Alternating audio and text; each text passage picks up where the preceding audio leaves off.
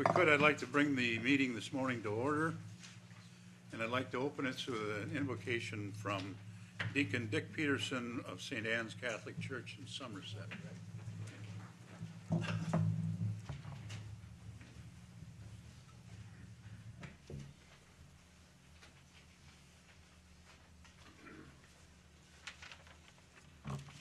Good morning. Let's just take a moment and quiet ourselves and ask God to come into our presence. Father in heaven, we give you thanks for this day and for all the blessings it brings. We give you thanks for this great nation in which we live and for all those who serve in positions of leadership in our government. Today we pray and intercede especially for this county board.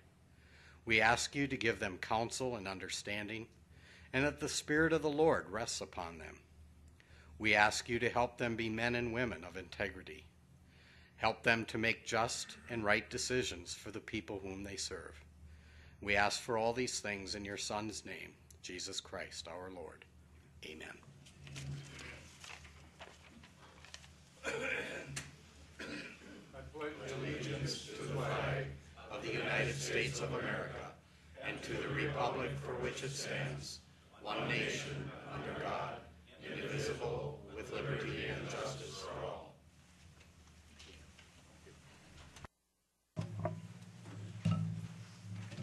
The next thing on the agenda then will be the roll call.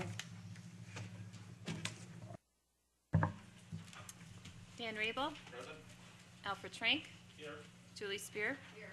Joe Hurchin. Here. Bill Peavy. Here. Gerald Peterson. Here. Charlie Grant. Here. Greg Telejohn. Here. Roger Larson. Here. Richard King. Here. Frederick Horn.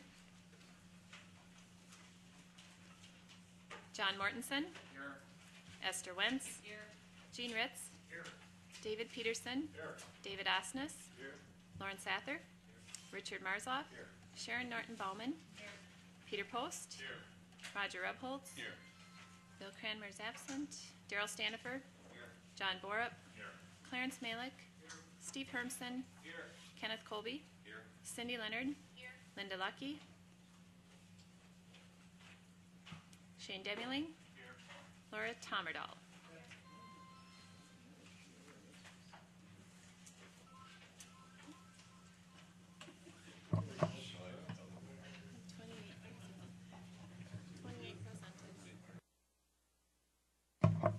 Present. 28 present and 3 absent at this point. What we're going to do right now then is right after this we will have, first I want to have Daryl have a chance to say a few words about our agenda for the day, and then we'll have a presentation by a press conference for Juror Appreciation Week, and then a conference or whatever statements the judges want to make. So at this time, Daryl, if you take your part.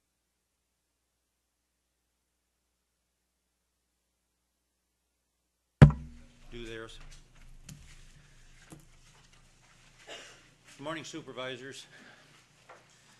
As we get into presentations a little bit later from all the department heads, there are certain things that we're going to attempt to do today and other things that we are not. And I'd like to direct your attention primarily to what we are going to do and to set your minds apart from what we're not. And let me start with that. We're not going to make any effort to achieve a balanced budget today. That's one of the reasons we started early in the budgetary process this year, and this is September. We will be back in October with what we hope by then will be a preliminary balanced budget for our review and consideration, and the final budget needs to be adopted in November. So we've got 2 more months to look at this process. The reason that we're starting early is to get your input into the prioritization. We've gone through 3 days of budget review hearings, and all of the department heads and parent committees have appeared to present the budgets that they have prepared. They have given the indication of where they see some possible cuts if cuts are necessary, and obviously they are. You know that. We start today with approximately a $2.5 million gap that we need to reduce in terms of the levy requests. And so as the department heads come before us today with brief summary presentations of what they gave in a more expansive version to the Finance Committee, I want you to be listening from the standpoint of prioritization and philosophy, not so much from the standpoint of trying to find $10,000 here or $15,000 there that you think ought to be pulled out of a budget request.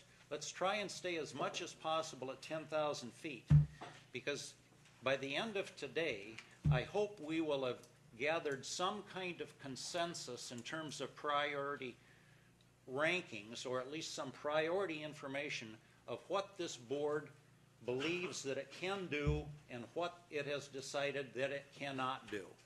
Handed out for you today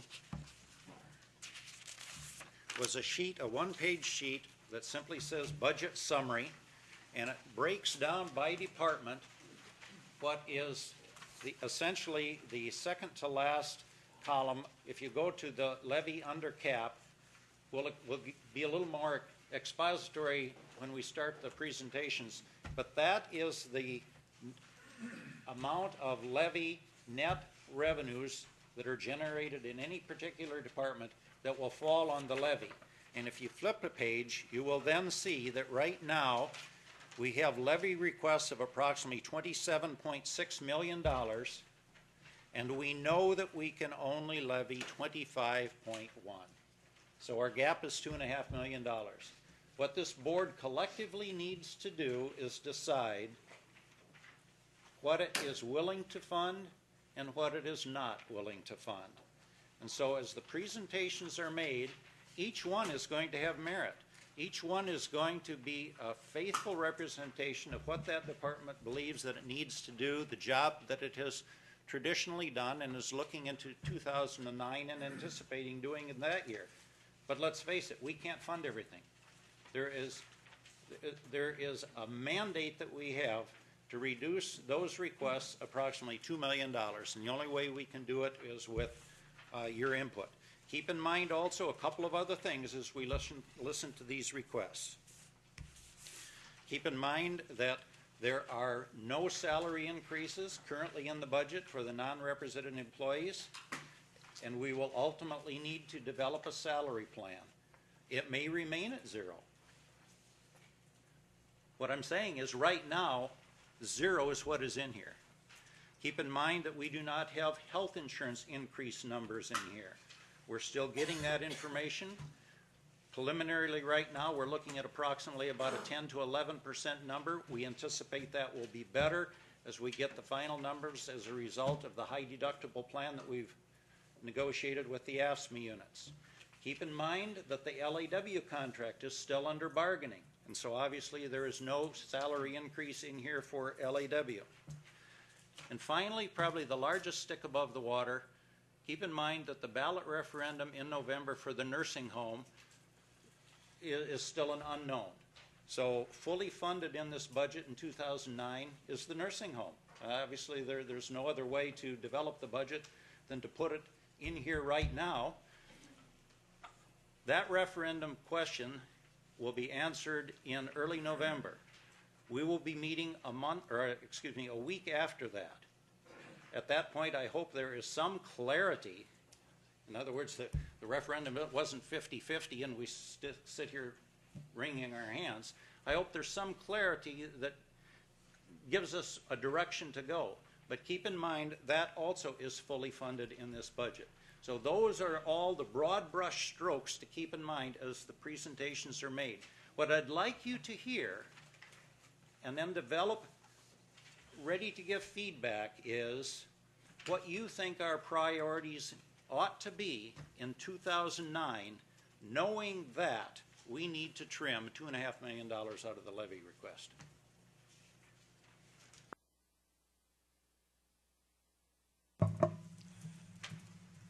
Thank you, Darrell.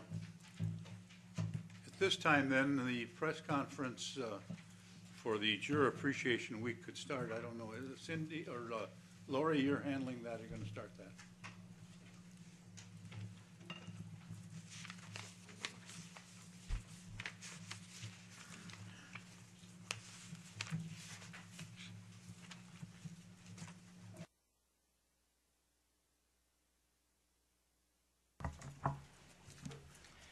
Good morning. September is Juror Appreciation Month statewide, and the theme for Juror Appreciation Month is Jurors Serve Justice and Justice Serves Us All. And jurors do serve justice. We see that almost daily up on the second floor. And this initiative gives us the perfect opportunity to recognize jurors and appreciate them for their service. So I just want to say, as the clerk of court, to anyone here who has served on jury duty, thank you for your service and your commitment. It is huge, and we recognize that. It can be a big inconvenience for people. And for anyone who may be called in the future, we want to thank you in advance. I have a sign-up sheet in the back for volunteers, and hopefully you'll accept the call to duty if you're called. Also, we're having a brief open house this evening in the community room from 6:30 to 7:30. That's sponsored by the St. Croix County Bar Association, so hopefully you can join us for that. Thank you. I'm just going to echo a few things about jury service, and I guess by show of hands, how many county board supervisors have ever been on jury duty? So I trust again that all of you recognize the importance. It's what we describe as one of those core values in our democracy, and next to the right to vote is the right and privilege to serve on jury duty. We're extremely fortunate in St. Croix County to have such a wonderful pool of available jurors.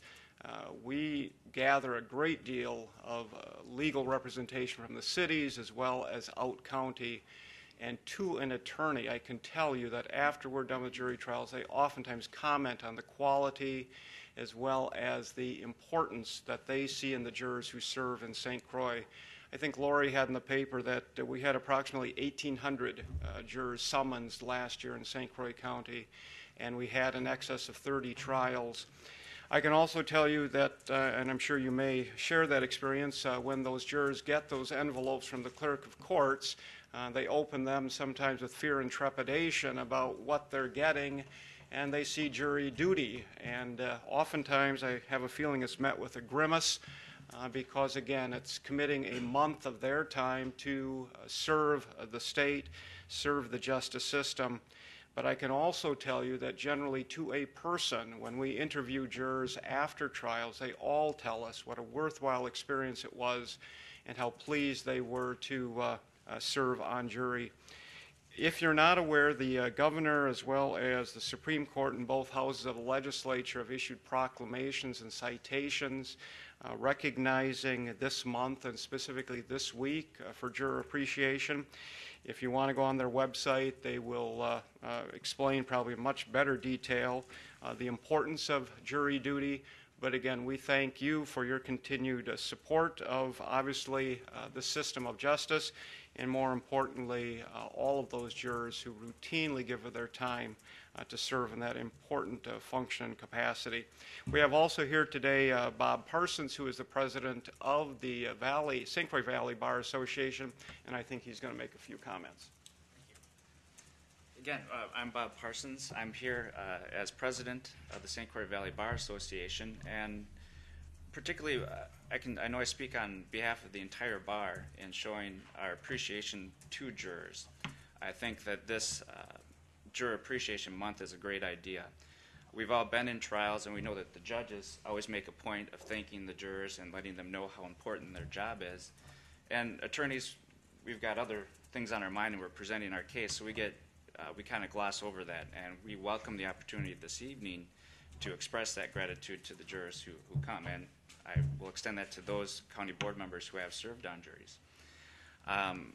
It is an important role in our justice system, and to follow up a little bit with what Judge Needham said, I think the typical reaction when somebody gets that jury summons is not one of excitement. We need to thank jurors, first of all, I think, for the fact that they do serve and that it is an inconvenience and a disruption into their lives. I think the first thoughts when they get that summons are, I got to miss work. You know, there's still work that, even though they're allowed to leave work and serve on juries, the work still needs to get done when they get back. They have to worry about child care, who's going to cook dinner, that sort of thing. So we have to thank them, first of all, for recognizing their duty and serving. But more importantly is the fact that it's one thing to have jurors show up, but to have jurors who care about what they do and recognize the importance of what they're doing. It's not an easy job to serve on a jury. First of all, despite what you see on television and the movies, jury trials in real life aren't nearly as exciting. And there's sometimes some very complicated testimony, expert witnesses, and it's not easy to sit through. But I can tell you through my own experience and in talking with other attorneys, we are very impressed by how attentive jurors are during the presentation of the evidence, that they take notes, and when we speak with them afterwards, we know that they did understand the issues and they were paying attention and gave it a lot of thought. It's an important job because in every jury trial, there is strong evidence on each side, and each side makes strong arguments. And it's up to those jurors to try to come to the right conclusion and do the right thing. And I feel that even though I don't always agree with the result, I know that in St. Croix County we have juries that truly do take the time and the effort and show the respect to the process that it deserves. Thank you.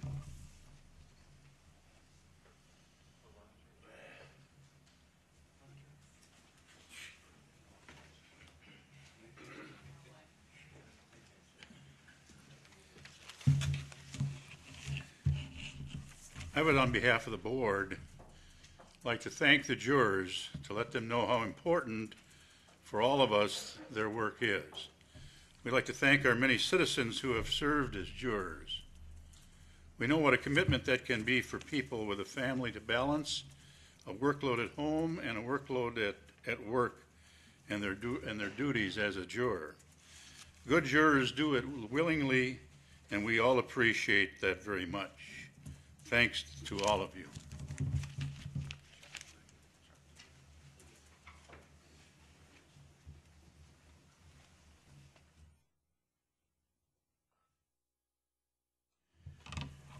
Well, as all of you know and have practiced here as board members, your obligations as a community servant, it's, I think, very healthy and appropriate to recognize jurors for their contribution. It's not a glamour type of role to play, but it is a very crucial one, and I think it's commendable that it's being recognized here today by both the board and by the judges and the people of the court. So, thank you.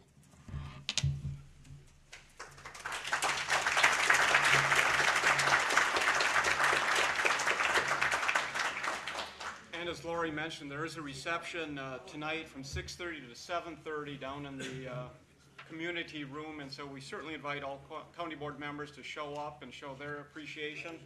We also have these wonderful buttons, so if anyone would like a button, you can stop up and see Lori. I know she's got a few extras.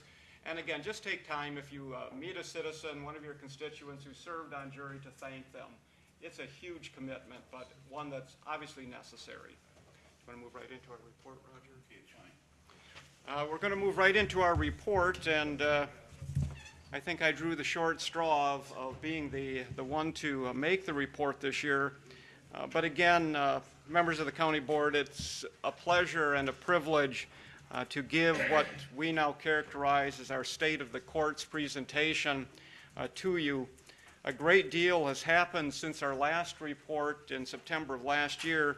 Most significantly has been the addition of the fourth branch and the election of Judge Howard Cameron to the bench in April. Judge Cameron is up and running and is fully immersed in the business of the courts. So that he wouldn't feel left out, however, we decided and agreed that we would let him start out with 3 months of intake.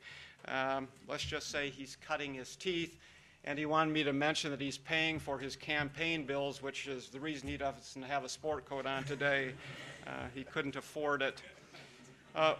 With Judge Cameron also came the addition of 2 additional staff members, one of whom is funded by the state. That's Judge Cameron's court reporter, Aaron Gilkison, and also his judicial assistant, Katie Bell.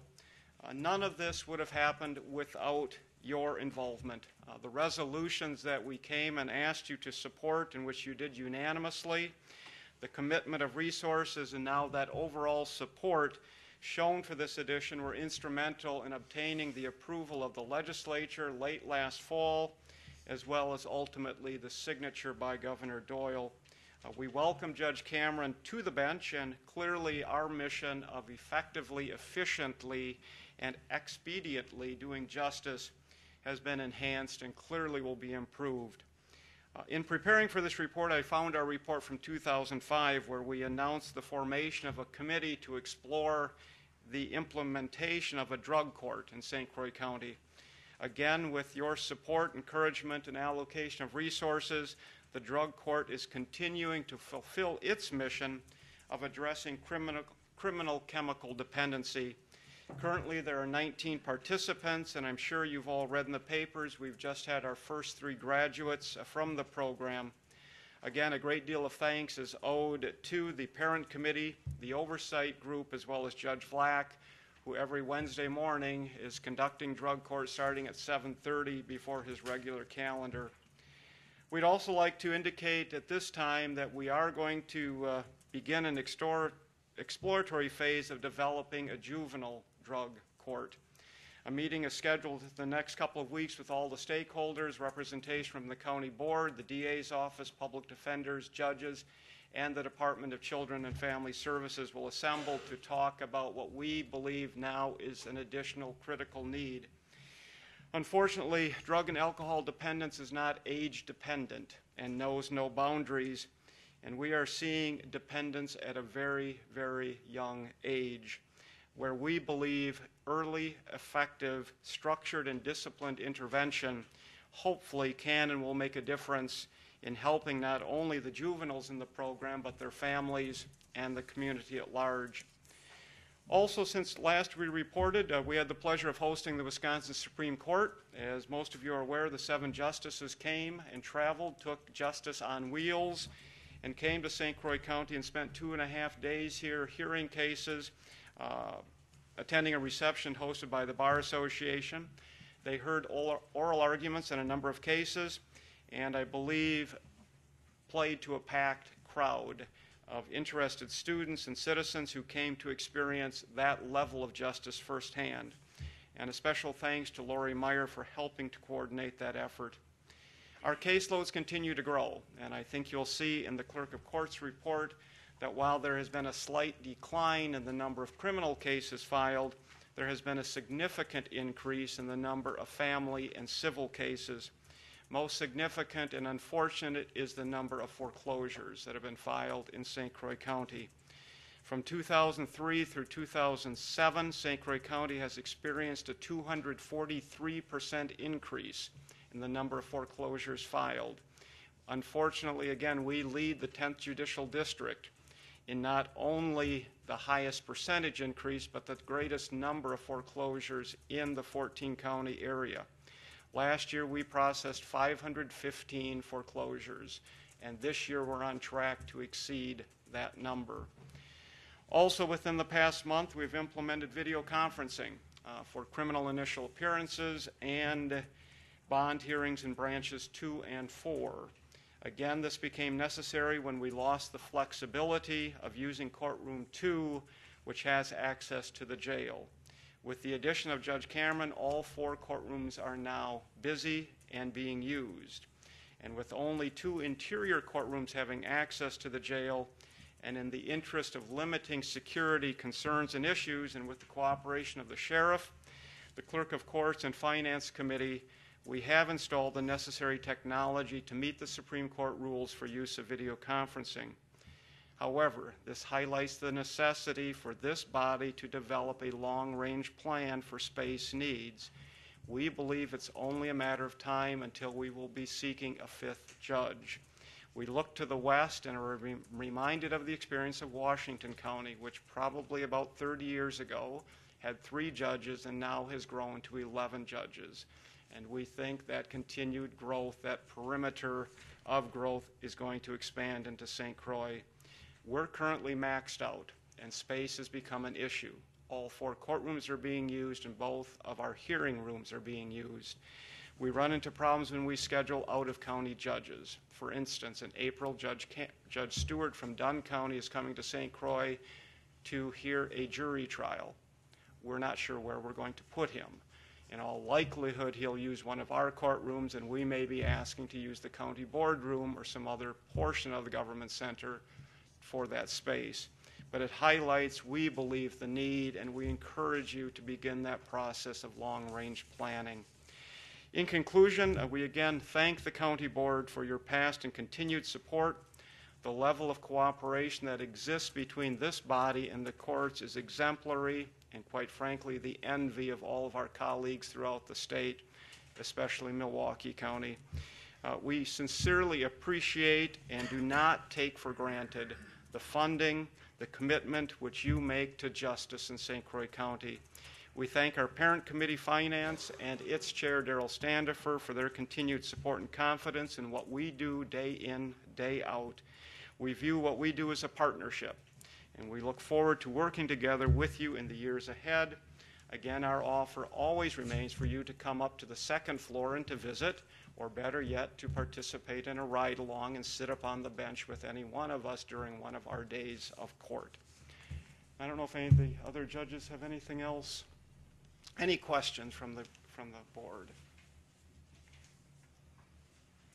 Dennis, to segue into the budget. Thank you very much. One last thing, your family court commissioner is here, and he left a piece in the packet for you to read. I don't know if you have anything you want to add to that, Steve. I really don't. I was late this morning. I was deciding on where a 3-year-old child should go between mother and father, and that's the kind of work that I do. And unfortunately, as cases grow, and family cases especially, you don't have just one hearing. In a lot of circumstances, you have 2, 3, or 4 hearings.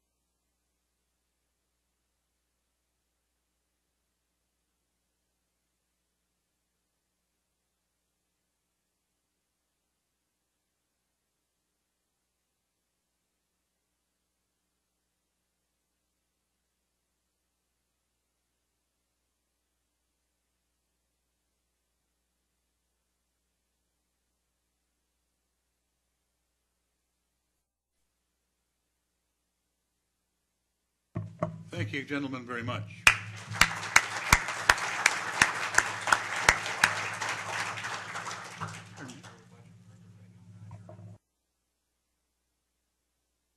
You can, yes. We just, yeah.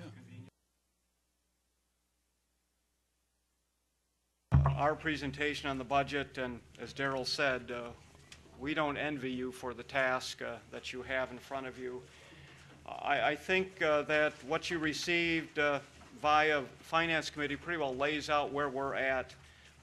Like all of the budgets throughout the county, we're driven by salaries and programs, and there, quite frankly, is very minimal spending in other areas.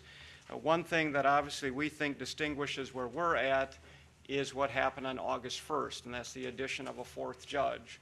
And so in essence, our function, our scope increased by 1/3, from going from 3 judges to 4. What we do and our resources have increased, as I said, by 1/3. We're hopefully on target with what we are projecting as budget, but quite frankly, in all candor, this is kind of like throwing a dart at a dartboard. We really don't know what the expenses overall are going to be in having the 4th judge. I think you'll see in those areas where at least we believe we have some control, the telephone, office supplies, law book, staff development, we've kept it to bare bones. We've not increased by what some may logically say we should, and that would be 1/3 from last year, because again, we anticipate that those costs are going to increase dramatically with the 4th judge. But we've tried to hold the line. We've decreased certain areas, the law books, some other things. In terms of new equipment, we are proposing at least that we begin a phase-in of new equipment. What we have in our courtrooms in terms of chairs and other things were what were bought 16 years ago. The pneumatics on those chairs are no longer working. Some of them are in significant disrepair. None of them have been replaced. So we're proposing that each year for the next 4 years, we begin replacing the chairs in the courtrooms.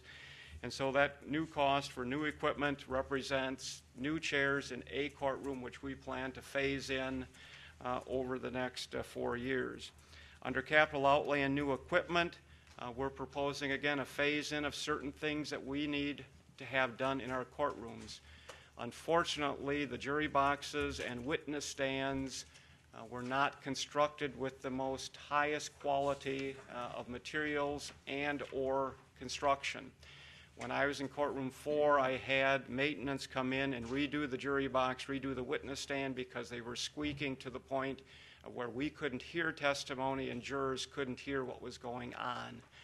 That's starting to happen now in the next 3 courtrooms, and so we're proposing a phase-in of redoing the jury box, redoing the witness stand with 1-inch plywood instead of the 1/2 inch that was used in the original construction, taking out this metal corrugated material, which is not a good fit for a jury box or a witness stand, and to phase that in over the next 3 years.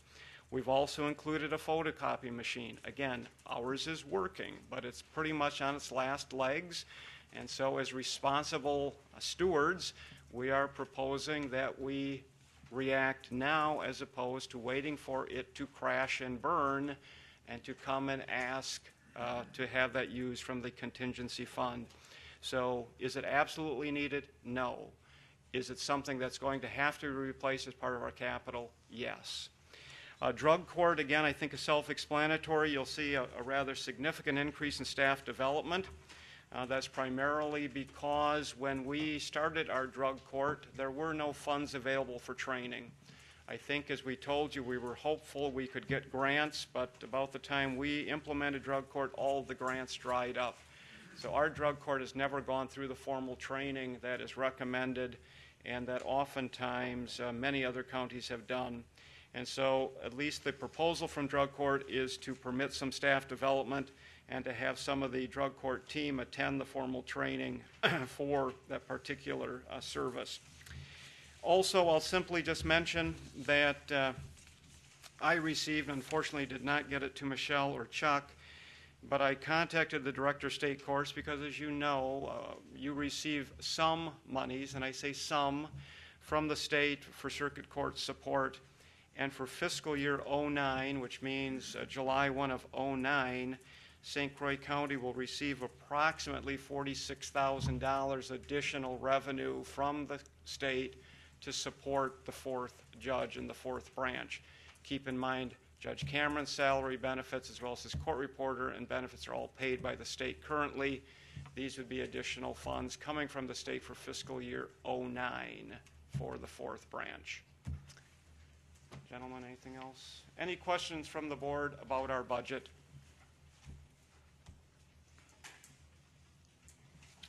Seeing none, thank you so much. Thank you very much, gentlemen.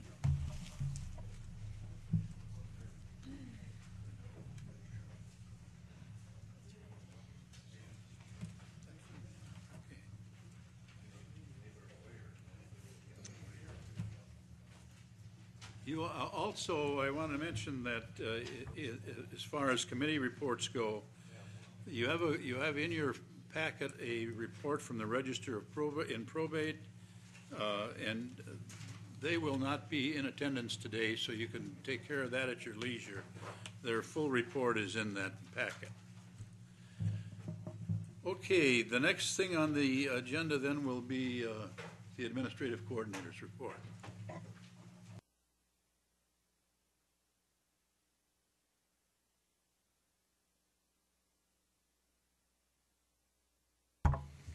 Well, good morning again. Most of the work I've been involved in the last few weeks obviously has been the budget, so that will be the majority of what I have to talk to you about today. We'll mention a couple of other things. Currently, and Art Tobin will inform you more on this later, but we have had our second chiller go down, and we are working on correcting that, fixing that. but it is going to be a temporary situation for us for a while.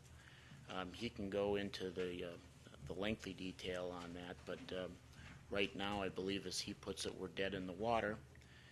If you go out to the north side of the building, you'll see a large unit that's there to, at some point here, take care of just day-to-day operations for us on a temporary basis.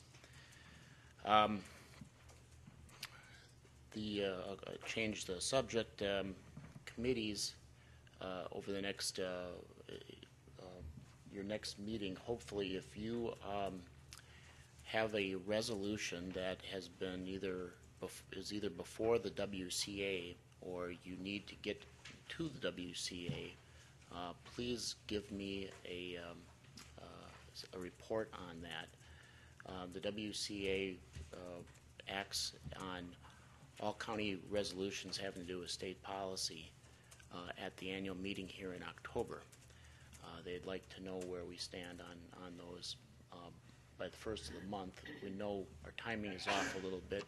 The administration committee will be going through those on October 1st, but if there's something that we need to be made aware of that you're working on, please get that to us as quickly as you can.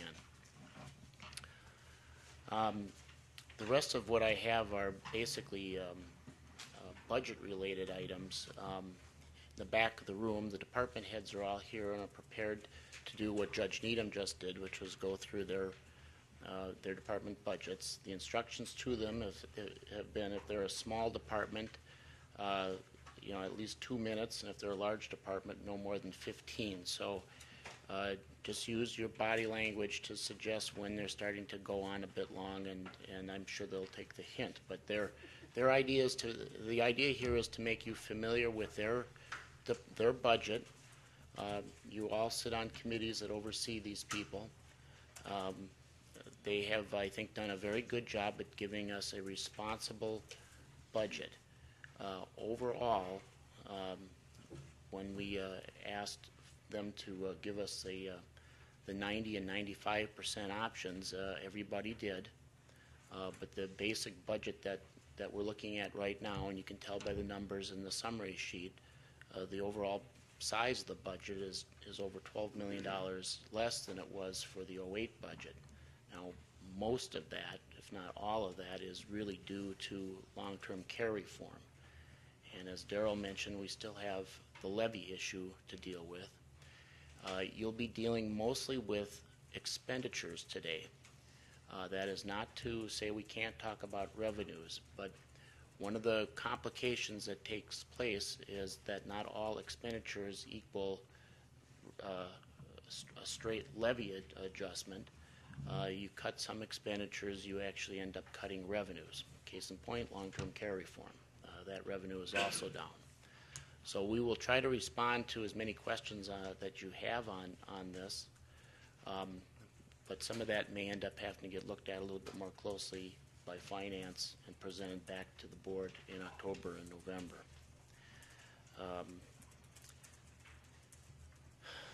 I did put on your table this morning for your reference the summary of the county board goals from last April. So as you're listening today, participating in the discussion, those may help in identifying or clarifying objectives that are coming forward and their relevancy to the county board goals. So we look forward to the discussion. This is a new way of doing things, so we'll see how it goes. Certainly appreciate your feedback when it comes, and it won't be the last time that you see this. We're ahead of schedule. I counted in weeks. We're probably a good 2 to 3 weeks ahead of where we normally are, and I think that will help us get a budget wrapped up in November. So, any questions? Okay, see you in a couple minutes. Thank you, Chuck. You've had a chance to review the agenda and the consent agenda. Are there any changes that someone would like to make? If not, a motion is in order to accept. Moved by Alfie and seconded by John Bora. to accept the agenda and the consent agenda as it is. Then we'll move to appointments. Pardon me? Oh, I gotta do that, yeah. The motion is on the floor. All those in favor say aye. Aye. All those opposed, the same. That motion carries. The next item on the agenda then is appointments. Dave Peterson, who has been serving on the Long-Term Support Committee and also serves on the Board of Adjustments, called me and pointed out that he has not been able to make a long-term support meeting because the meetings, both committees meet the same day. So he asked to be taken off the Long-Term Support Committee, and I therefore appointed Lauren, along with Dick, appointed Lauren Sather to that, fill that vacancy. Okay. We'll move then, if you will, to the election to fill the vacancy on the Finance Committee left by the resignation of Lauren Sather. Nominations are now in order. I nominate Dave Peterson. Dave Peterson has been nominated. Excuse me, Buzz, can you write the names on the board for me? You'll do that? Okay.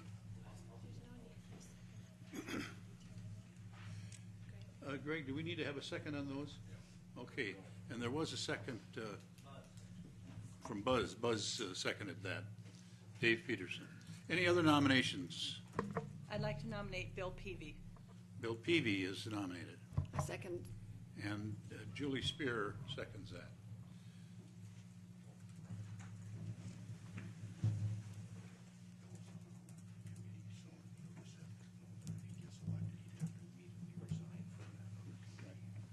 Yeah, Bill and I have discussed this. Bill is presently on Ag Extension Committee, which is also an elected committee, so if Bill Peavy were to be elected, he must resign from the other committee. He can only serve on one elected committee, as you know.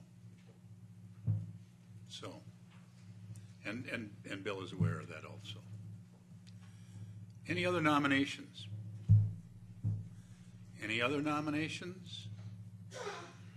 Any other nominations? Nominations are then closed, and we'll vote on these two candidates.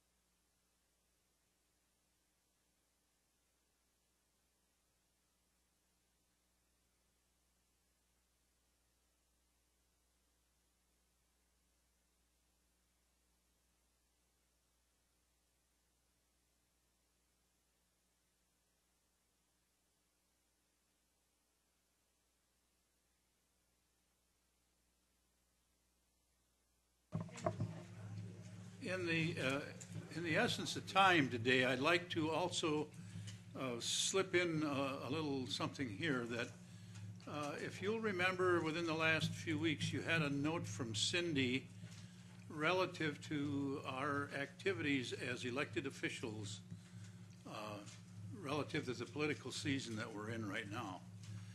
And we want to caution all of you, read your bylaws as a board member.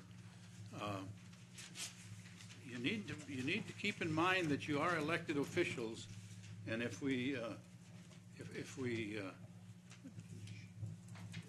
do something that's not right, and I'm thinking particularly of letters to the editor, I think we got to be very cautious what we say and do as an elected official.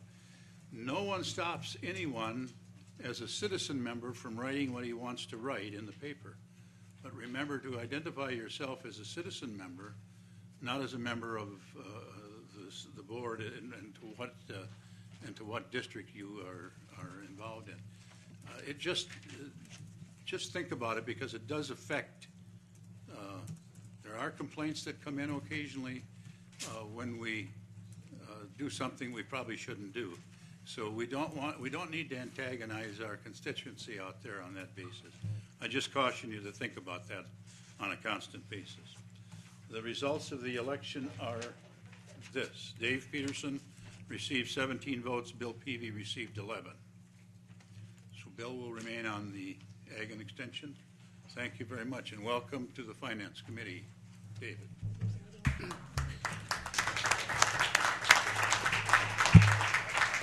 And we need to remind you that tomorrow is your first meeting. Okay. At what time, sir? 8:30. Yeah. Mr. Malley. Mr. Chairman, I'd like to note that the newspapers sometimes seem to supply by themselves a caption or a label for a letter to the editor. I submitted a letter to the editor, carefully not mentioning that I was a county supervisor or what district I represented, and the newspaper added my district to it. So what conclusion to draw from that? Well, you can't always control what's going to happen by third parties, I guess. But I would never indicate that I was a chairman of something and thereby suggest that I was influencing a vote. Thank you, Buck. That's why I think it might behoove us when we sign off to sign as Citizen Roger Rebholz if I'm writing that letter. If they want to add that, if the paper wants to add that, then they add it. But I haven't said that. Okay?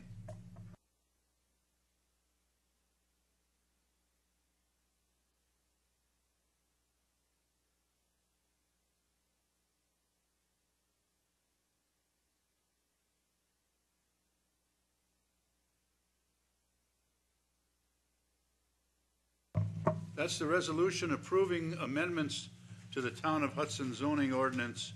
And planning and zoning, I believe that's coming from your, so would you bring it to the floor? Yes. The Town of Hudson has its own zoning ordinances, and therefore they pass this, but they have to have our approval before it takes effect. And what it is just allowing a vehicle repair garage to sell motor vehicles, no more than 10 on the lot. They already have their repair vehicle numbers in the ordinances, so we have to prove that. So therefore, I move to bring this to the floor for consideration and passage. Is there a second to that? Second by Dave Peterson. Any discussion? Any discussion on the resolution? All those in favor say aye. Aye. Opposed, the same. Motion carries. Okay. Now, if you want to take a break before you start this, all right, we'll take a break 5 to 10.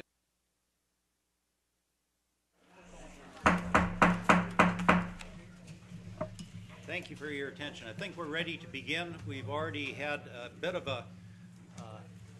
example of a department presentation. The judges have already made their presentation.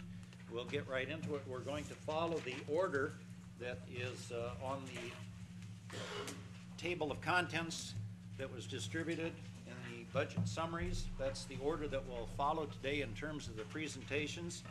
Chuck is going to be first. While he's working his way up there, I would be remiss if I didn't at this moment take a brief moment of personal privilege and introduce, or at least recognize, a member of the audience. And those of you that haven't noticed, we do have former supervisor and finance committee chair Ralph Swenson in attendance. So if this really starts bogging down up here, I'm just going to totally resign and say, Ralph, get up here. It's yours. But Ralph, welcome, and thanks for being here today. One thing that as Chuck is getting ready, I would direct your attention again to this summary. We do sincerely need feedback from all of you for us to continue to do the job that you have elected us to do, and that's to ultimately present to you a balanced budget for consideration and review. So even if you're reluctant to publicly make a comment or publicly make a statement, give us some feedback, and maybe on this form, as you listen to these presentations today, and from your vantage point, you think that this area could stand some additional cuts more than another, give us some priority rankings on here. Maybe just hand this in to one of us. And just tell us what is your view of prioritizing county departments, because keep in mind, as I said, the number that we need to squeeze out of this is about $2.5 million. We've already pulled out roughly $1 million. That was kind of the low-hanging fruit. But now it's the heavy lifting time, and that's where we need everybody's collective help. So Chuck is going to give you an example of the way we want these to go. They can be relatively brief. If I would be brief, obviously, is what he's saying. But this is an important exercise, and it's kind of new. We've not done it this way before, but I think you will find at the end of this that it's bringing all of us into the process, and I think that's healthy. Okay, if you're on tab number 1, you have a summary of my department, the administrative coordinator. It's a relatively small department. It consists of myself, essentially. In the past, it did have, for one or two budgets, it did have human resources in it. That's now a separate budget. It also at one point had risk management or a share of risk management. Those are now separate. My budget actually goes down from 2008, but that's due to the fact that we had a one-time payment budgeted in my department for Lake Malibu Dam maintenance. And we don't have that dam maintenance item in my budget anymore. It's actually in planning and zoning, DAM, ma'am. That made it relatively easy to hit the 90-95%, but without it, if you see the spreadsheet that I have on the back side of the summary, I did those calculations without that payment in there, and really the 90-95% cuts right into wages and benefits. You'll see that from several departments that are personnel intensive, low on operating expenses. My basic operating expenses are travel related, membership related. I did put in almost $4,300 for a new copy machine, which is an annual theme when we're doing these budgets. You've already heard that once before. That would be for the whole administration suite. Kind of the same situation that Judge Needham voiced, that it's an old copier. At some point it's going to go down. It certainly would be a candidate for a cut. That's basically it. I've got a little bit of notations there for you. I'll also quickly go through one other budget, which is economic development. That shows up in one of the last lines on the summary sheet. There's almost a $57,000 number there. Economic development has come in and proposed no increase for the amount that is budgeted for them for '09, so there's no increase over '08. There is a $2,500 difference there. There's a $2,500 contribution to Momentum West. That is one of the goals that the county board approved would be county membership in Momentum West. That is a coordinated effort between St. Croix County and the counties east of here, going all the way to Chippewa and Eau Claire, to coordinate lobbying and economic development interests for this region. Their objective is to look more to the west.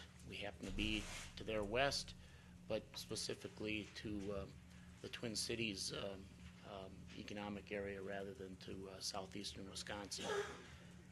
So that is in there. That is my budget. Any questions? Okay, thank you. Any comments, observations at this point before we move on to Cindy and County Clerk? Steve?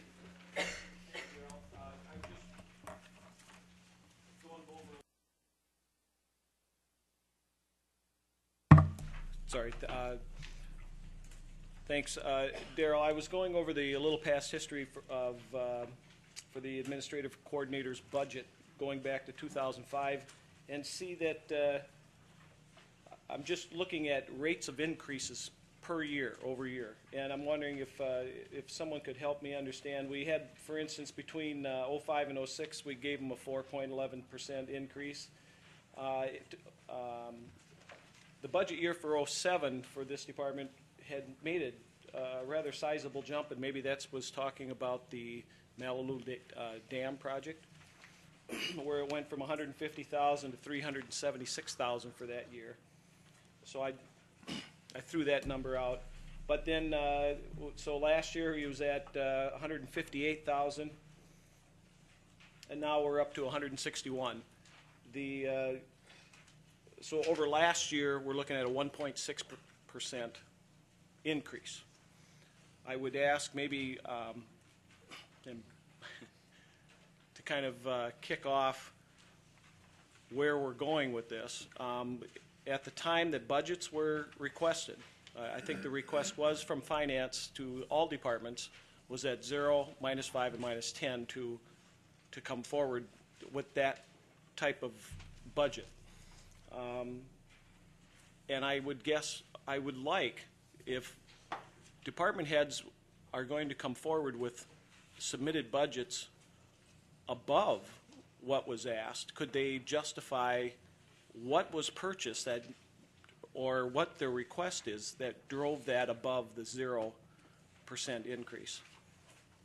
If that would help, I think, from our standpoint, what is it that justified the increase that needed to go above the 0 that was originally outlined?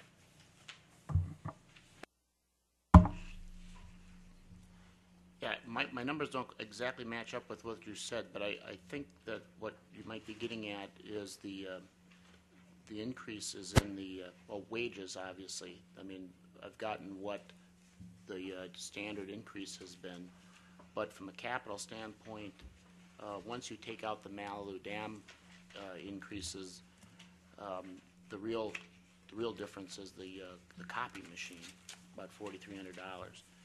Going back to year 2007, that budget was the one that had human resources combined with mine. That had the human resources department was combined with the administrative coordinator. I oversee that, but it's a separate budget, and we'll have Tammy give a summary of that later in the book. I'm not sure what the other increases would have been, to be honest. I know for '08, I believe I had a chair and I want to say a printer, but I don't think I've done either one of those.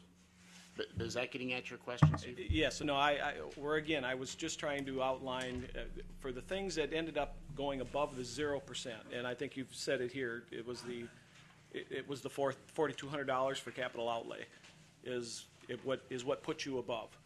That is correct, right? Right, and the instructions to the departments were to have a 0% increase on operating costs, which meant non-capital and non-personnel. And the other thing that they can't control is the liability insurance distribution. But for those items that they need to run their department, the effort has been to have that at a 0. There's been some confusion over that the overall budget was supposed to be 0, but it was the operating portion of that because the departments can only control a portion of their budget. These other numbers are plugged in through finance based on their manpower and their capital items. Finance will look at capital items a number of ways. Either they'll ask, can they be put off, purchased another time? They'll also check them to make sure that we're not buying too many of one thing, like a copier machine, or if we're buying computers as being done in a coordinated way. Or there may be some larger capital items that would be looked at for borrowing candidates if we had to do that. I guess I've always believed, though, a capital item is something that we know is long range, should not be part of I would say, an operating budget. So, but you've answered my question. What you stuck to the 0% as outlined outside of you've thrown in the capital equipment of $4,200. Okay, thanks. Good questions, but let's use this as an example. If we get bogged down into items at this juncture of chairs and copiers, we're going to be here all day, and that's not the purpose that we're trying to meet today. I'd like to keep this as global as possible. We'll look at the detail as we go later down the road, but today, as globally as possible, we're trying to come together with some degree of reasoning of what broad brush strokes we can do and cannot do. Again, no disrespect, good questions, but let's try and, as much as possible, keep a global perspective. Cindy. Good morning. I'm tab number 2. The county clerk's office puts together budgets for the county board, committees and commissions, county clerk, legal notices, and elections. So there are 5 different budgets within your packet on that. I basically present what I presented to the Finance Committee on, and I'll start with County Board, the County Board proposal. I pretty much left that the same. You'll see the decrease there is for equipment, which is projector and audio improvements in the County Boardroom, and that's the significant decrease there, and IT is currently working on that. Just a quick description of what the County Board budget is. It covers the County Board chair per diem, mileage, and stipend. It covers per diem for the county board meetings for county supervisors. Staff development includes WCA conferences, and then of course postage and copy and office supplies there, including publication and printing of the proceedings, and newspaper, dues and licenses. So that basically is the county board budget. The difference between that and committees and commissions is for committees and commissions, the per diem is paid. This is per diem attended for committee meetings to supervisors and citizen members, allowed per diem, and then mileage. So that's on under committees and commissions, and then that also includes staff development for any conferences attended. Any questions on county board and committees and commissions? The proposal that I had is to help reduce some costs on those, or to reduce committee meetings and county board meetings. Legal publications, it's just $1,500 that's placed in this budget, and it's used for publications, the public hearing notice for the budget, and it may be any ordinances enacted by the county board that need to be published. So it's out there at about $1,500. County clerk budget, basically made up of salary and fringes.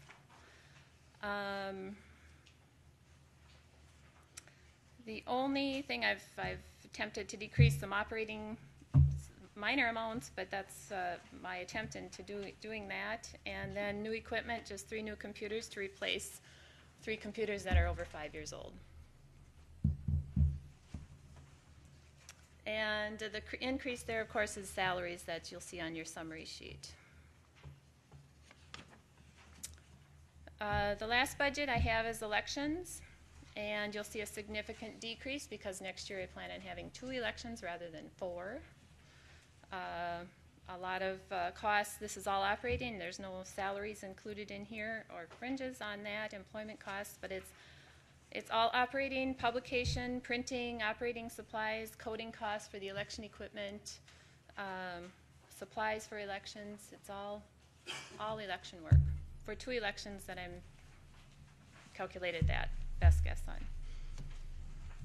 Any questions on elections? And I'll just highlight just a little bit because I did have a question on this. I do have revenues, county clerk revenues, of course, for the fees that we collect for marriage licenses, passport applications, temporary plates, work permits, ATV registrations. The election chargeback question that I had this morning is related to what I charge in the spring elections to the municipalities and the school boards for their candidate information that's placed on the ballot. We have a consolidated ballot in the county, so rather than have separate ballots from the schools and from the municipalities, it's a consolidated ballot, and then the county charges those municipalities and schools for those. Any questions?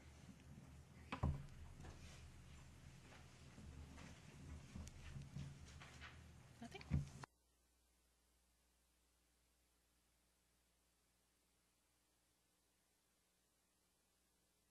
We've already had the circuit court, so at this point, is Lori back?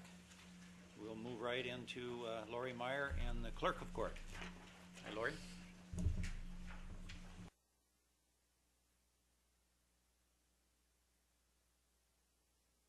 Do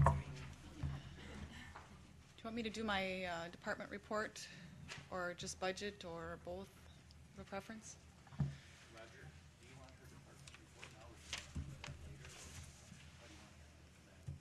I did submit the written report. Okay. Okay. You have my written report, so if there's questions, feel free to call me. And I think Judge Needham highlighted much of what I was going to highlight anyway. So in terms of budget, I'm not sure what tab I am. Okay. Thank you. Okay. Our proposed budget for 2009 is about $1.3 million. Our projected revenues are just over $1 million. We're proposing to decrease overtime, court-appointed attorney fees, postage, law books, and new equipment. So those are the operating expenses that we are proposing to cut. The only increase in our operational budget that we're proposing is the professional fees for psychological and psychiatric examinations. And the reason for that is those cases are up about 124 to date so far this year over last year at this time. So we've had 124 additional mental commitment cases the first 9 months of this year, which of course has an impact on my budget with the evaluations. It also impacts the Sheriff's Department and Corporation Counsel in terms of prosecution and transport of those patients to and from the facilities to the courtroom. So that's where I've seen the significant impact on my budget this year. Jury fees, witness fees, court interpreter, all of those are going to remain the same. So, of course, the significant portion of my budget, about 75% of it, is staff salaries and fringe benefits. Only about $300,000 of it is the operational expenses, and most of those are the court-ordered fees that I am obligated to pay whenever there's a court order. So only about a fourth of it is controllable, so to speak, and that depends on the courts. Any questions? Yes. You've shown reductions in overtime and in court-appointed attorney fees, but I think essentially just pointed out that neither of those is under your control. It seems to me that one could also say that any attempt to forecast a reduction could be deceiving ourselves because it really depends on outside circumstances. It does, and we don't know with the fourth branch how things will shake out for next year. But what I look at is a pattern over the past 3-4 years every time I do my budget, and I project from there. So based on our usage this year and last year is how I come up with the projection for next year. So the trend line has been down on both of those? Yes. Overtime and court-appointed Yes. attorney fees? Yes, and we're hopeful with the fourth judge and the additional staff for that judge that we can keep our overtime down. Rather than having other staff in court late with the other 3 judges, we're hoping they're going to end more on time because their load should be a little bit lighter. Would you address the rates at which court-appointed attorneys are paid? Are those fixed by the state? Are they subject to bid? It is fixed How by do they statute, determine? and I believe it's $70 for felonies and $40 for misdemeanors. And 40 per hour and 70 per hour. Neither you nor the judges have any discretion in that rate? Not in the rate, no.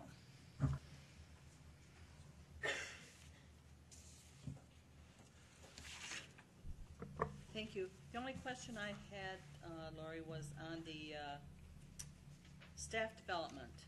Going from $618 in 2006 to $1,800 2009. Can you give us a little explanation of that? I think we've had it at a brief one? Sure, we've had it at 1,800, I believe, for several years, and every other year we have a district training for all staff to attend in Spooner. That's sponsored by our district court administrator. 2009 will be the year where they will be going again. Usually we don't spend the full amount, but it's there in case they do go.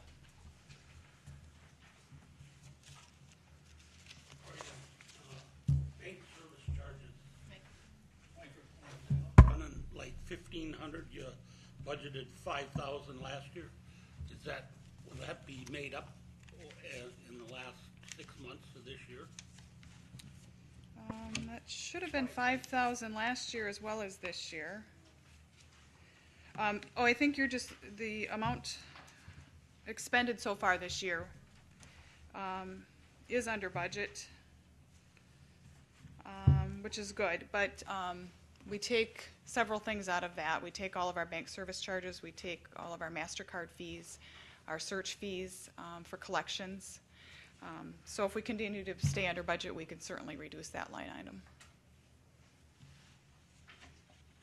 I think there's something we're projecting for next year, and I'm drawing a blank on what it is, which is why we left it the same. Additional credit card fees, because we're going to start processing, taking electronic filings on small claims cases, and then they'll be paying for their fees through a separate fund. They have to pay it, but then we have the expense to the credit card company for accepting that electronic filing. Thanks, Michelle. Other questions?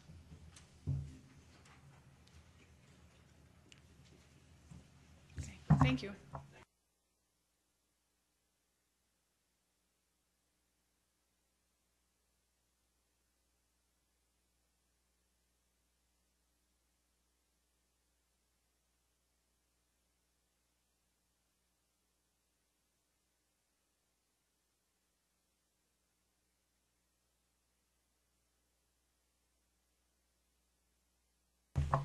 I'm not sure what tab I am, but Fred Johnson suggested that I start one.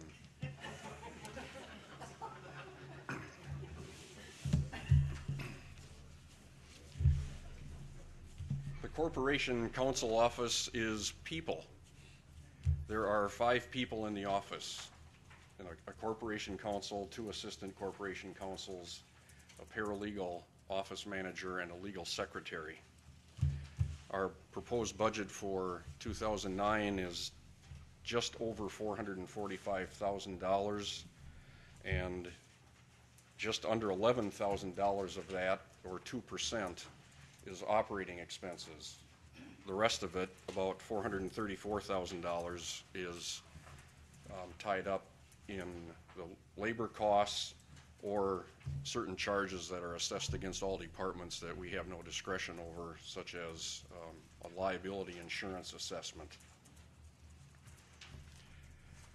The budget is fully funded by the levy, but the time that staff spends doing work for the Child Support Agency in child support enforcement actions is reimbursed to the county at the rate of 66% of the cost of that time.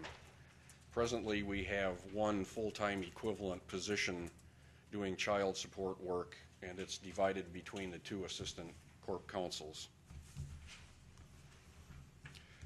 That is a regularly occurring activity of the office, one that we can predict. The other one is related to Health and Human Services, and that those two areas are mental commitments and guardianships and protective placements. We represent the department in court actions in those two areas. We don't get reimbursed for that time. I'm not sure if there's any impact by state funding through Fred's department or not.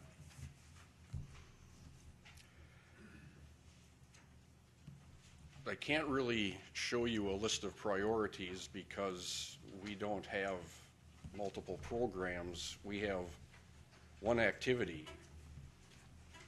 We provide legal services to the county.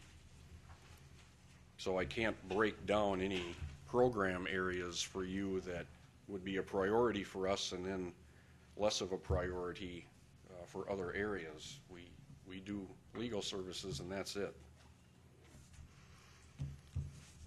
I think what our office does is assists committees and departments in producing work product and making better and correct decisions.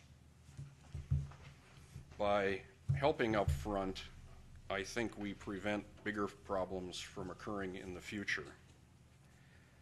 One example is that we review contracts. And in almost all cases, a contract needs to be changed, modified, amended in some respect, either to balance out a provision that has been written by the other party to their advantage, or to clarify language that could cause confusion in the future.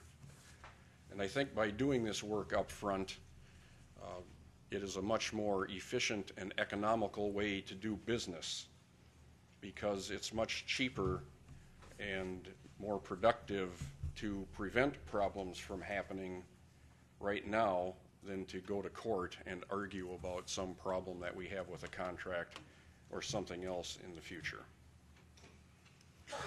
Are there any questions?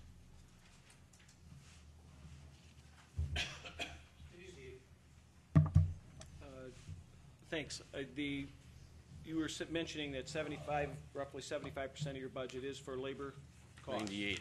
Pardon? 98. 98% is labor? Right. For labor and non-discretionary charges. I'm noticing on your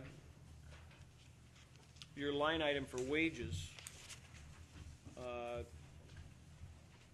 from the 307,000 to the 315, but when looking at the benefits listed below, they all seem to stay pretty much in line. So I guess my question is that from your adjusted last year's budget of $307,619 for wages to this year proposed $315, is that just raises, or was that you said there's how many people in your department? 4? 5. 5? Those numbers, first of all, are set by finance. We have nothing to do with those, and I'm going to guess that the increase in the wages is due to the 2 employees that are union employees and the contracts that provided for wage increases for them. Okay. All right, thanks. Thank you.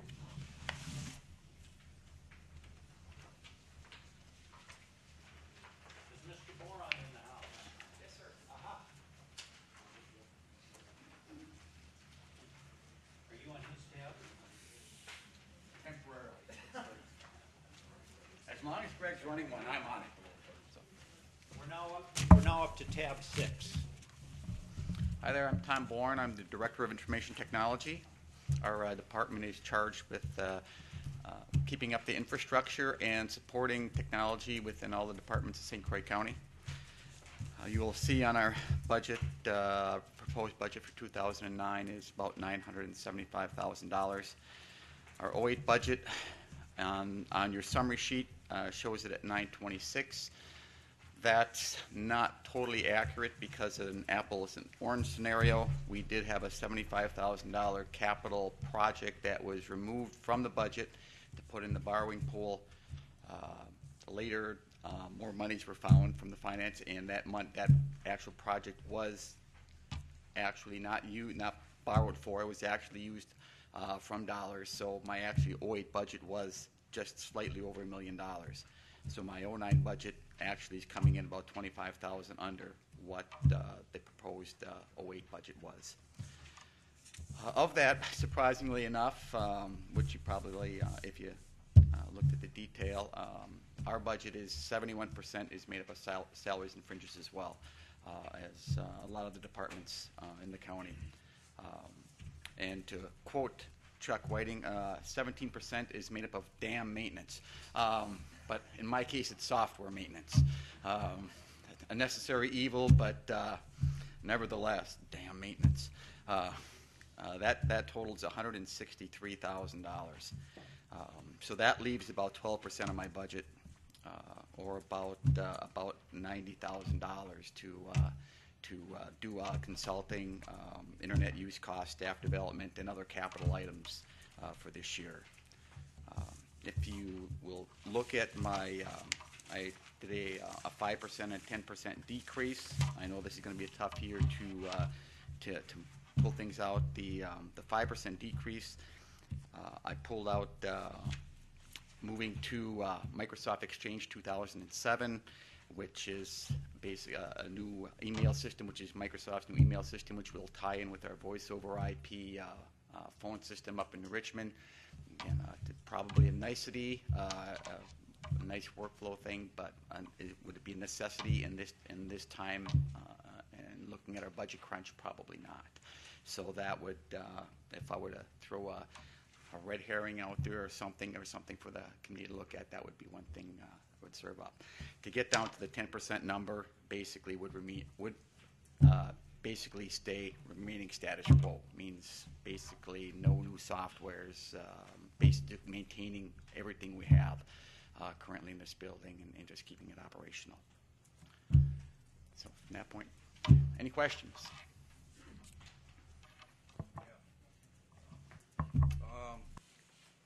On page 3,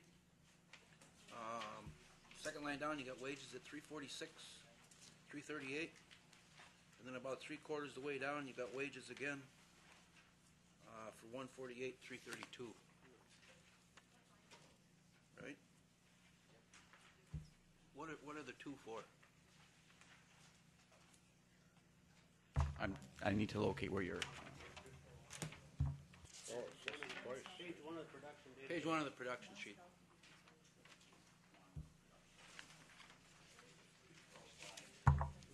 Huh? Second line? Second line, it says wages. And then about... You're at 346, 838. I see that, yes. And then 1, 2, 3, 4, 5, 6, 7, 8, 9, 10, 11. 12 lines from the bottom, you got wages again for 148, 332. Oh, that's correct. Okay. We do staff 2 people up in New Richmond. You'll see the two that's our wages are broken out into 2 different areas: the government center and New Richmond. The first group are the employees here, which is the 6 employees that are here at the government center that are homed here. The other wages are the 2.5 employees that are actually homed up in New Richmond. We have one employee that rotates back and forth. He spends 2 days in New Richmond and 3 days here.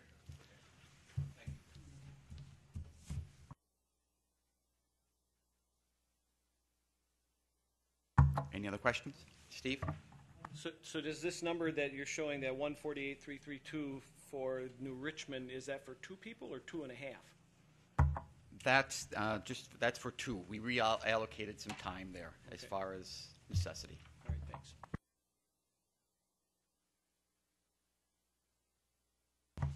Any other questions? Thank you and good luck.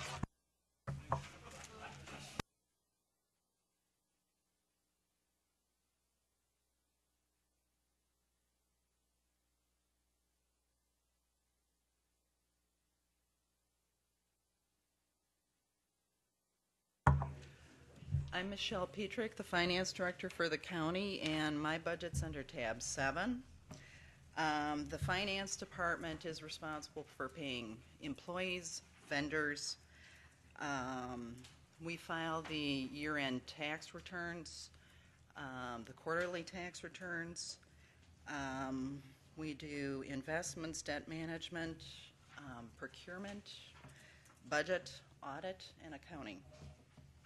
94% of my budget is staffing. My 09 budget is actually lower than my 08 budget by $1,800.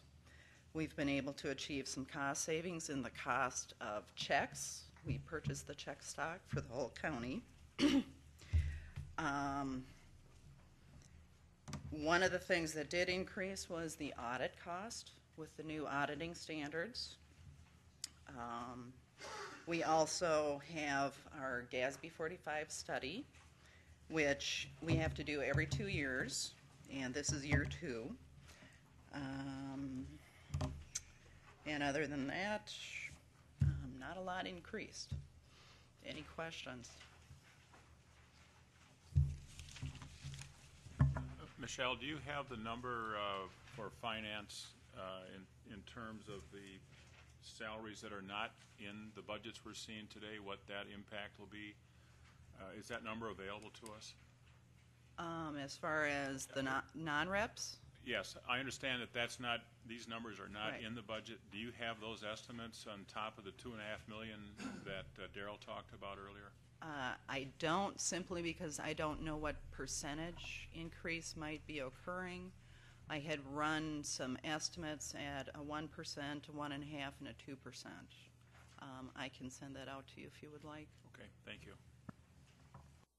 While we're on that, could you clarify, are step increases for non-represented personnel already included in the budget?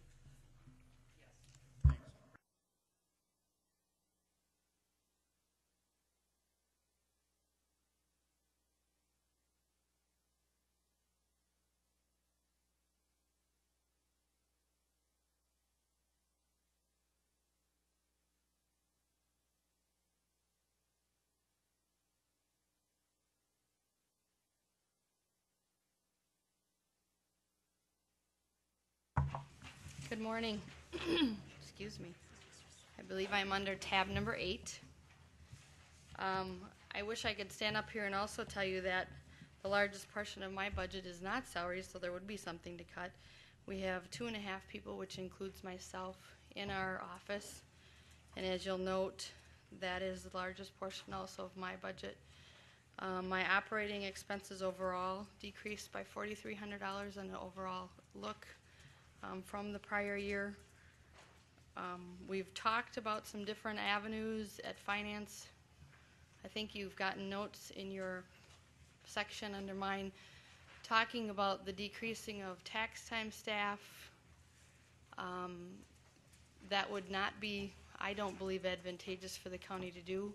Obviously, that's not up to me to decide, but we overall, between the interest earned in the January and July collections and the fee we charge to the 12 municipalities we collect for, we net about $30,000 on that, and it costs us about $4,000 to have those people in here. In all honesty, I don't see it feasible for 3 of us to handle what we handle during tax time with the people, the mail, the staff, and getting everything in an efficient manner and getting that money to the bank. And I think ultimately that's been our goal, and a huge improvement, I believe, in the last 6 years of me being in the office. The only other avenue I presented to finance also was the possibility of cutting the second half notices to the taxpayers for their second half tax payment in July. I have a huge concern with that, and that being the cash flow coming in that we need in August to pay all the taxing jurisdictions. You know, this year we paid out $41 million, and I'm really afraid that not sending those notices would decrease our cash in, and we still have to pay $41 million out whether we get the cash in or not. So that would be, you know, again, it'd be a cost savings of about $7,000 a year between the postage and the material to do that. But in the long run, I think it could cost us, and it wouldn't be real significant for us to do that. I wish I had the answer for you. I appreciate your work, and I know this is a difficult task. But those are what we're faced with in our office. Any questions? Jerry? You've pointed out the expenditure side of your ledger. What do you anticipate in terms of the sales tax income for us as a receipt? Sales tax actually comes through from Michelle. Okay, good. So I wish I Michelle? could answer that, but maybe Michelle We're can. talking expenditures, but I like to know receipts too. The sales tax estimated for 2009 is based on a UW extension estimate, which is based on our history. We are looking at $5.2 million for sales tax income next year in this budget. That's a decrease from '08. A decrease. Decrease. And so that has to go onto this number we're wrestling with then. It's already in there, yeah. Okay. Yep. How much of a decrease is that? See, they forget the income. They just cut a lot of expenses. It's a hell of a number. It's $182,000 less than last year.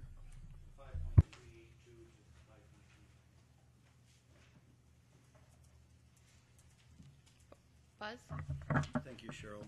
There's an item on the production database, page 1, right about in the middle, number 2560, bank service charges. I wondered if you could just explain to us what that represents or why it's there. The largest portion of that represents the courier service we have on a daily basis that takes our money to the bank. Currently, we contract with a company called Garda. That's the biggest portion. The other portion of that is monthly bank service charges, as we all do have. We've negotiated those. We still have approximately, I want to say, $1,200 to $1,300 a month that we pay out in bank service charges to the bank based on the volume and everything we do. Thank you. Yep. Steve?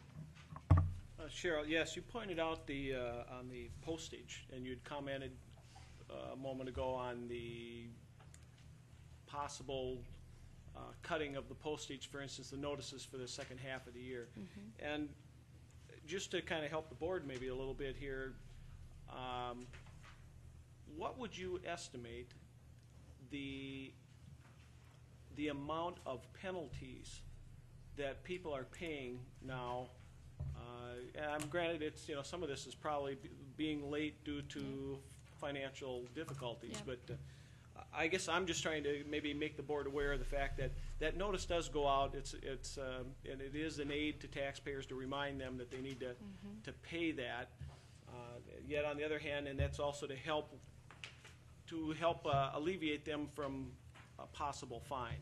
So but the part I was trying to get at with that was if you could maybe let the board know what your guesstimate is at how much those fines have increased.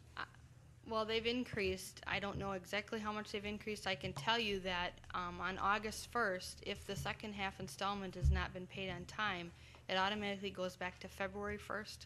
So it's an automatic 10.5% on the unpaid tax balance. So say the average tax bill balance is $2,500.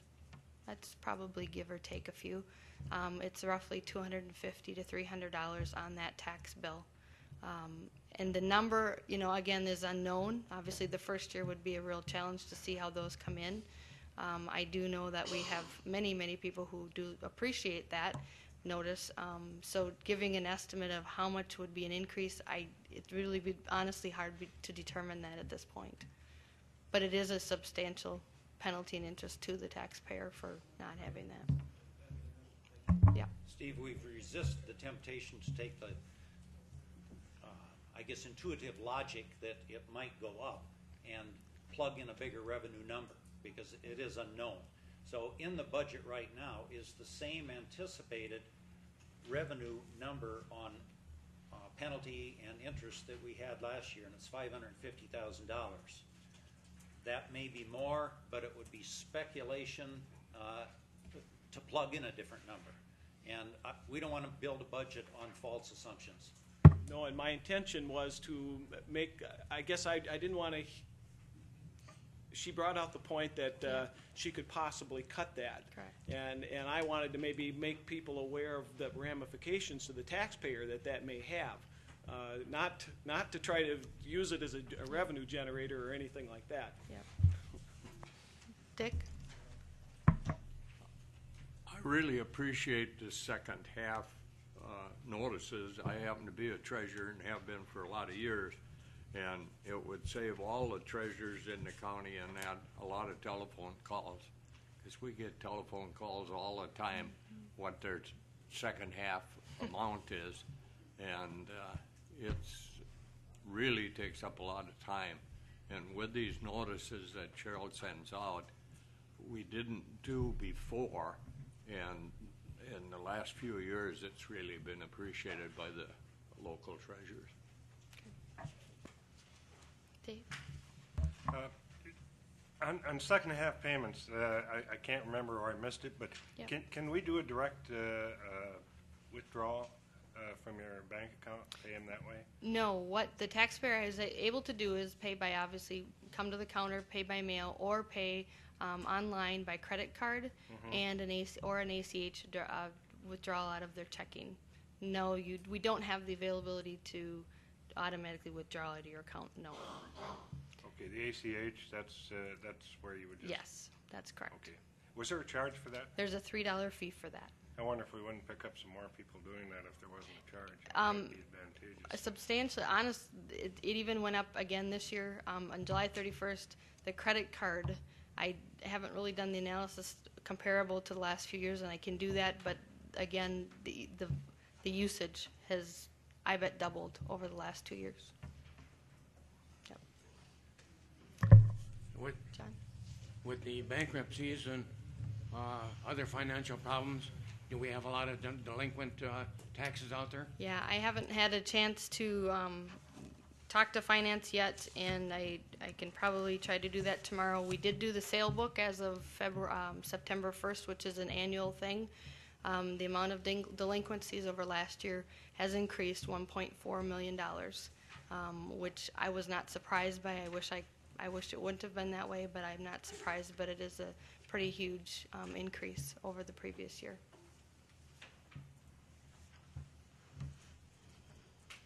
Anything else? All right, thank you.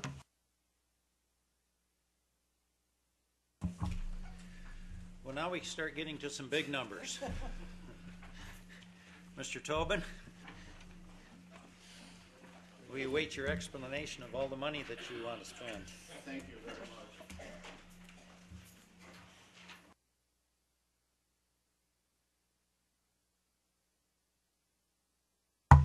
I'd like to say thank you, first of all, to be in front of you today to prove that I know how to tie one of these and wear one of these in front of you guys today. I don't do it very often. Building services. We are a department of 17 full-time employees. We are responsible for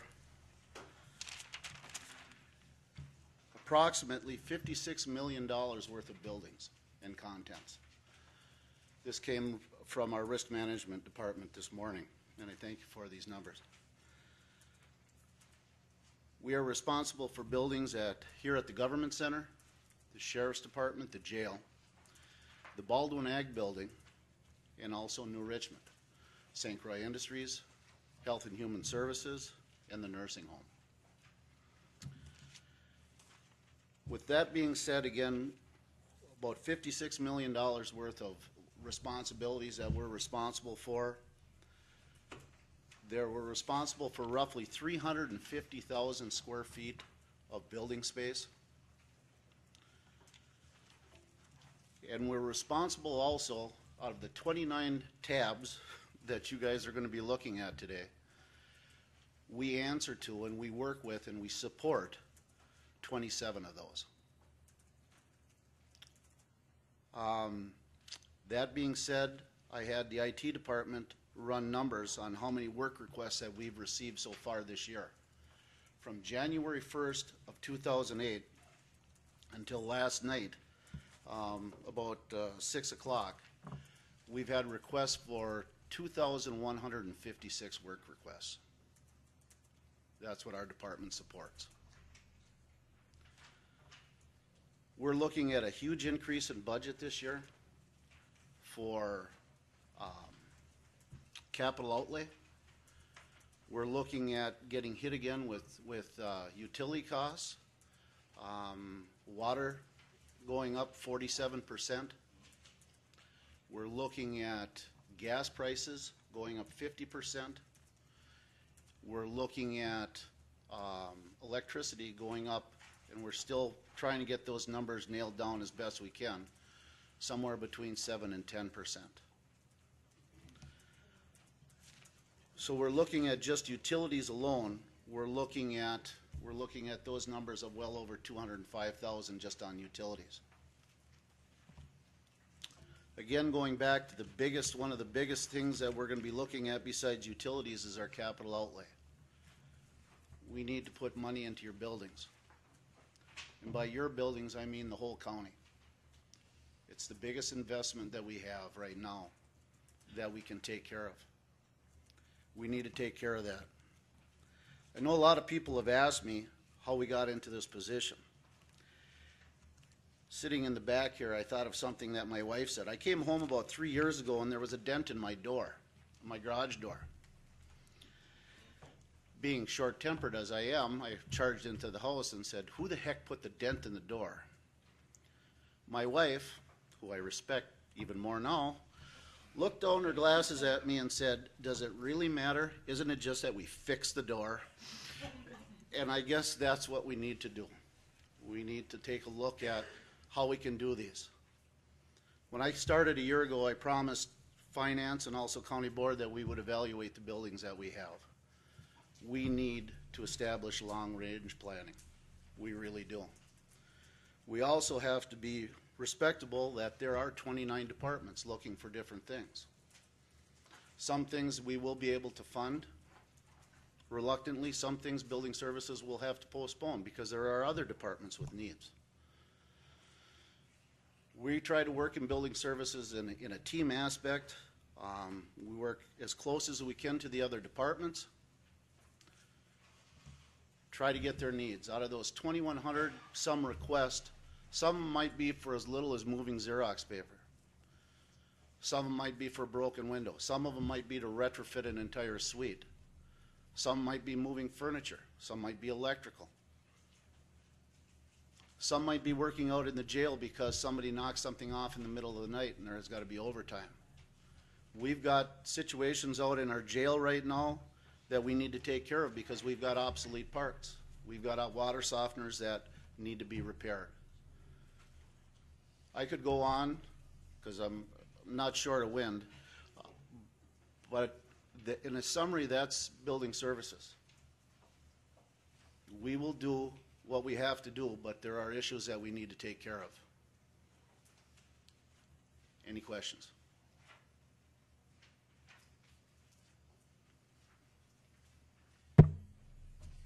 We just love to give you questions.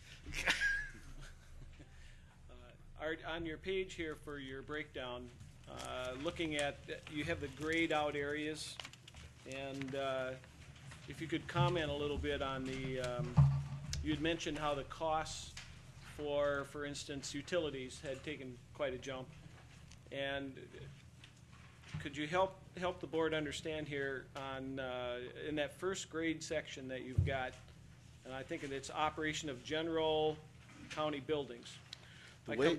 Come down a ways and you'll see electricity.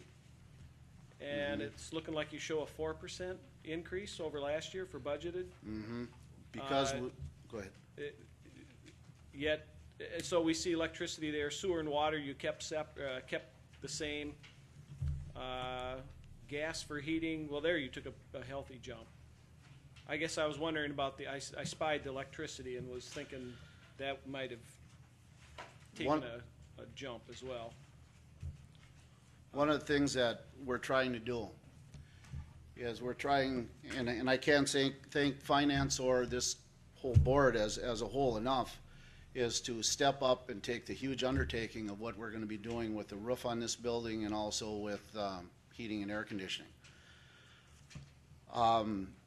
We see different rate increases in different areas. Where we're looking at a 47% increase in our water is in New Richmond.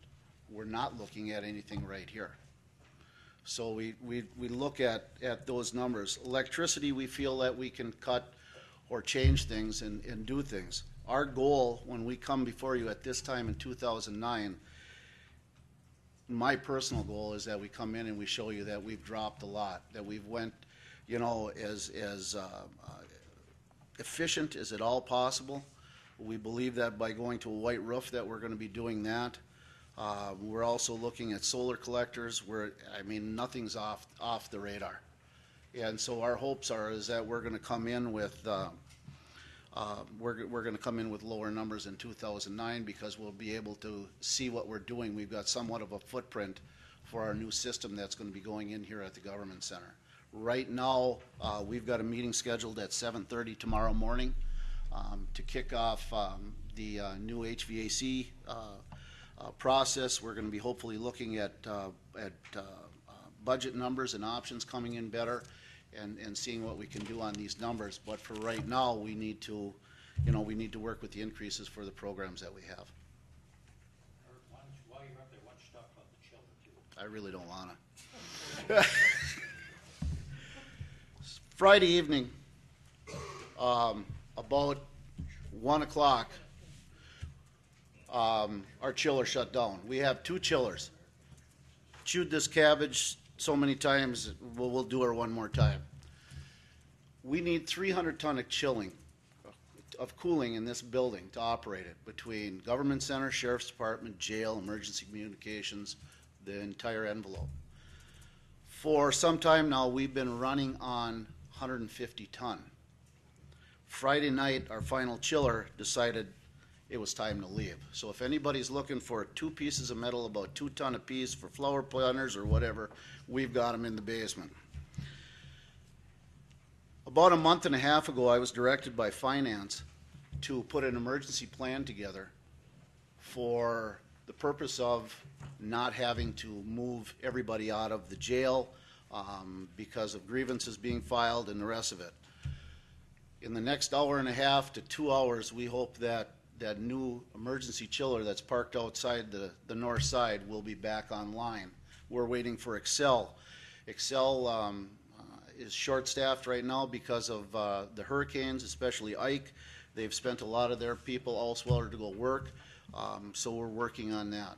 The cost of that project is roughly $20,000 for the first month and at a reduced price after that. It seems like a lot of money, and in my world it is. But if we had to move everybody out of the jail and put them somewhere else because of climates that they couldn't live in, we'd be looking at a cost at roughly of over $220,000 a month. So we brought in the emergency generator. I believe in giving thanks where thanks is due. I'd like to thank the sheriff and also the jail staff out there for the way that they've handled this in the interim. We are right now dead in the water. The air that you feel in here right now is 100% outside air. There is no conditioned air coming in. It's also another reason why you have to grab a good hold on the doors when you go in and out of the building. Otherwise, it'll drag you out like the Metrodome does. So that's what we're doing. Our goal is now to fast-track our bidding process for the chillers and also for the boiler system that it's going to go in downstairs. Preliminary decisions have been made on those. We'll be looking at hopefully bid specs tomorrow, as well as we've been working nonstop also on the roof issues too, and making sure that we're going to be getting those done in time too. So, how realistic is it for 10-hour work days, like 4 or 10 hours? That depends, I can talk to my department. If the county was to go on a 4 10-hour day, it would be great for my department. I would be able to cut back on overtime. I would schedule my staff basically out of 4 weeks. I'd schedule them 2 weeks working 5/8 and 2 weeks working 4 10s.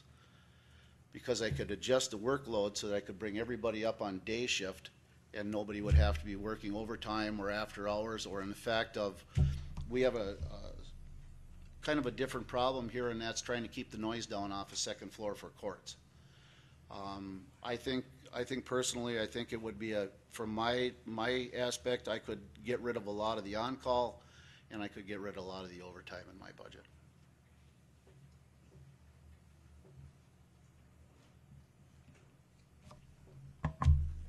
Up at HHS, is the main building heated by fuel oil?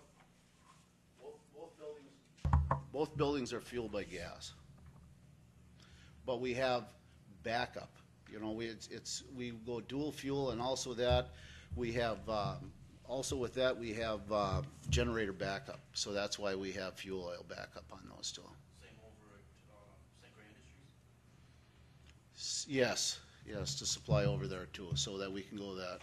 The one thing that we're short on there is again, we have to shave because the generators aren't big enough to handle the whole load. I mean, they were at one time, we grow, and you outgrow the generators. Microphone, Dave. Dave. Fuel oil, oh, I'm sorry. We're What's sitting that? with no increase in fuel oil for those? Is there a reason for that? Yeah, there is. One of the things that we did was we pumped our tank dry here, and we brought it out to the different spots, because at this point we are not using any fuel oil. We don't have that ability because we're on a strictly gas right now. So in a way to conserve energy, conserve cost, we pumped our tank down, and fuel that we bought at, $1 a gallon, is now sitting up in New Richmond, and it's sitting out at the other places so that we can cut down on costs. We think that it was a good move, and that's why we made it.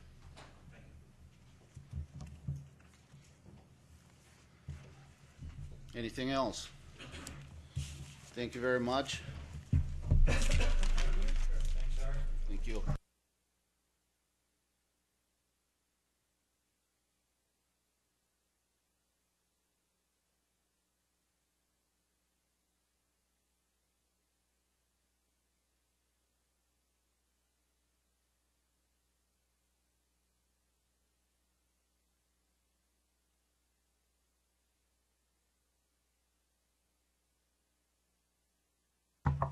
Good morning.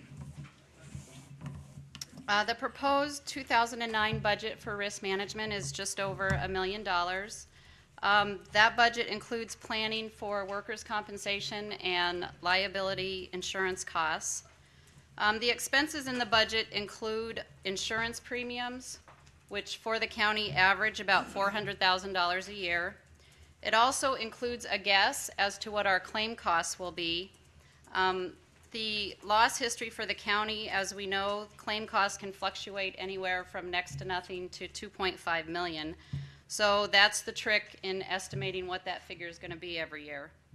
Those two items, insurance premiums and estimated claim costs, are 89% of my budget for '09. The other two items in my budget are administrative costs, which is my salary, and then claim prevention programs, which comes to about 3%. The expenses in my budget are not directly on the levy. However, each year, every department is costed out in their budgets the risk management expenses. So we call that the insurance allocation.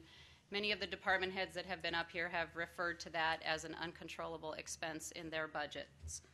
So that is something that each department is charged every year. The theory behind doing that is so that departments realize how expensive claims are and they understand what their claims are costing, and that generally provides motivation to buy into claim prevention programs. Like I said, the up and down aspect of claim costs is the challenge in the risk management budget.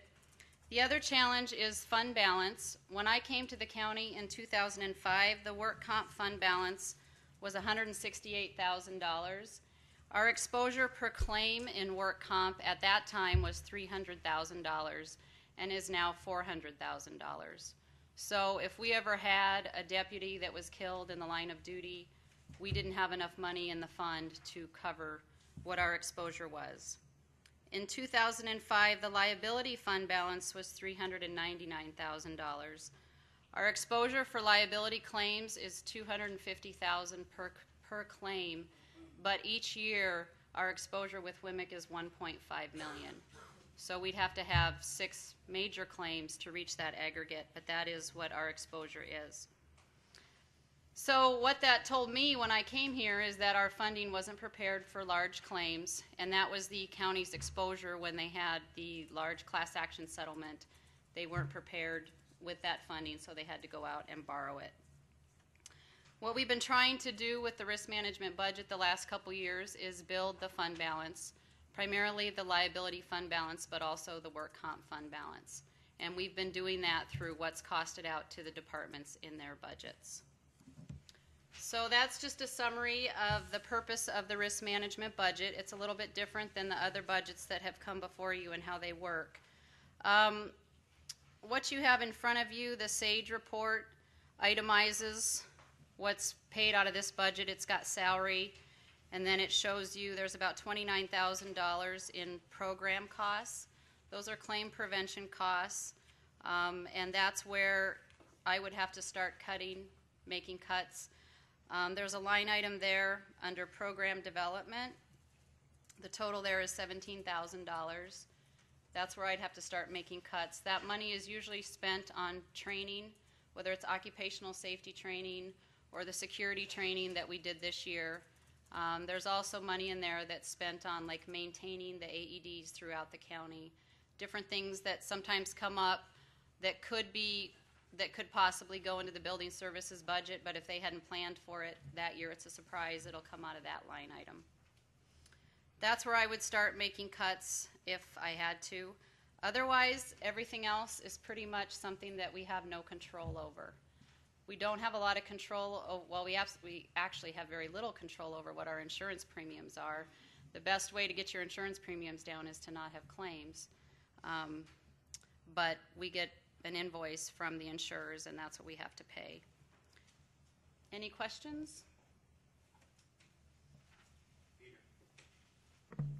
I noticed that on this 3-year budget worksheet that you commingle revenue with wages and other expenses. Could you explain why you have that revenue line in there? Yeah, I didn't explain the revenue line. I'm sorry. The revenue line is what comes into my budget from the departments. So I was explaining how each department is costed an amount for liability insurance in their budgets. That amount comes into my budget as revenue.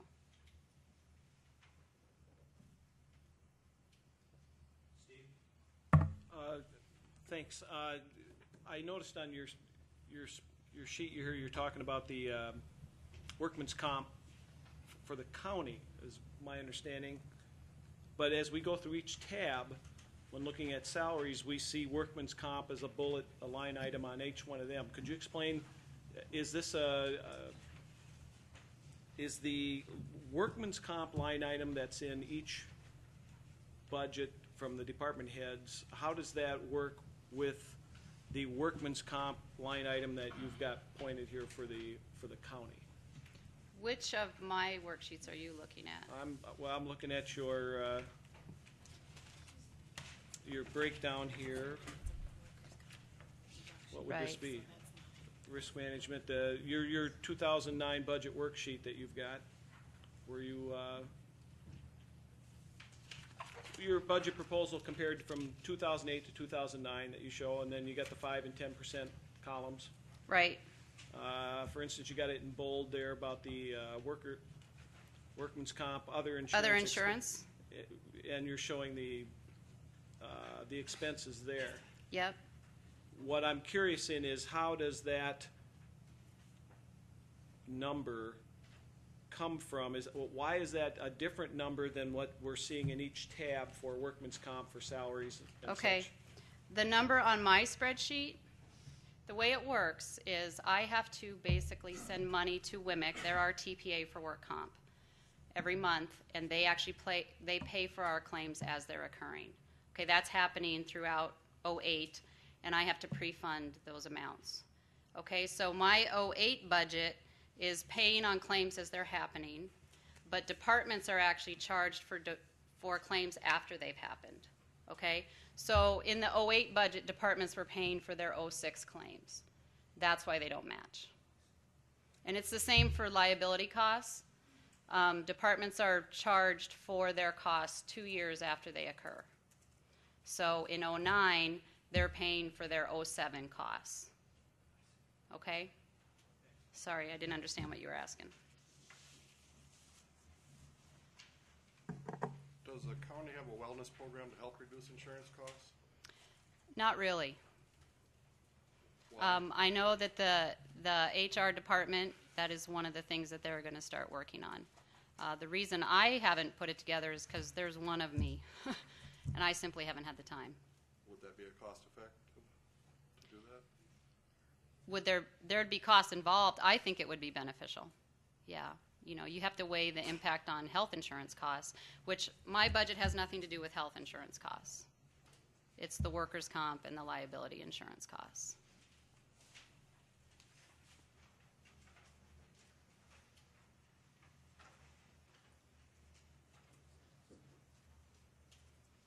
Any more questions for Kristen? Thanks a lot. Tammy, let's segue to you, and you can even touch on the wellness.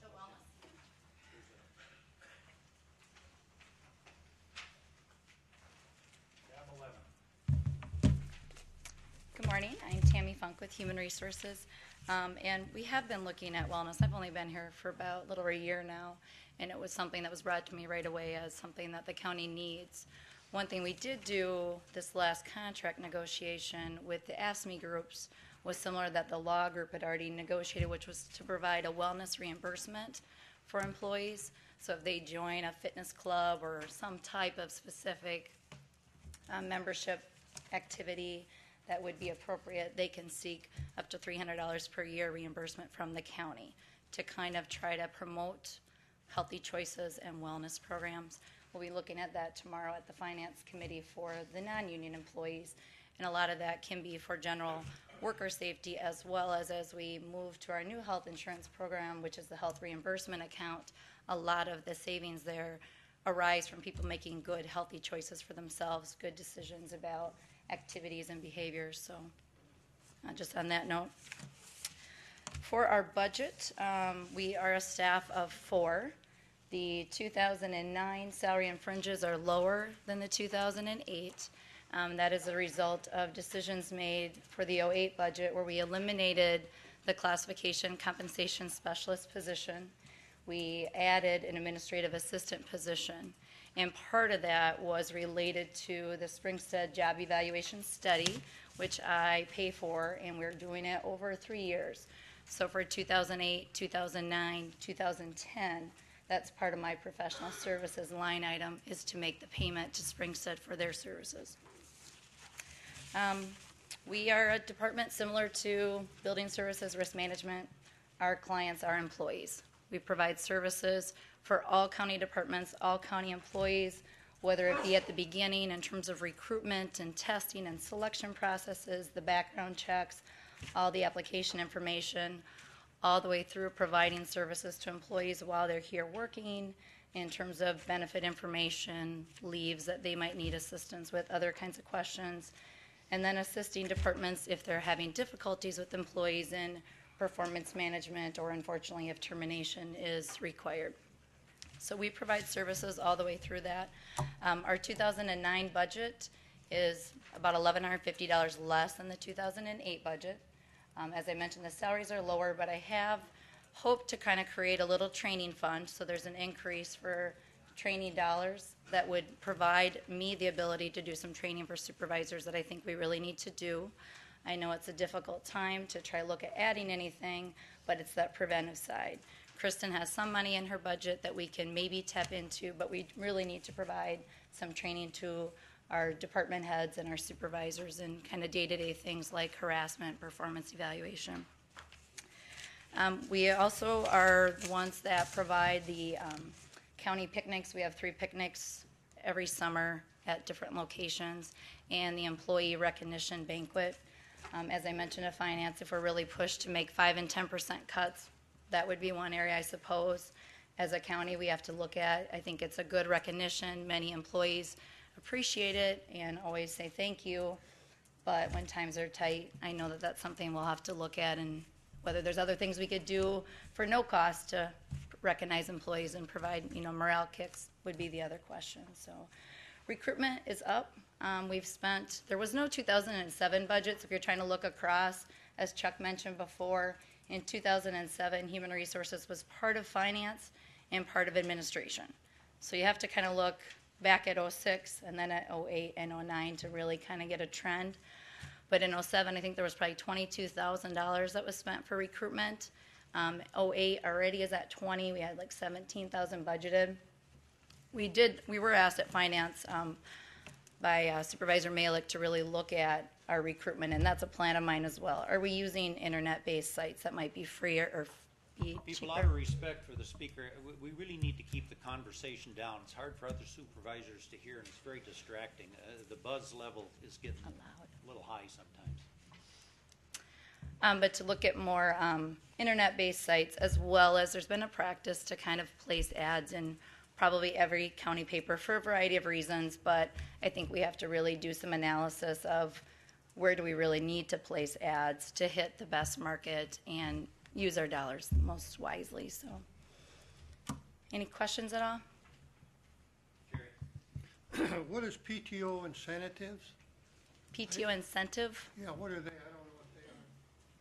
I'll let Michelle, because that's assessed to us. Yeah. PTO incentive is going to show up in any department's budget. That is the January PTO cash out option. All employees have the ability to cash out at year end. They can cash out up to 48 hours. It's at their election. And departments either took an average or asked their employees. How do I earn the PTO in order to cash it out then?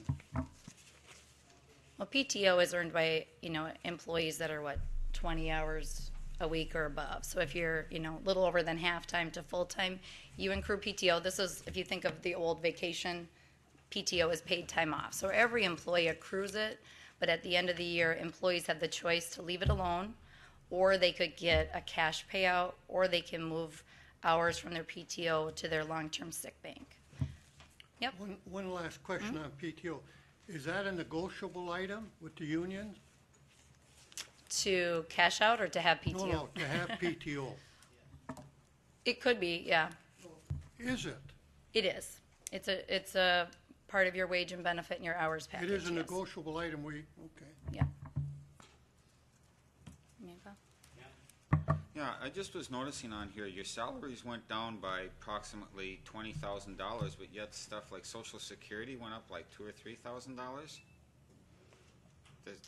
I'm not quite sure about any logic in that one. Also, along with that, including the fact that the salary goes down, but the increase on the retirement went up about $4,000, even though the income has gone down.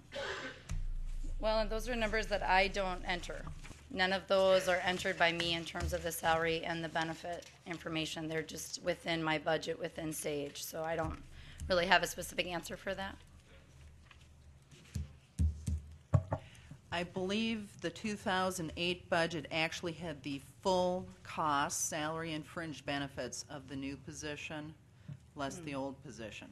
Rather than budgeting it in multiple lines, when a new position is put in, they're supposed to be entered to the salary budget line. If we were to add up those lines and compare them, they should go down. But we can look into that. Yep. What's prior service retirement? Like this all has to do with the retirement items and all the things that are on every department's budget has all these items. Yep. Yep. The prior service, we used to pay the state of Wisconsin for prior service related to when we joined Wisconsin Retirement. In 2003, we issued bonds to pay off the state because the state was charging us 8% interest. We were able to issue bonds at about 2 to 3% interest for county cost savings. We have factored in a rate, it's a percentage of salary, as some of the departments can actually recover part of that cost. Like child support can recover 66% of that cost. However, that is one of the things that we are looking at eliminating this year because we can put the debt service straight on the debt service levy.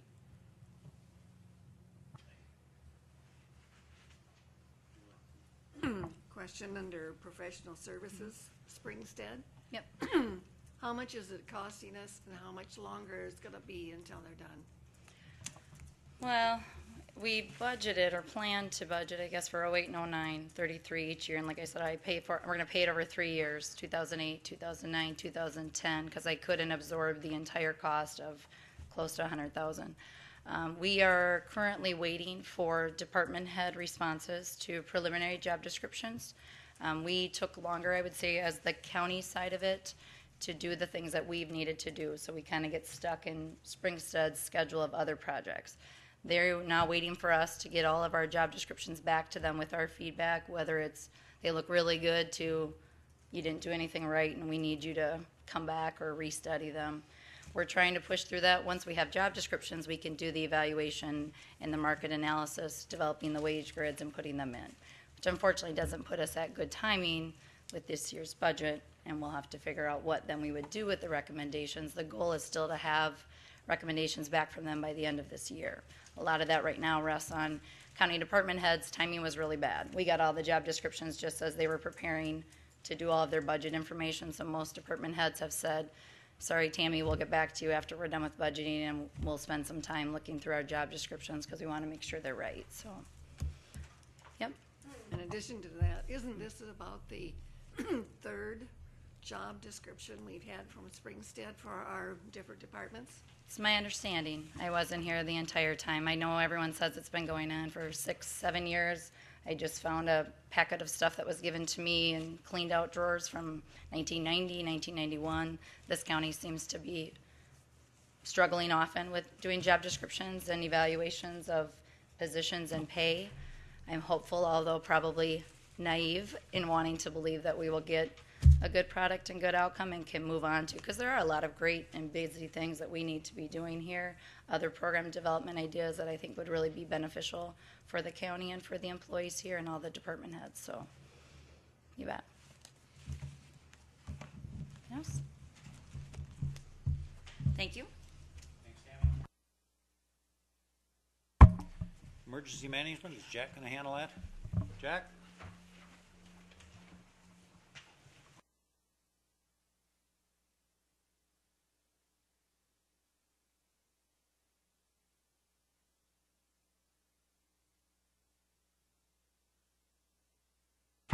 Good morning. Emergency management is staffed with approximately 1.25 people. Myself acting in anywhere in the capacity of 3/4 to full-time, and a secretary that is basically 1/4 to a half-time.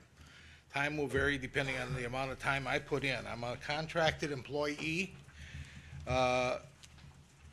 Thus, I do not get benefits because I did elect to retire a couple years ago, and the county seemed to fit enough to call me back and let me apply for my own job, and they hired me again, believe it or not. I don't know why, but they did. What you have before you is my budget, and I want to emphasize that emergency management is charged with 3 primary elements. One is planning, training, and exercising. If you look at my budget, it's not very large. I think you have on your summary sheet a total of $87,477, I believe. That's the emergency management aspect of my budget. There's also a budget called SARA, Title III. That is $26,200. $276 total budget. Both budgets are funded by grants. I gave you a handout also this morning before the meeting started, showing what was approved by my committee, which John Borup is the chair of. It reflects three primary areas: training, a computer grant, the SARA program, and emergency management. If you look at the summary sheet, which was on the table in the back there, it shows that we had $53,034 in emergency management grants and $19,592 coming in SARA grants. Your total grants, I believe, reflect 80-some thousand dollars or something of that nature. That is because the other two things I handed out that was not in your booklet reflects a training grant that we have and a computer grant, a SARA computer grant. The training grant is 100% reimbursement of any monies that we expend. If I have a class that we pay for and has this material training for a department, a municipality, fire department, police department, ambulance service, we submit the bill to Madison, and Madison will reimburse us our costs. We've been contracting or funding things through WITC in Richmond to provide this service, this training. Some training I do personally as a department representative. And if I do that training, I submit my time, my costs, my expenses to Madison, and they reimburse the county. So we're able to acquire additional funding above and beyond whatever the expenditures show. And I believe the sheet I handed out to you this morning is $4,000.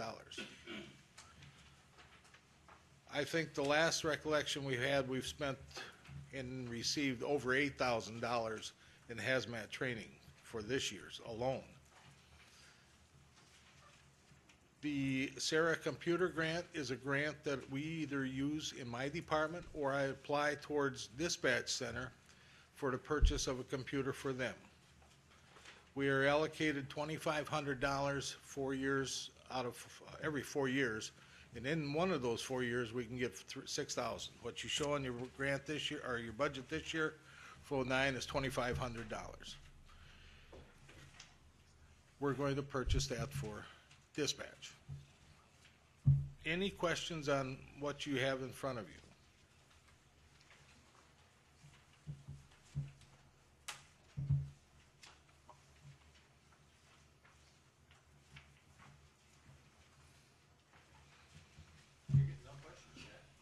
Nobody wants to ask me a question? John, you want to ask me a question? If there's no questions, you sure? I will sit down. Thank you very much. Are you going to also talk about that program?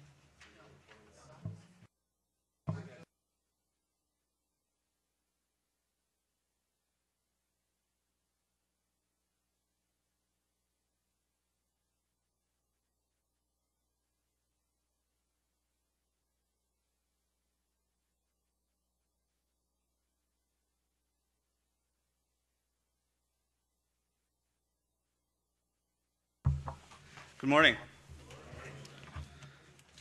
Times like these when I recall silently cursing my sophomore English teacher and telling her there's no way in heck I'll ever have to worry about public speaking. The message is clear to anyone who's been paying attention. These are very difficult financial times. There have been several comparisons on how the county's 2009 budget balancing process is not unlike a budget balancing process someone in the private business sector goes through. I wholeheartedly agree with that comparison as long as one word continues to be part of the process. That word is impact. I've been told that I have about 10 minutes to defend my budget and explain the impact that increased cuts would have on the citizens of St. Croix County. There are two reasons why I stand before you today in support of a 2009 budget proposal that reflects a 7.89% budget increase over that of 2008.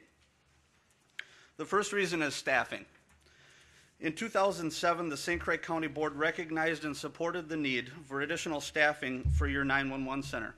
2.4 positions were added as line dispatch positions, with a plan to introduce one position in April of this year, a 0.7 FTE position in May of this year, and another 0.7 FTE position in June of this year. Those positions were not only added to save over $35,000 in projected overtime costs on an annual basis, but to also meet the increasing demand that the citizens of St. Croix County have placed on your 911 center. That demand has not diminished.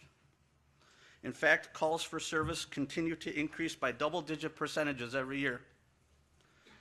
Time system queries, which are computerized entries to search to see if drivers are wanted, revoked, suspended, valid, vehicles are stolen, those queries have increased by 10.3% every year.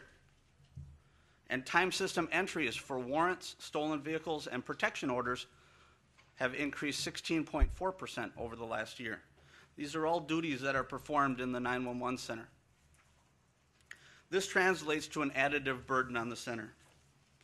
The 911 center also answers to 37 different individual police, fire, and EMS agencies throughout the county.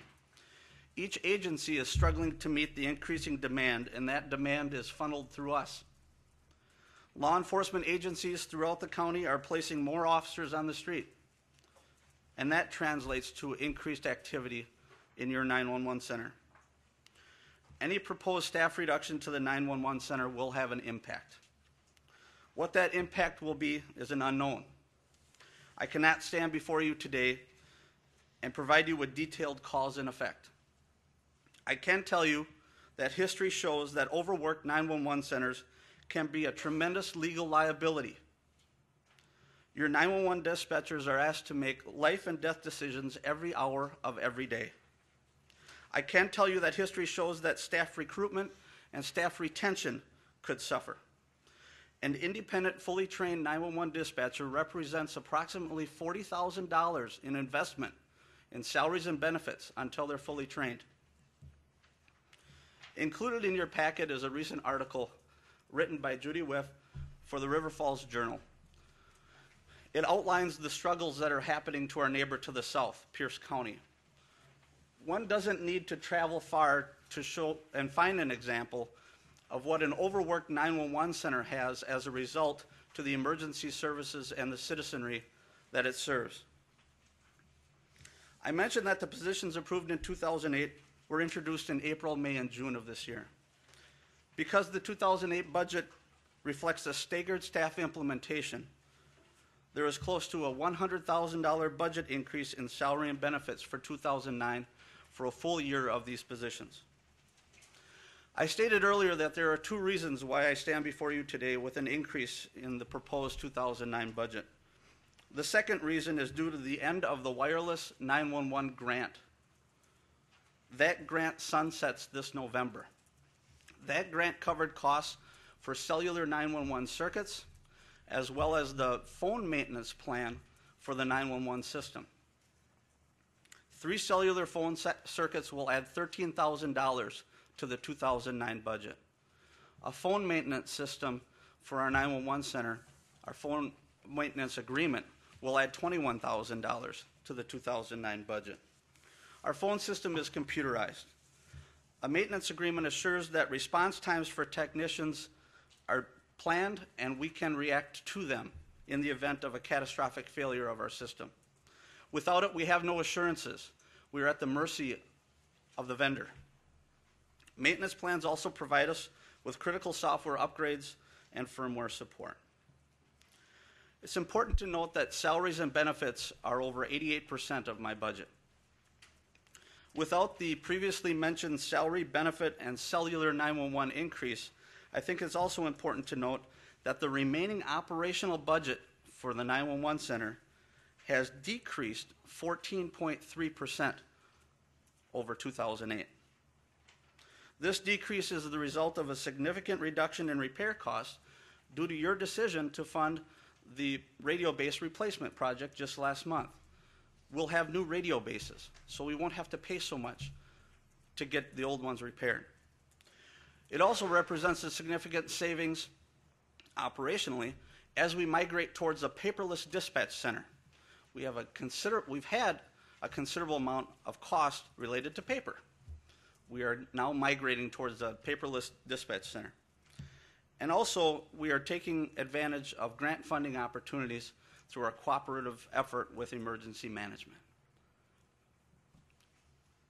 That's all I have. The 7.89% represents where we are today and continuing that into 2009. The 0%, the 5%, and the 10% would have to reflect staff cuts.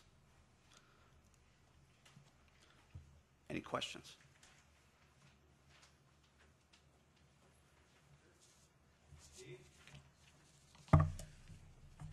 You mentioned that the call volume for the 911 center has been going up dramatically, and I thought I heard you say that part of that call volume was dealing with the plates that are being run, and I'm assuming that's from every traffic stop that goes on.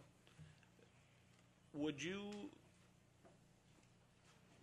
say that that would be an abuse of a 911 system for a traffic officer to call in and run a plate, when I know that most other counties that usually just goes to dispatch, and the officer out in the field may have to wait an extra minute or so to get that plate come back? I know that I have been very surprised listening to the scanner when an officer calls in on a plate, how quick that comes back for St. Croix County, and I'm kind of curious the amount of calls that come into 911 for that, if that isn't being a little bit of an abuse, when we may have other methods of, for instance, that officer getting that information, and it might come maybe a minute later for something like that. I don't believe it's an abuse. I think it's one of our functions. We take officer safety as a priority, and when they run a vehicle, they could be running it for a variety of reasons. Our approach is that it's a serious query, and we need to ascertain whether or not that vehicle is stolen, or perhaps the occupants are wanted, and that's a significant officer safety. I'm glad to hear that your impression is that we're responding quickly to those needs of the officers. That's part of the standards that we set as a 911 center. It would be wrong for us to assume that the query is a casual query and we can delay our response in any way. It's kind of our standard. Sometimes they do get delayed. Sometimes the 911 system, the phone rings and they are delayed. That's all part of the juggling act of what we have down there. But wouldn't you say that other counties, I guess I'm kind of curious how St. Croix County is versus other ones, when, because I've done a number of ride-alongs and I know how that can somehow or sometimes get delayed due to busyness, let's say, of dispatch. But 911, I mean, that's kind of a premium service, I would call it. That's an expensive service, when possibly dispatch could be given that to the officer and it coming 30 seconds to a minute later. That's the part I guess I'm asking here is, how do we're going to get down to a point here that every time somebody wants to call for something, it's 911. And I just think there's got to be some way of splitting things out. From the employee standpoint, it's the same employee answering the 911 phone and the radio. We have 16 hours a day where we are staffed with 3 people, and 8 hours a day we have 4.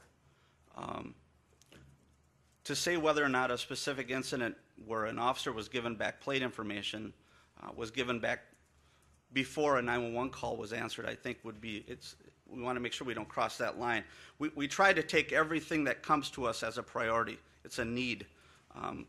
In my opinion, some agencies rely on us quite often for needs, whether it be an alarm of sorts for county parks or public health. We are a 24-hour organization that has direct contact with law enforcement. So we are the agency that people and departments go to get their 24-hour needs met when their staffing doesn't allow it. So it's a juggling act. We try to prioritize everything.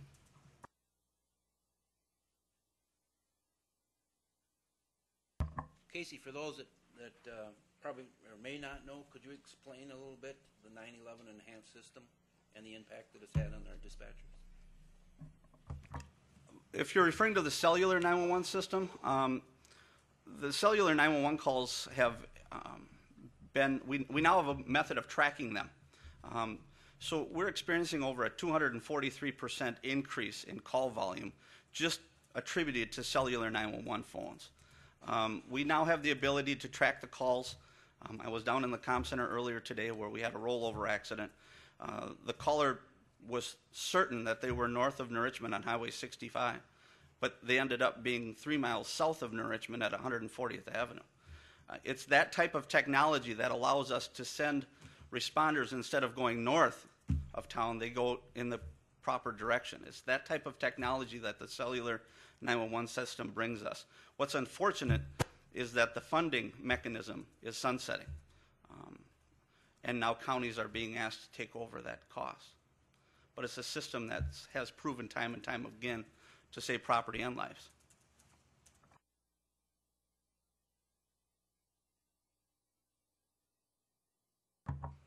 None. We are a centralized dispatch for the entire county, all 37 police, fire, and EMS.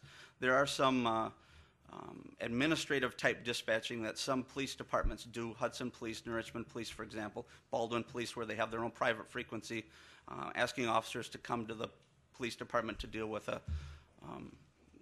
an administrative type task. But we are the central dispatch center for the entire county. Thank you. It seems to me a lot of these calls that we're getting could be alleviated if we would have computers in the squad cars. I mean, these running these plates and stuff. I mean, a lot of that they can do right in the squad car. And I don't know, are you guys working with the Sheriff's Department on bringing us up a little more in technology? That's a very good question. It's called mobile data terminals that are in squad cars. That's a cost issue, and I'm sure the sheriff, when it's his turn, will come before you with his needs. It's a cost for each department to put these into play. Hudson Police is struggling right now to get their squads fitted with them. But what we found is that there continues to be an increase in what's being asked of the 911 center. Officers need that information translated to what we call our computer-aided dispatch forms, and they can't do that from the street. It will then provide them with one document that has the driver or the vehicle information right on that document and the time that they ran it. So even with mobile data, we are seeing an increase in activity because officers continue to ask us to run things as well as interpret them, which is a learning thing for them as they go through and they implement these computers. I think right now the biggest thing is cost for them.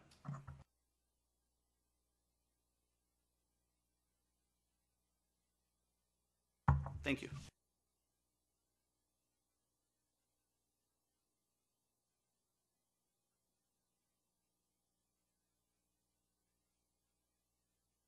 This was going to go pretty good. We were the last agenda item number 3, so this was going to go pretty smooth. Now I observe that we're not even halfway through the last agenda item, so as you can tell, this is still going to be a process. I'm going to move it along a little bit for you. I've submitted the budget through the committees, and you should have letters that I have presented to each one. And the budget that I submitted has explained as many changes and issues in that budget, and I don't think I need to go through all those because you all have those. The major culprit that we have is energy costs and gasoline to run our transportation program to transport veterans to medical appointments at the VA Medical Center. The county increased, or we increased to 50.5 cents already this year, and now we're at 58.5. So that's a lot of energy costs. So that's the main culprit there. And if there's any questions about any of the other line items, I'd be happy to take those.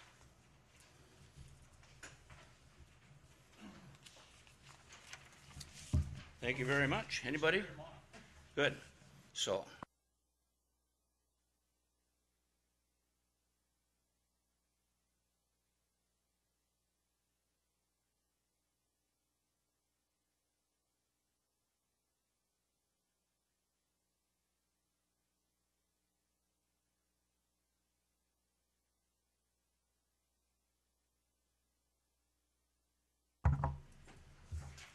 see them just before lunch. That's always an interesting time to be standing in the way of lunch, it looks like here.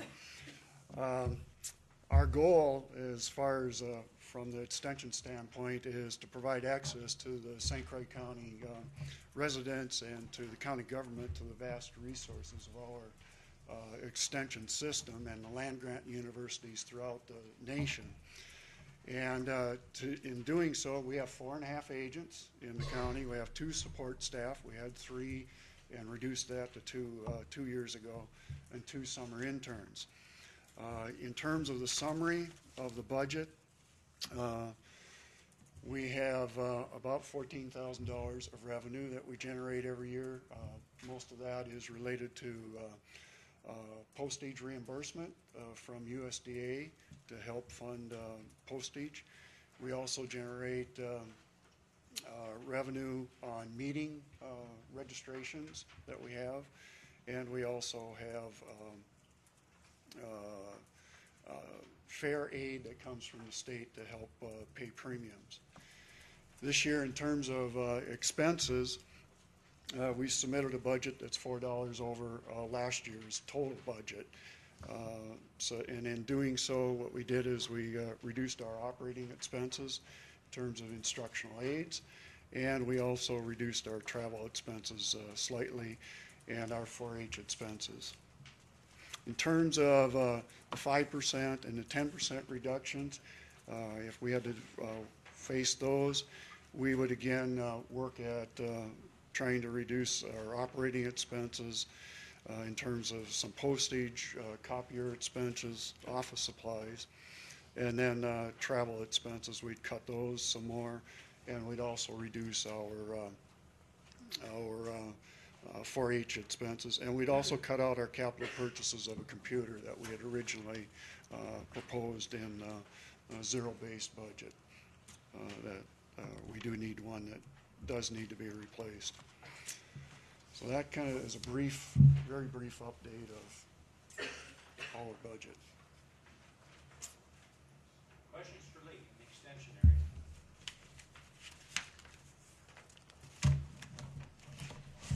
Okay, thank you.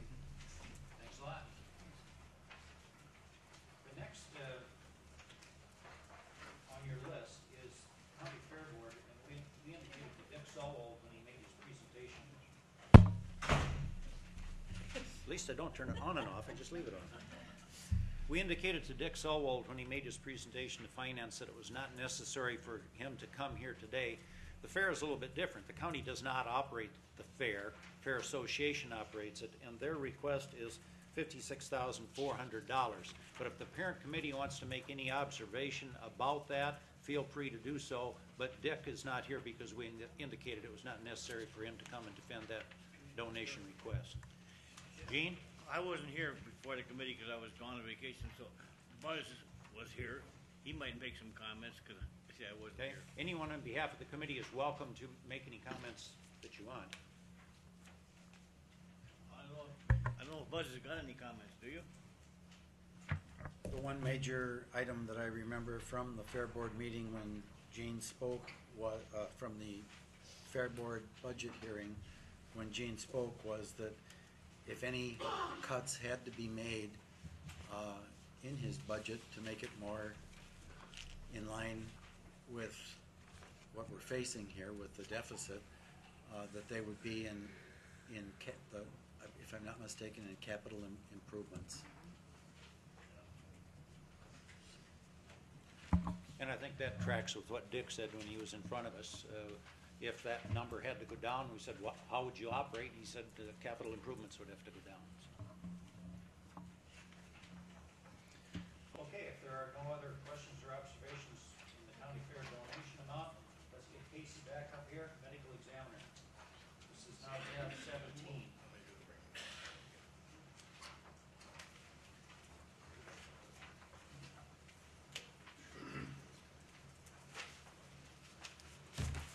Hello again. You have the budget summary, which is tab number 17 for the medical examiner department. My department consists of myself as the chief medical examiner and 3 deputy medical examiners, as well as an intern through a coordination effort with the UW River Falls system. The 3 deputy medical examiners handle the majority of call time, respond to the scenes, deal with cremation authorization requests. There are 3 components to my budget. One is other professional services, and that is autopsies. That is the big ticket item.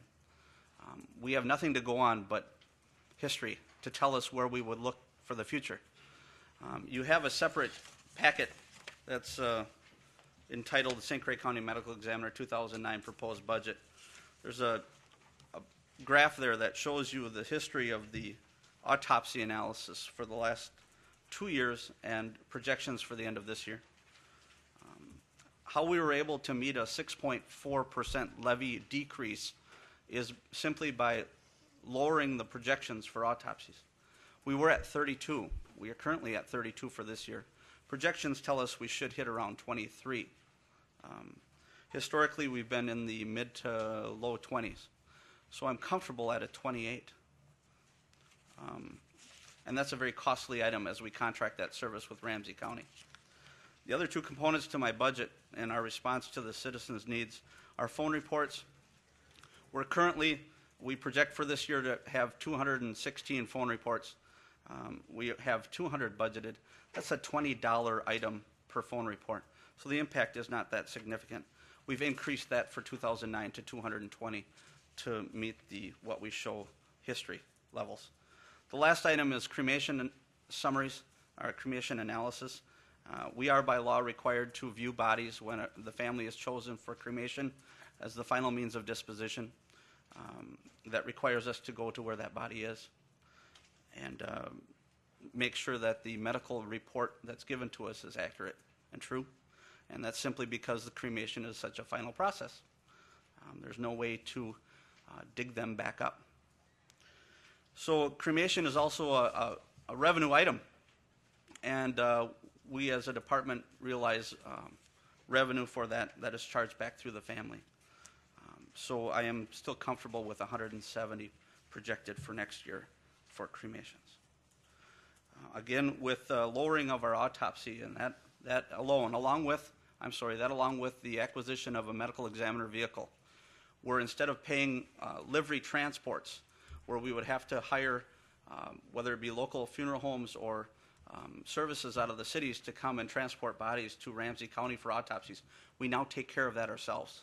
And we are able to save over $4,000 a year just from that vehicle and its use. It also helps with the chain of evidence, whereas we're not transferring that body over to an independent, unaffiliated entity. It still remains in St. Croix County's possession. So that's a big thing. Are there any questions about the medical examiner budget?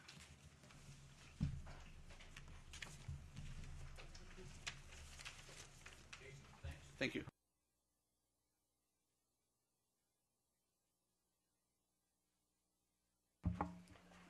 Child support, Katie's already coming forward.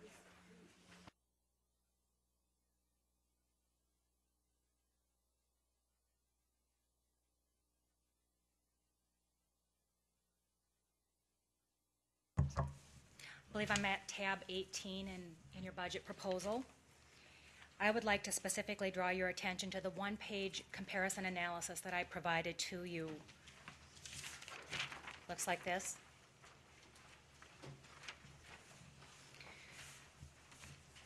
The mission of the Child Support Department is to establish paternity for children born out of wedlock, to establish child support orders and enforce those orders.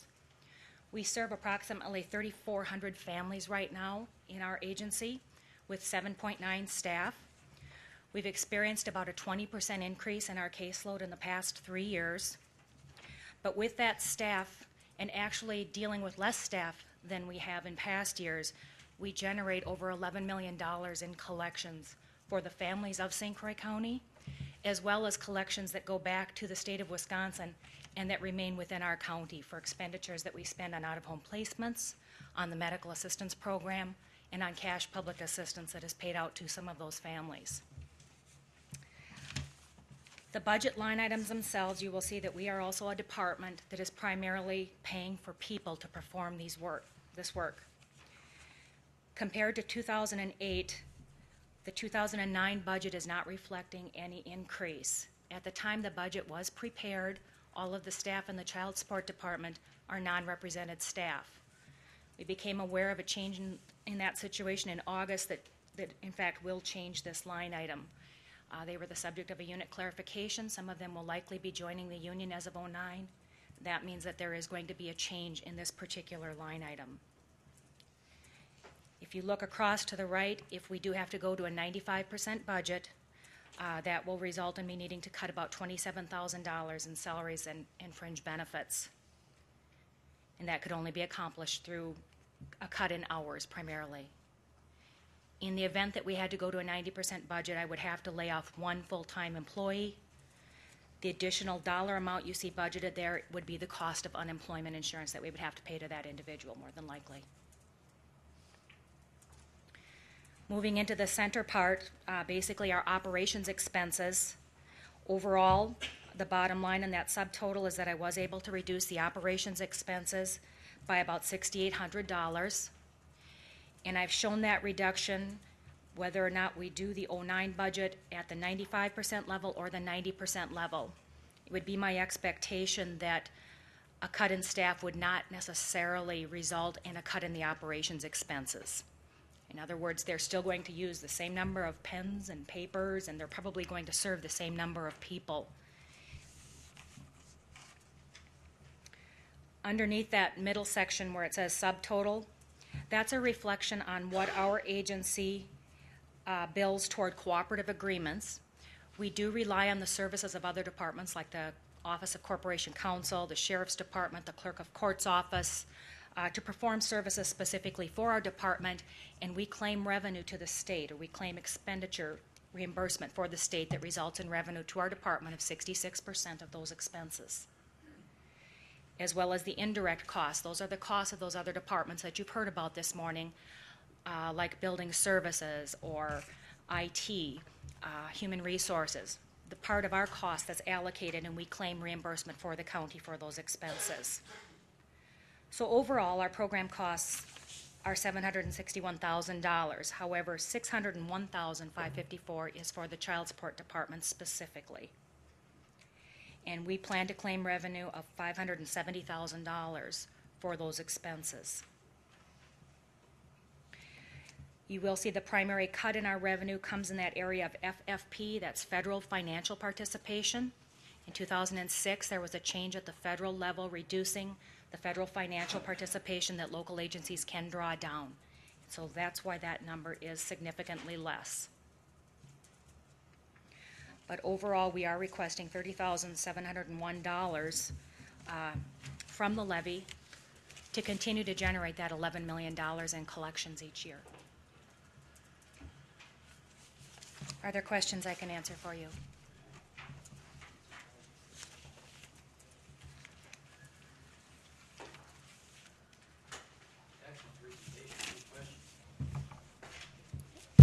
Thank you. We probably wouldn't have very much of a budget problem this year if every single department to generate that $11 million needed $30,000 from the levy. Well, Eric's coming forward. Let's see what your sense is in terms of timing. It's now into the afternoon. I would suggest when Eric is done, we take a short break and then reassemble and keep going, as opposed to taking a lunch break and then coming back and working again. So by quick show of hands, how many are in favor of just a short break and then keep going, or take a lunch break? Short break? Okay, I think that's pretty clear. Thank you. My name is Eric Johnson. For those of you that don't know, I'm the district attorney here in St. Croix County. Just our office is, we have, all the lawyers in my office are state employees, so they're paid by the state, and they're a separate assistant DA's union for that. And our support staff people are paid by the county. We have 6 legal secretaries and a receptionist along with an office manager. The last addition we had was in 1984. Our caseload, what our office does primarily is respond to law enforcement referrals. Law enforcement does an investigation, they'll arrest somebody and make the referral up to our office, whether it's a citation, a juvenile case, whatever. And we deal with all the agencies in the county. In 1999, the total number of felonies, misdemeanors, and juveniles and criminal traffic in this county that was filed was 1,366. In 2007, we were about 3,600, so it's more than a twofold increase in our cases. So again, we respond to the cases that come in. In addition, we do close to 19,000 traffic cases come through my office, which is mostly the interstate. We've seen a significant increase with the addition of the fourth judge. That's increased our caseload. Now we have to have a lawyer and a support staff person to support that lawyer in that fourth judgeship. One of the things we've done, two of the significant things I think we've done to reduce our caseload is we contract out our bad check cases. That saves a lot of money and time. So we have a private agency that does all of our bad checks. Businesses seem to be happy with this. And that's about 400 to 500 cases a year, which is fairly significant. And the other thing that we do that, that I think has seen a significant impact on our caseload is the diversion program. We're trying to keep cases out of court, cases that don't belong in court, we're keeping them out. People that are in that are paying a fee for that. But that's seen our caseload stabilize, and otherwise I think we'd see a lot more significant growth. My budget is 92% salaries for our office.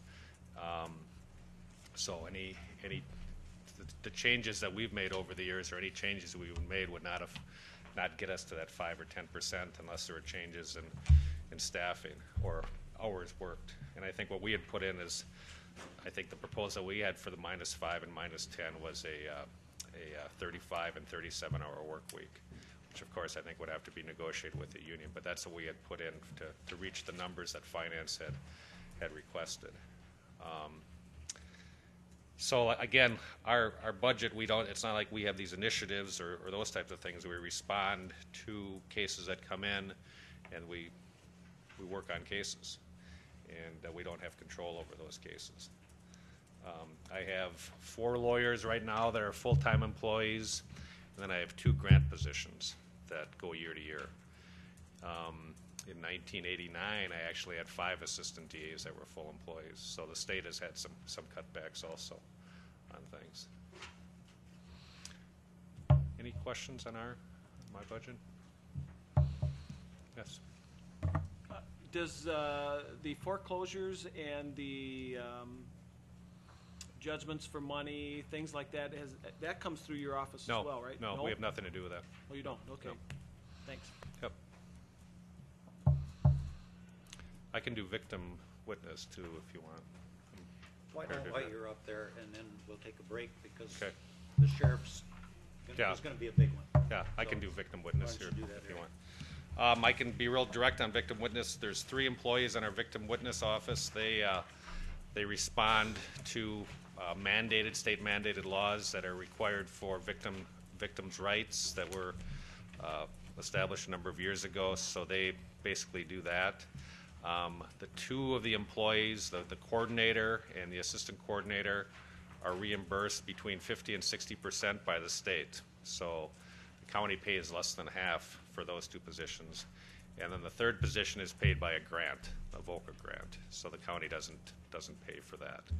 So basically, of the 3 positions, the county pays between 40% and 50% for 2 of them. And again, they've seen significant caseload increases but I think that's common in our system. I'm sure you've heard that before. But obviously their salaries are predominantly, at least 93, 94% of their budgets also. But I guess the thing that I want to emphasize about them again is that they're state reimbursements for 2 of them, and the other one's a grant position. So cutting back there really wouldn't solve any of the county's problems. Alfie? On the grant position, how long is that good for you? 3 years. Well, we're applying this year, but the grant runs for 3 years, and we're fairly certain that we're going to get it again. Yeah, Buzz? Thank you. Just a question, if I may backtrack to the district attorney's paperwork here. You indicated, if I'm not mistaken, that all attorneys in your office are state employees? Correct. Does that include you? Yes. Okay. Then I wondered if you could explain, the salary package here seems very high, $328,000 in 2008 and again in 2009. To whom are those salaries paid? Staff. Okay. I'm not sure where that is. It's on a page titled St. Croix County District Attorney 2009 Budget Analysis. Okay. 328.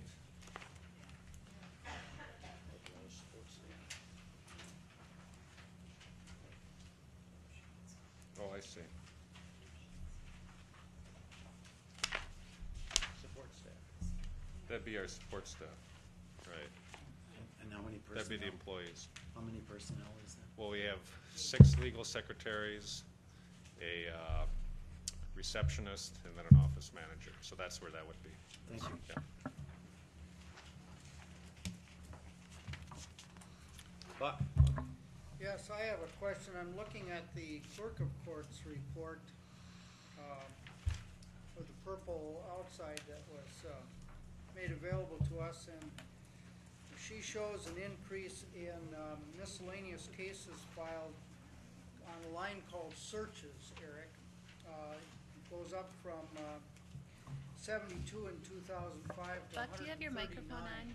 Yeah. in 2000. We can't hear you. It's not picking up. It is on. It's not picking up. I'll get closer to the microphone. Searches went up from 72 in 2005 to 139 in 2007, nearly a doubling. Does your office handle searches? Are you talking about search warrants? No, that's the next line. They went up from 55 to 69. Yeah, we prepare all this. We prepare all the search warrants for all the agencies in the county. And you also do searches? I'm not sure I know what searches are. It's a miscellaneous case filing, which is the category she gives us for that. Yeah. Yeah. I truly don't know what that would be. I know that we do all the search warrants. We prepare all those for law enforcement. We also prepare all the document subpoenas for law enforcement. Document subpoenas are fairly comprehensive. We do a lot of those. We do a few of those a day, actually. So maybe that's what she's calling Well, searches. I wouldn't think so. I think that might be a miscellaneous area that. Yeah, I don't know. You'd have to ask her. I'm sorry. Well, here's another statistic. Criminal cases filed dropped from 2005 about 2,500 to 2007 about 2,000. Criminal cases filed? Yep, yeah, that Okay. includes felonies, misdemeanors, and criminal traffic. So that's a significant decrease of about 20% in the That's course not of those accurate. 2 years. Yeah, that's not accurate. I mean, we have our numbers here. Yeah. Oh, that might be for the misdemeanors.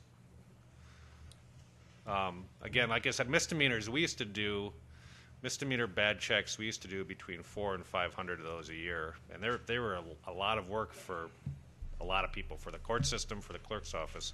So we contract out. We don't pay anything for that. The offender pays for it, and we took out those numbers. So that might be the That difference. would account for about 300 of the 500. Okay. How about citations? For traffic, juvenile forfeiture, and ordinance forfeitures, those went down from 9,300 to 7,700 over a 2-year period. Okay. Do you know what's going on there? Is that less, Well, we less have. arrests or What's that? less citations? Less being citations issued. We have municipal courts. That maybe most of those are being referred to our municipal courts now. That could be, but we're talking about a 2-year period there, correct? Yes, over a 2-year period. The biggest decline was on citations was from 2005 to 2006. Yeah. But then a further decline in 2007. Yeah, I don't know. I'd be interested, maybe the sheriff has a reason why those have gone down. Any thoughts? Well, I don't want to catch you, on Okay. something you're unprepared for. You Yeah. can always follow it up later. No, I'm looking at our 99 stats because, again, when we cut out our bad checks, that knocked out a lot of numbers for us. And we're also looking at our diversion program took out some numbers also. But on diversions, don't you still file something? No, not always. cases? We can do pre-charging diversions also, Some of which these- I think is where I'd like to go in the future, is pre-charging diversion. I should also add one other thing, the victim witness, one of the things we looked at, some of the counties are charging a charge or a surcharge on restitution, a 10% surcharge, so we're going to be pushing for that in this budget. And that should, we're looking at about 18,000, I think, is where that was budgeted per year to add as a revenue source. So if somebody's ordered to pay restitution, they'll pay a 10% surcharge to the county on that. So if it's a $10,000 they owe, they'll owe the county $1,000 in addition to that. Now, collecting that might be a different issue, but it's something that we're going to look into. Will we Other need an counties are doing ordinance it. for that? We're going to need a resolution, I believe.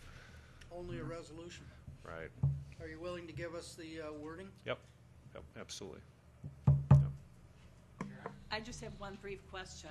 In the line items, you have a new position, restitution specialist. And that's been taken out? Right. Thank you. Low-hanging fruit items that I earlier mentioned. Right, that was taken out.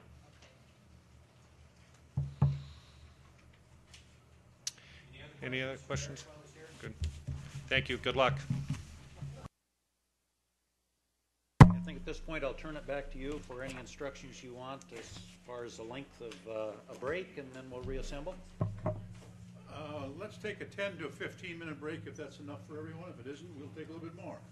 But about 15 minutes ought to take it. And then we'll come back. 12:30. Let's say 12:30. Well, we'll assemble again at 12:30.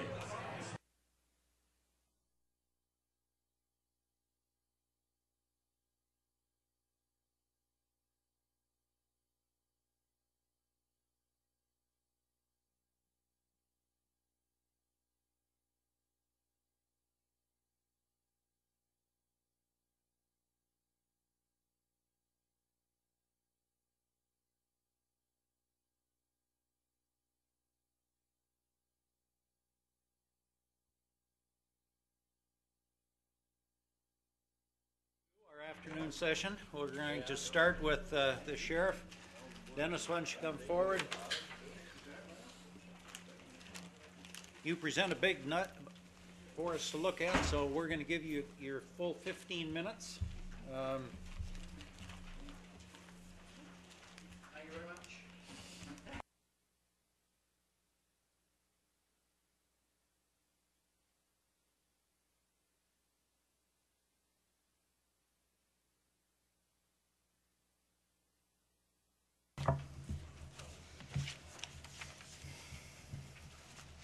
This is tab 21.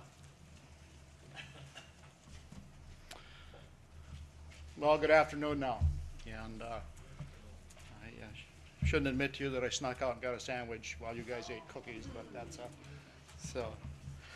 But anyway, with the Sheriff's Department, I think with the letter you got, I think that pretty much explains the position that we're in, the work that we do, the amount of people that we're responsible for, and I think that it's pretty self-explanatory on there. I'll probably deal a little bit with the budget itself, but I think I'll really just look at those areas in the proposed 2009 budget where there are some increases in it. And as we look at, and I'll divide the two, I consider it one budget, but for convenience sake, we divide it up into two, both the sheriff and the jail. So on an overall basis, I'm asking for about a $314,518 increase That amounts to about a 4.6% increase overall between the two departments, the jail and the sheriff's department. Within the sheriff's department, one of the things that we are asking for an additional staff person within the sheriff's department, and that's because to be able to do more dictation. One of the things that we've done last year was we added another dictation position, and what that has done, and that specifically took care of the afternoon shift, we've actually seen a 43% reduction in the amount of time that that afternoon shift spends in the office typing and doing reports.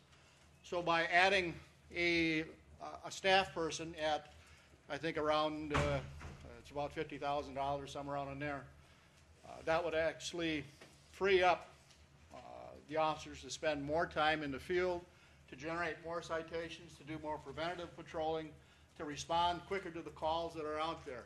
One of the things, of course, we can't,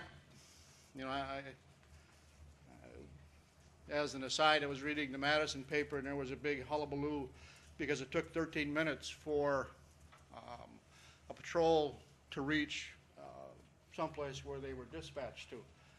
Well, if we could make it in 13 minutes, we'd be really happy.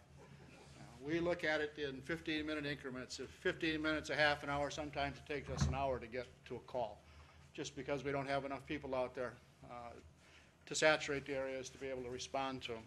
So we look at that. We believe that that'll give us a similar amount of time, adding another staff person.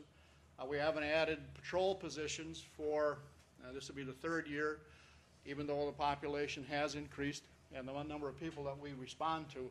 So I know that tough budget times, we understand that, but I look at my position here, I look at what I need to provide to the citizens in St. Croix County, and I look at this as a minimal expense to get a big return back again, just in the amount of service and the level of service that we can provide. So that's on the sheriff's side. You do see an increase there. You also, part of the increase in the wages is the additional court security position. That was set to start on September 1st of this year and budgeted for the last until December 31st, and then of course will be a full budget for next year.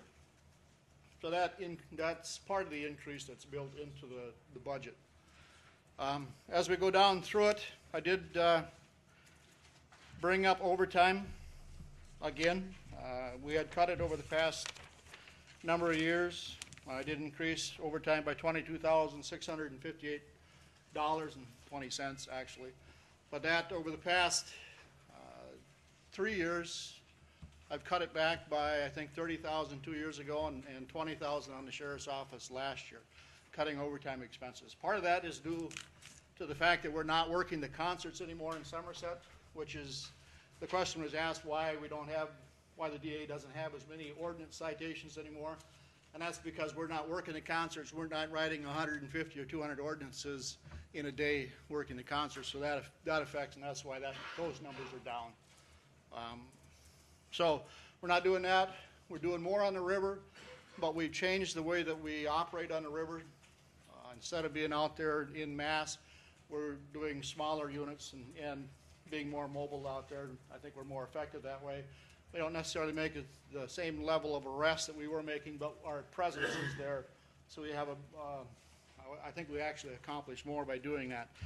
But by cutting it last year, I see that actually I cut too much out of it last year. So that's why I'm adding it back in or requesting that it be added back in again. So if we look at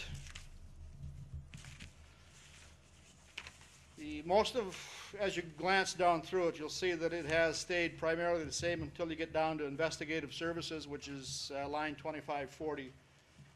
And that I increased by $3,000, and that's simply because the number of felony cases that we're investigating and misdemeanor cases is increasing. Last year, if you will remember, we answered about 12,000, actually not about, we answered 12,904 calls for service. Of those calls, of course, we see a percentage increase in the felonies and the misdemeanors as well as we do the other calls. So it just takes longer. There's more overtime involved in it. There's more costs involved in these types of investigations. So that's why I did put a $3,000 increase in that. One of the other things, of course, is the cost of, whenever we do a drunk driving arrest, the cost of bringing him to the hospital and having the blood test done at the hospital is increasing. Some of the hospitals are down to $69 and some are at $105. So depends on which hospital we bring him to. So those costs are increasing, so we just have to pass that on. And we could make less drunk driving arrests, but I don't think that's what you want. So, in office supplies, which is line 3190, we did add $500 to that, and that's simply because that's what it costs us to recycle our computer equipment. We're now being charged back for the cost of recycling, so we have to add that amount into there to pay the cost of doing that. So that's where that increase was. Uniforms, I did increase that line item by $3,740, and that's simply because it is getting more and more difficult to find uniforms that we wear. The brown uniforms, it costs more to make them. And to put the striping on that we want, we're going to a different uniform now to try to cut some of the costs back. But as with gasoline and everything else, those costs have gone up, and that's reflected in this. One of the other big increases, of course, is gas. I'm asking for actually an additional $92,250 to bring the total to $302,250 just for gas expenses for the year. We have, you want to know what are we doing to keep gas prices or costs down? We divided the county up into 3 sectors a while ago. We talked with the town of Star Prairie. They agreed to let us use one of their offices up there without charge. We're using the ag building out there as an office, so we don't have to run back to Hudson all the time. We're using the office here. We put out an edict that there's no idling of cars unless it's either an ice storm or it's below 0 out. So we don't have that idling anymore. So we're doing those things that we can to reduce those costs in it. We estimated our cost at $3.90 a gallon. And I think it's anybody's guess where that's going to be. I don't know. 2 more big storms and it'll probably be $5 a gallon. I don't know. So, but that's a best guess on our part. The operations and maintenance increased that by about $3,000, and that's just again the cost of bringing things someplace to be repaired, or the cost of the equipment that we're buying and that we have to replace every year. That goes up, and that we're just adding that increase into this. The snowmobile patrol, we reduced that by $2,000 because we did purchase some used snowmobiles last year, so we don't have that cost of leasing them over the next few years. One of the things with the snowmobile patrol, and I always get snowmobile and water mixed up, but one of them is reimbursed at 70%. I think that's the water patrol, and I think the snowmobile patrol is reimbursed at 100%. So wages and costs are reimbursed to us for each year. And then on the water patrol, not only the wages and the cost, but also the cost of the boat is amortized over a 10-year period, and we get paid back over that 10-year period for the cost of that boat, which is something that we'll have to look at in about 2 years. Liability insurance for us dropped by $16,871. We did on the new vehicles, which is 8110. We did increase that by $46,500, and part of that is because we did cut back last year in the number of new vehicles that we purchased. So we need to try to catch up this year.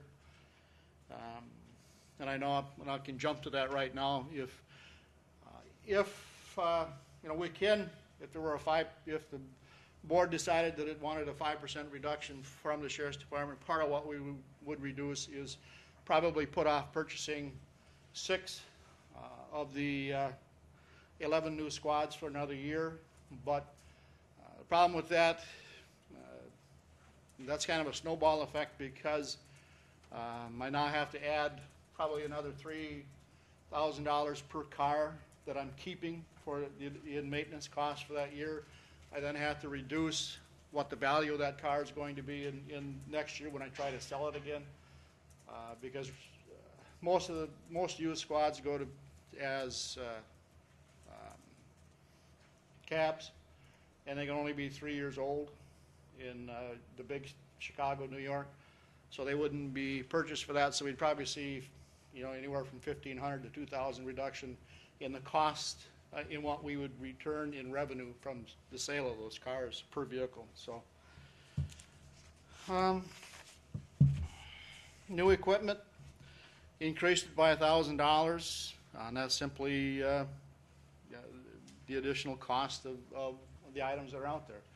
As each of us know, whether it's bread or metal, the cost goes up because transportation costs have gone up. So, the capital outlay, we did increase that by $30,289. Part of that is for that electronic file system that we have two file systems in the sheriff's office right now. We'd like to have 3. We currently have boxes lined up against both walls of reports. We don't have room in remote anymore to put them there. And we can't dispose of them yet because they haven't reached that 7-year or 8-year period of time. So as you look at the sheriff's, at a 5%, I'll stay with the sheriff for just a second. If I were to have to remove 5% from the sheriff's budget, that would be about a $276,500 reduction in the sheriff's budget. I would remove the 3rd court security position. The liability insurance already dropped by $16,000. We could reduce, I believe I've got down here 5 squads and 3 unmarked, replacing 5 marked squads and 3 unmarked squads. That'd give us, about $139,000 reduction. You can reduce overtime by $9,000, and I'm equalizing this, so I'm not giving you the sense. But new equipment, I could reduce that by $5,000. Capital outlay, I'd simply have to remove everything from the capital outlay, which would be $45,000, which would bring us to that $275,270. Problem with doing all of that is that we just simply put off till next year or the year after the purchase of these items, because these items that we use, they wear out, they break. We have accidents, we hit deer, people hit us, we get broken windows, we get damaged vehicles. So we have a cost that's built into this, and the longer we put off things, it just simply costs us more down the road. So I would, I certainly wouldn't say that was a good idea to do it. I know that you're going to have to find money someplace, and I understand that being one of the larger budgets that you're probably going to look at my budget probably more than the smaller departments. I understand that. That's part of life. But removing that court security, that's going to affect the security and the well-being of all of the not only the court staff up here, but all of the staff on both floors. And that's one of the push to get that position. We talked about the squads. So looking at that, it would be it would be difficult to be able to perform our function out here, our mission. If I had to remove 10%, which would be about $553,000 that would come out of the sheriff's budget, again, it would be the removal of the 3rd court security. I'd have to remove 2 patrol deputy positions. I'd remove 1 clerical staff position. Again, the liability insurance, I would cut all vehicle purchases for next year, which would require us to add another $30,000 to maintenance. Man, I don't know if that'd be enough, but remove all of the new equipment purchases, and again, remove all of capital outlay to get to that 500 and, actually would bring me to $559,915 cut. That, for the sheriff's office, would pretty much cripple us in being able to perform our mission out there. Right now, just so that you know, we do try to keep, we have 26 patrol positions out there right now, with court time, with vacations, with sick leave, with injuries.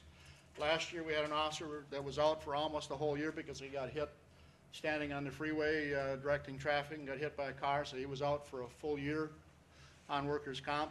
We have, so our best, we try to keep 5 cars out during the day shift. We try to keep 6 cars out during the afternoon shift because that's our busiest shift. And on the night shift, we try to keep 4 cars out. And that's about what we can have out there. And that's, as in that letter, that they respond to primarily to those 55,000 people that rely on us completely, but also to the other roughly 32,000 that live within the villages and the cities that we back up, and we also take care of them when they drive out in the county. We also take care of the freeway.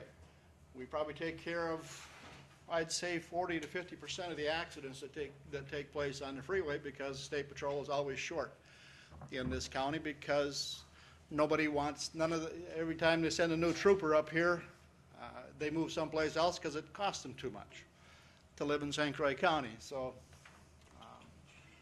one of the problems, which relates back to the budget again. But that's one of the problems that's out here. We deal with that 75 to 100,000 vehicles that travel through St. Croix County every day. When you think that, you know, with 6 or 4 cars out there, that's spread pretty thin. You get a couple of domestics and a bad accident, those cars are tied up for hours. And, you know, the benefit we have, is, of course, is that because the deputies do have the take-home squads, we are able to call people out from home to respond to an incident that's close by or to respond to back up the other officers that are out there. So, maybe I'll just break it in two. Is there a question concerning the sheriff's office operations? Thank you, Sheriff.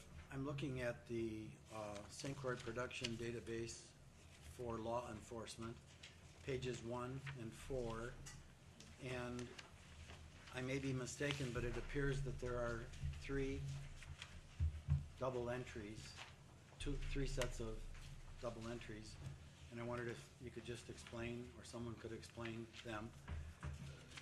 On page 1, about the 8th line down, it says overtime.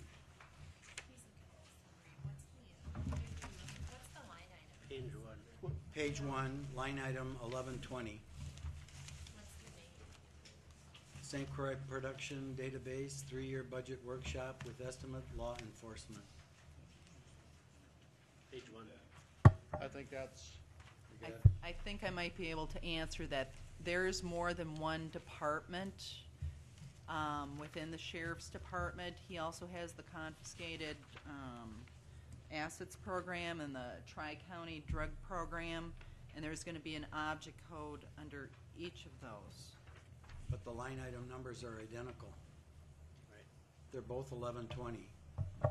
That's the object code for overtime. If you follow it down, the first page is all his main account. Then the object codes repeat, and there's a total for his confiscated assets program, then his Tri-County drug program. Okay, could I just finish my question then? Sure. I was wondering, it appears that you're not making use of interpreter services because that hasn't been budgeted. Is that a correct assumption? We use interpreter services. We have we don't necessarily have a contract with them, but through the jail, we have an agreement with an interpreter service out of the Twin Cities. And whenever if a patrol officer is out in the field and they come across anybody, whether it be Russian and Hispanic or whatever it might be, we can call that number that we have, and then they'll put an interpreter online so that we can interpret that, if that's what you're talking about. Well, there's no amount budgeted for that, and I'm wondering why that is. We don't budget that in the sheriff's office. It is part of the budget from in the jail, and that just covers the cost. Okay. Then, under postage, one sheet represents $5,300 and the other $3,000. They're both the same item number, 3110.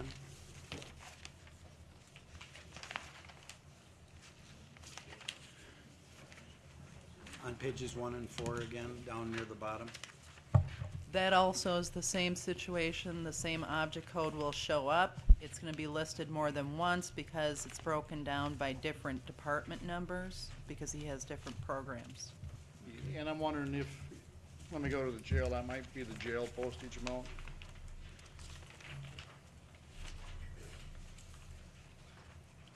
Yes, that's the jail postage amount. That's because it's Okay. one department, so they kind of get blended together, so, the readout you have is not what I have, so that's why it's taking me a little while to get to where you're at, so. Okay, and then the last question, with respect to operating supplies, there are 2 entries, one for 30,000 and another for 6,000. Yep, and that's because one is for the sheriff's office and one for the jail. Thank you. Just a minute before you, at 1 o'clock, there's gonna be a power outage for just a split second. It's gonna get dark in here. So it'll be dark in here, I'll slip out. so no fighting.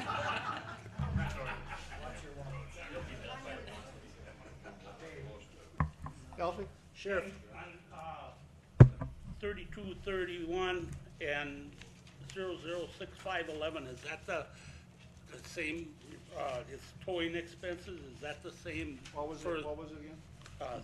3231, and then the following line, it's got towing expenses twice. Is that the same one? That's probably the same one, because that would be for the sheriff's office and that. We have, because there are vehicles that are just simply abandoned out there on the roadway, and we've had to pay tow companies to go pick them up. They haul them to their storage, and then we end up having to pay the tow bill on it, so that's why there's a tow bill, and I'm assuming that that's together there. What happens to the vehicle? Does the We have a- towing company repossess Yeah, it? we have a form that we can sign off and sign the vehicle off to the tow company, and then they can either salvage it or whatever they want to do with it, so. Sheriff, I got a question regarding your vehicles. In your opinion, are we at the very minimum what we have right now? Is my first question. On vehicles? Yep. Yeah, I think so, because I know there's always talk about pooling cars and doing that, or the problem that we have is because the county is so, is fairly 32 by 31 miles in width and length. We don't have, we don't have enough people out there yet. There may become a time where we get to where we have a certain number of patrolmen out there where pooling cars might be feasible. But right now, we looked at that and we said, okay, what if we pooled cars? If we kept 14 cars so we could keep some on the road basically 24/7. Right now, in a 3-year period, we replace 26 vehicles in a 3-year period. If we looked at the amount of mileage that the deputies put on them and looked at it as a 24/7 operation, and we actually came up, we'd actually be replacing 28 vehicles in the same 3-year period. So right now, we think we're close to that line, perhaps, where we might have to think about it in another year or two, depending on if, all of a sudden you get a lot of money, you can add more deputies.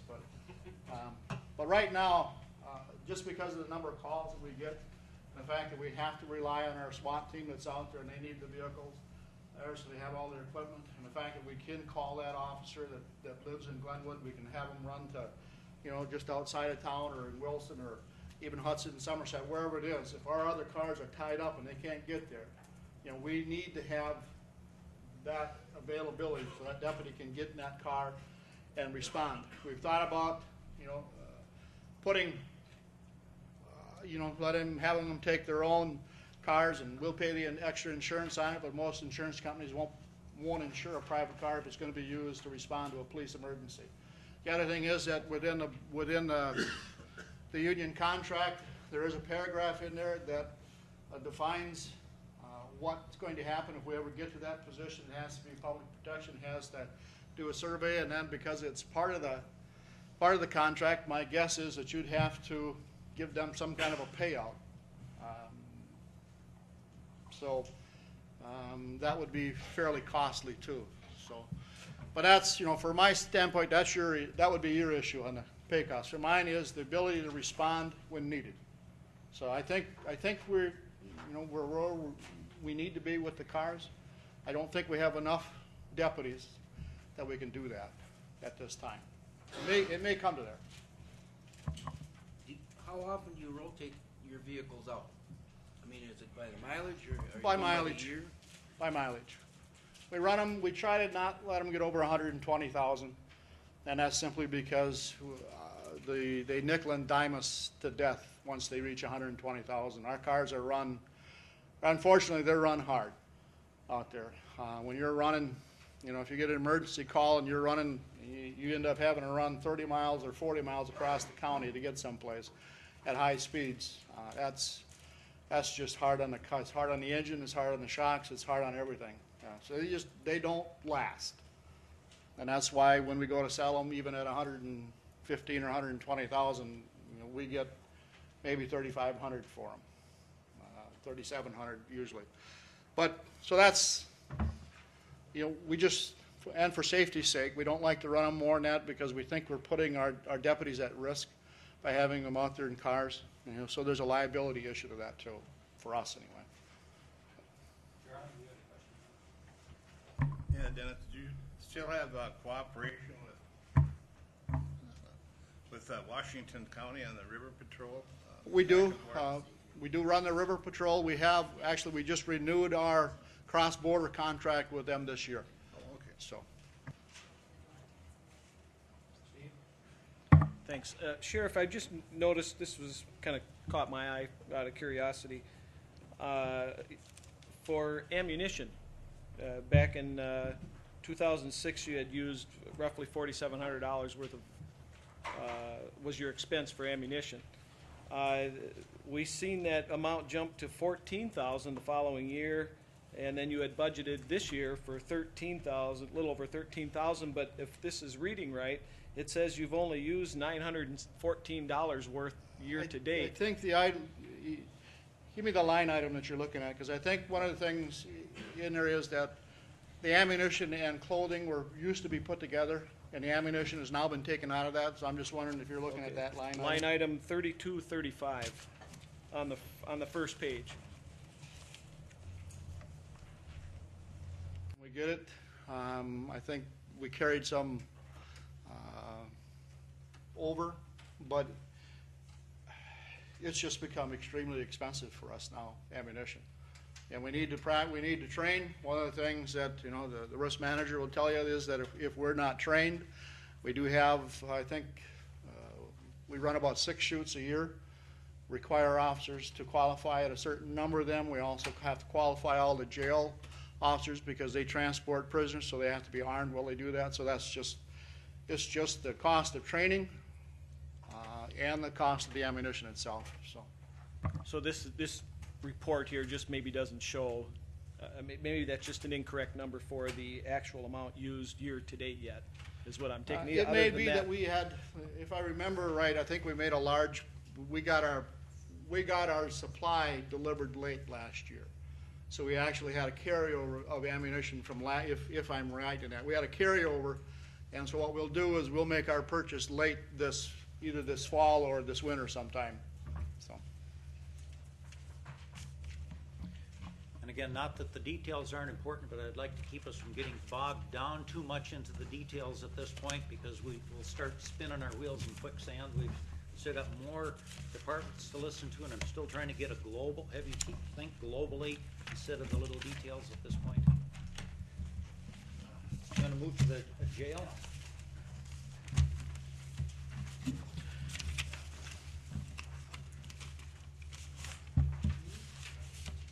All right, within the jail, we pretty much kept, just going through this, the things that I control. We're not asking for any additional personnel in there. The proposed budget, we do see 7.81% increase in our medical dental costs. That's reflected in one, the wage increase for the AODA counselor. It is, we want to go to 12 hours a week for our mental health therapist that comes in. We have people on, every day we have somebody on suicide watch, on health watch, on medical watch, whatever. And it's important for us to be able to provide mental health therapy for those people. So we want to increase that. And then also just there's a percentage increase just in the cost of the contract that we have with health professionals who provide us with our health care. They provide us with a nurse, with the doctor, and then take care of the majority of our medical needs within the jail. So that's where that cost came in. If you go down to meals, you see that there's a 0.46% increase. That is, I've had to do quite a bit of adjusting with that. We usually keep 132 inmates on an average per day on the meal contract, but because our population went down within the jail, our meal contract, they increased the per meal cost for the inmates. So what I did then was I dropped it from 132 average to 122 inmate average per day. My hope is that that's a correct number, because if it's not, obviously I'll be back to finance asking for more money but right now we've been averaging about 100 and right now I think we're at about 107 inmates on an average daily population. So I think we'll be all right at that number. But that reduced, when I reduced that amount down, that of course they cut then their cost to us. So that's why it actually was about a $30,000 increase would have been by cutting it down to 122 inmates per day. That's where we were able to keep that down. Other contractual services, let me jump up one more. Laundry, and that is right now it increased by roughly $3,500, about an 8.8% increase, and that is just that we contract with St. Croix Industries to do our laundry, and their increased costs are being passed on to us. That's why that increase is in there. Other contractual services, I did drop that, cut it in half, and that is when we need to keep an inmate into another jail. Sometimes we get an inmate that is either very aggressive. I've only used it so far just when an inmate gets very aggressive towards one of our female staff. And to protect that staff person, we'll move that inmate to another jail. Sometimes we can trade, but not always, trade inmates, and that doesn't cost us. But we have to have the ability to move an inmate occasionally. Office supplies, that's just the increase, 3.3%. That also reflects that cost of recycling our computers.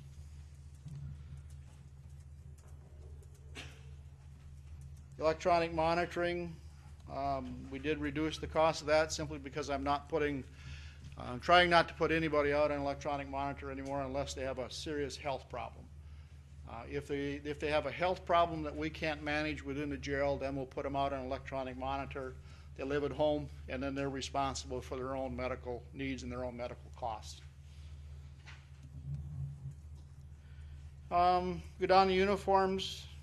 That's a reduction there, which is $34.60, and that's just over the past number of years we've been providing the jail staff with jackets. They never were provided with jackets before, and now we've caught up to that. We have all jail staff.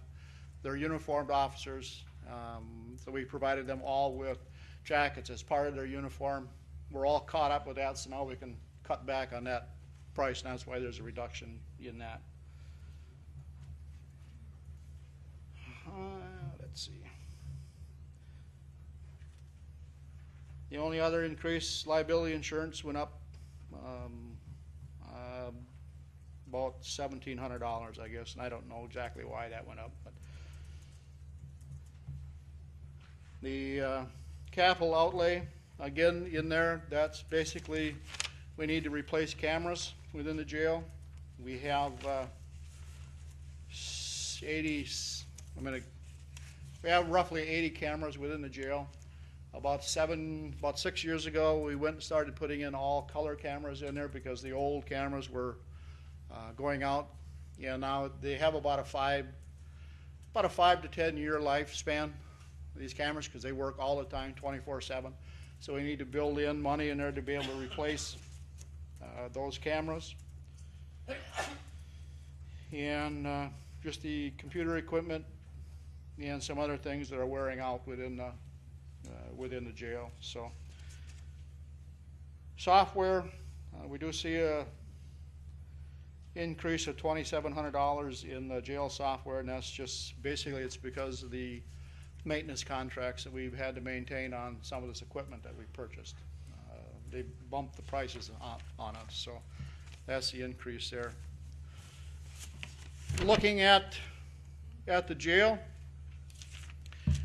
if I have to remove 5% from the jail's budget, I will remove the AODA counselor within the jail. I will stop the contract with St. Croix Industries. I will eliminate the other contractual services, renting the bed from somebody else. I'd have to reduce the meal costs down to 110 inmates, which I think probably wouldn't work, but we'd always try it. And then in the capital outlay, remove all but $2,500 for the computer. If I have to make a 10% reduction in the jail's budget, I would remove the program coordinator. That is a position that coordinates all of the inmate educational and training programs within the jail. I'd have to remove one entry-level corrections position. I would leave one entry-level corrections position unfunded because I have two of my jailers that are, one's been called up for active duty, one's going to Afghanistan, the other one's called up for a year of training. So I would just leave one of those positions unfilled. I could get by with that because I'd take, I have two Huber officers, I'd take one Huber officer, move him back as a corrections position so I'd be able to maintain enough people on the floor. It would leave me one position probably short, but increased overtime by a significant amount to cover that cost. I'd also would have to cut the AODA position. It would require me to increase overtime by almost $29,000. Again, the removal of the St. Croix Industries contract, removal of the other contract, the money in there to pay to put somebody in another jail. Would reduce to 110 inmates on the meal costs. And then, again, on the capital outlay, remove all but $2,500 for computer purchase. Again, one of the reasons why I believe that our jail population has dropped from the highest jail population we had was 168, and that was in 2005. We've been fairly successful in meth enforcement within the county. So we're seeing less people being in jail that are addicted to meth. Part of that reason is because of the enforcement, but also because we have the AODA counselor in the jail. That helps us to reduce, that's that recidivism thing. Keeps people from coming back. We have agreements with Health and Human Services that when they get out of the jail, they go into continued treatment at Health and Human Services. So we have a continuation of that beginning program. if we remove the program coordinator, I simply would not have enough people to be able to coordinate all of the volunteers that come into the jail, so I would eliminate all of the volunteers coming in the jail. Right now we have about 100 people that volunteer to come into the jail. They teach everything from GED to church ministries, to anger management, to a lot of different things that come in. We just have to stop all that because I simply couldn't expect my other staff people to keep up with that. Obviously, with eliminating the one corrections position, it would require more overtime. That's just the way it is. So. Any questions? We've got two big departments here. I don't want to unduly rush this along, but I do know that Fred Johnson is going to have to leave at 3? 3. When do you have to leave? Okay, so we do need to keep moving somewhat expeditiously. So any questions, observations on either of these two departments, Buzz? With all due respect, Sheriff, you indicated that with a 5% and a 10% reduction, in both cases the AODA position would be cut. And yet you just told us that the jail census has dropped considerably from the 168 in 2005 to whatever it is now. And I think there's great truth in the axiom that says an ounce of prevention is worth a pound of cure. It seems to me that it would be more prudent to hang on to the AODA counseling person if, on balance, your jail census would continue to remain low. I don't disagree with you. Trust me, I worked hard to get the AODA position in there. I worked hard to get the program coordinator position in there. But statutorily, I'm required to do one thing, and that is to keep the jail. And I have to provide food for the inmates. I have to provide a place for them to sleep. I have to provide a atmosphere where I won't say that they're comfortable, but where they're kept safe. And I have to provide medical, dental to them, but I don't have to provide AODA. I don't disagree with you. I think, like anything else, when you start cutting into things, there is always a reaction over here. To every action, there's a reaction, and that would be part of it. But I have to look at, I need to have a certain number of correctional people on the floor to be able to maintain safety and security within the jail. So, and that is my main priority, is the safety and security of the jail and the inmates. And so that's, hopefully the 10% will not happen, or the 5%, but we'll see. What has been the jail census? Right now, it's actually down. We're probably running, like, say, about 100, and we'll spike up to maybe 140 inmates on a given day. But on the average, right now, we've been climbing throughout this month, so we're probably at about 107 or 110 right now on an average daily population. But the unknown, of course, is what the fourth judge is going to do, and what effect that'll have on our jail population. On that, I can't answer.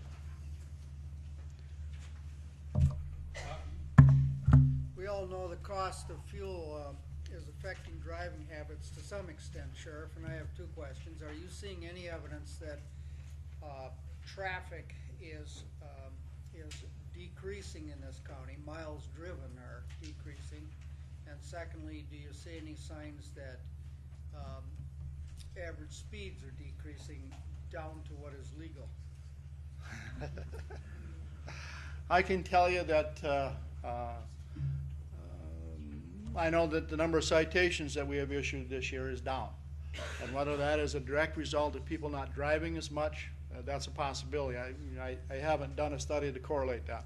But I can tell you, whenever I take the freeway in the morning, everybody's passing me, and everybody has, 90% of them have one person in them. So I don't think that it's had a significant impact on that type of traffic, but it probably has an impact on the recreational driving.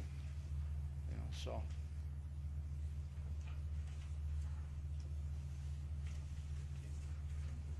I think your time has expired. Thank you.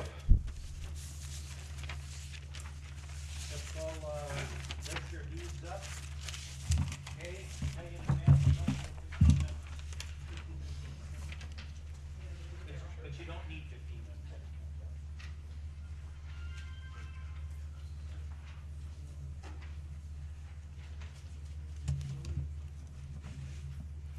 Good afternoon. What am I, number 22, I guess? Anyway, I would just like to say that if Supervisor Ritz or Supervisor Sharon have there as chairman and vice chairman of the Planning and Zoning Committee, who I report to, if they have anything to add when I finish, I would entertain their comments. The Register of Deeds office has 5 union staff and the Register of Deeds. So I just wanted to touch a little bit on the revenue, being that our office does generate quite a bit of revenue for the county. 33% of the revenue goes into the general fund, and 6% go into the land records fund. The land records fund is what has supported the automation of our office. As far as a little background information for some of you new members, the revenue from the real estate transfer fees are generated from the selling of the properties, and it's based on $3 per thousand. So 80% of that is sent to the Department of Revenue, 20% stays in the county general fund. So because of the dramatic drop in property sales, both commercial and residential, the transfer fees are 33% less this August than they were last August. So considering that and the prospect of what we hear for the coming year, I've estimated that those revenues will remain about the same as what they will end up this year. As far as the fees from the real estate recording and the vital record sales and sales of copies of the documents, that also is down by about 11% from last August to this August. So I've projected that those revenues will remain about the same as 2008. As far as the internet access revenue, that's revenue that's generated from the external users that have agreements with the county and have access to the database for a monthly fee. Currently, we have 23 users, and they are generating about $4,000 a month, plus whatever copies that they print from that system, they also pay for. So as we are working on the back indexing of the data that we have imported from our microfilm records, right now we're working on October of 1995, and they go back to November of 1974, so we do have a few years to work on yet. But as that information is entered into the database, I would expect that it would generate more use by external users. So I've kind of based that on the revenue too. So anyway, as far as the operating budget for the Register of Deeds office, that's about 12% of the total budget. When I originally submitted my budget to the Planning and Zoning Committee, I had cut the temporary positions from 96% to 75%. But then during the meeting with the Finance Committee, I offered to eliminate the temporary position that we have in the office completely. So that would reduce the budget by $18,841. And then under the maintenance and repair, we have a scanner that's over 10 years old, so that's no longer supported by maintenance agreements, so that was eliminated. And then we also negotiated a 5-year contract, renegotiated I should say, with our software vendor. So that will save approximately $90,000 over the next 5 years.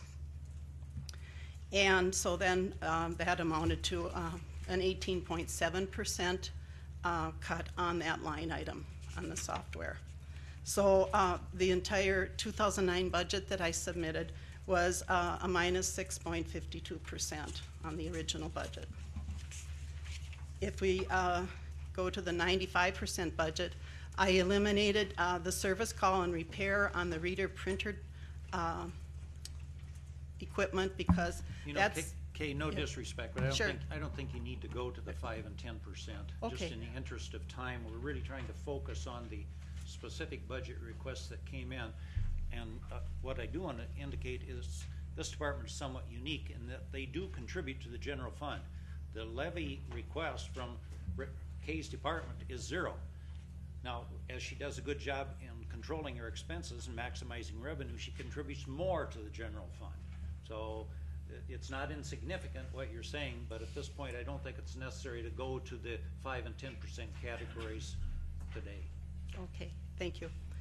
Just on a closing comment then, if I could, I'd just like to take this opportunity to thank the board, the Planning Zoning Committee, and the Technology Department for their support these past 14 years, because it's your support that's made it possible for our office to keep updated and get automated and take advantage of the updates as they become available, and to provide access to the other county departments that use land records information, and also to provide online access, and so and also to continue with our effective and efficient customer service that we're able to provide. So I thank you all. It's been an interesting journey, and I look forward to my next chapter. So.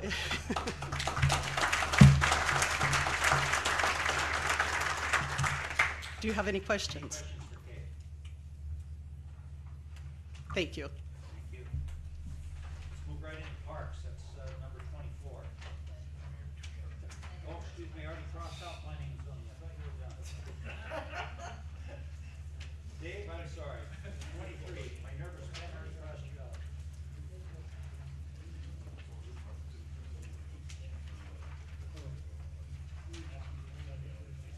I'll try to tell you what I can about parks. But Bob's here, so I won't. I was just before you in June with an annual report, so I'm not going to spend a lot of time trying to remind you what we do.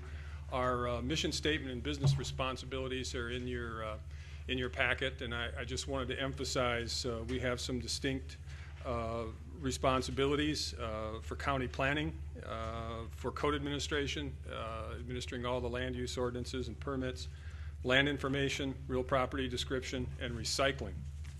The piece, and there's also a memo explaining how we came up with our budget from myself and on behalf of our committee that explains our budget proposal and proposed 95 and 90% alternative budgets. What I would like to focus your attention on during my comments is the one-page spreadsheet that is also in that package. Should be, I believe, right behind the memo, and it's titled 2009 Planning and Zoning Budget Summary. All of those program areas are funded, actually funded through 7 different budgets of varying size and varying composition in terms of expenditures and revenues. I might also add that nested in the more detailed budget summary sheets that you have is also a budget for the Regional Planning Commission in the amount of $62,000 and change. That is a budget that our department doesn't really administer. It's an appropriation from the county to the Regional Planning Commission done according to an established statutory formula. But it does go through our committee for review and referral to the Finance Committee and County Board.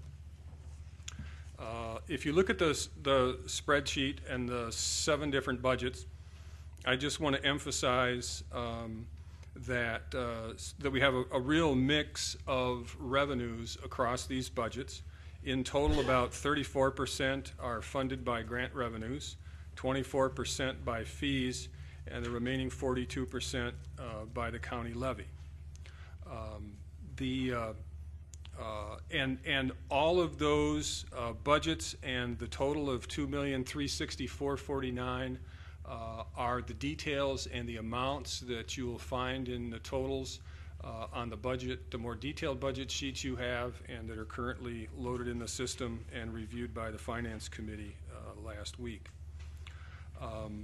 When trying to look at making proposed adjustments to our budgets, we realized that it was probably not very meaningful to include a couple of them. We have 2 of these budgets, the recycling budget and the land records budget, that are totally funded by grants and fees, and we always equal the expenditures to the revenues. So they're always a net wash, and they never have an impact on the levy.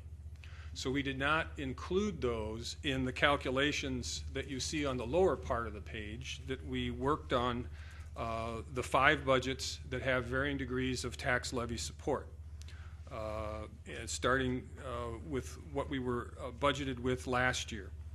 Our basic budget, as proposed in the upper portion for those 5, we also didn't include in the calculations $400,000 in projected grant revenues that are included in the planning budget. There again, similar to recycling and land records, they will be grant money in, grant expenditures out. So we will not and have not projected any levy cost. Those are activities associated with proposed and anticipated mitigation activities associated with the Stillwater Crossing Bridge project that have been proposed and organized by the transportation departments, but are on hold until the implementation of the bridge project is started. So we have budgeted for those, both in revenue, grant revenues and associated expenditures, but they're contingent upon the receipt of the funds, so we have not included those. Given that, with the 5 budgets, as we have proposed them, our 2009 budget would be a 4.84% reduction over our 2008 budgets for these 5, which in turn was a 6% reduction over 2007.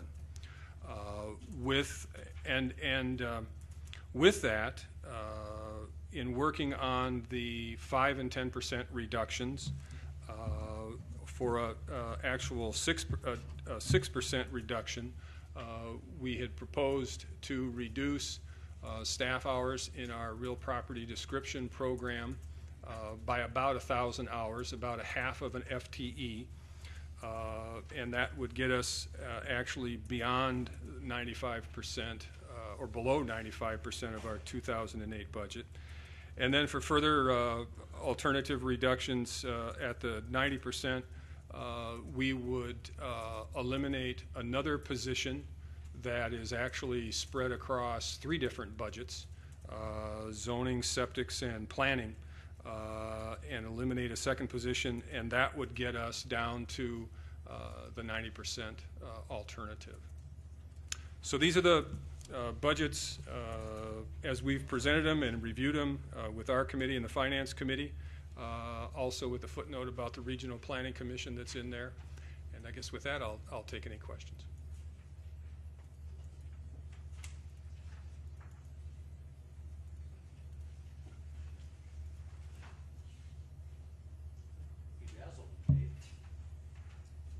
Any questions for Dave on any of these budgets or his budget summary?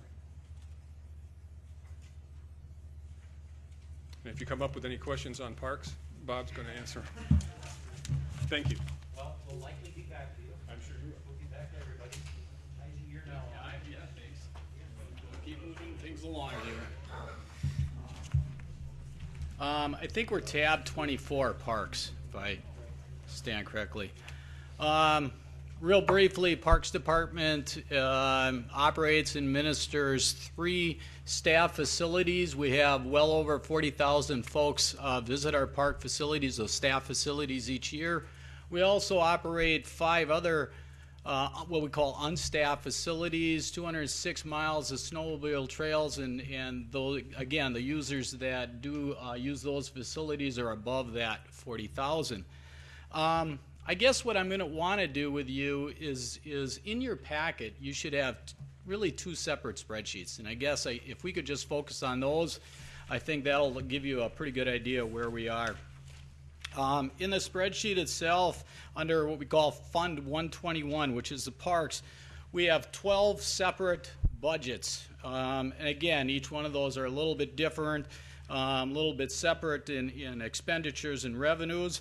But the spreadsheet lays out the programs. Adjacent to it is the expenses, the revenues, and essentially what are our net expenses after revenues. Now at this point, I need to explain a little bit because I think our parks and land conservation budgets, the way we build our budgets annually, are probably a little bit different than the rest of the county. And essentially what we do is we really begin our budget from audited numbers beginning of December 31st of '07. So we're essentially 2 years behind as we do this, and we bring those dollars forward as we build our budget, and we work off of those. So at this point, we look at our net expenses after revenues, any audited numbers at that point. If they're a deficit, we add those into the numbers. If they're a surplus, we subtract those audited numbers to bring us across to the right-hand side of what is our net impact or our levy dollars to our budget. And that's essentially where we are. If you look on the bottom of the page, our total budget for '09 proposed is $613,562. That's substantially, roughly about $96,000 less than 2008. So it's like, now if you go to the next page, I'll explain what part of that difference was there. Our budget in '07 was, or '08 was essentially $707,801. Building the budget was, for '09 was actually pretty close. And those that were around during the 2008 budget may recall that there was a decision made by the board to remove $50,000 out of the Parks Department that was segregated for a Parks Improvement Grant. And those dollars were going to be put in the general fund, for a better sake. And should we be successful with that grant, then we could tap into those dollars that were offset. And within days of really presenting my budget to our committee, we did get acceptance of that park improvement grant. So the committee then decided, let's move forward with those dollars allocated in '08 and reduce our budget by that $95,000 for '09, and that's what essentially brings us back to that 613. So we're essentially down well below that 10% for our budget for '09. That's Parks Department.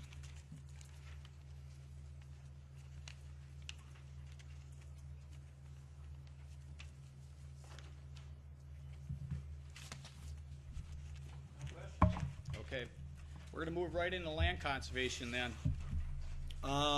Again, if you would, tab 25, very similar spreadsheets that are laying out there. Again, under land conservation, we really administer 14 separate programs. Each has a different budget of expenses and revenues.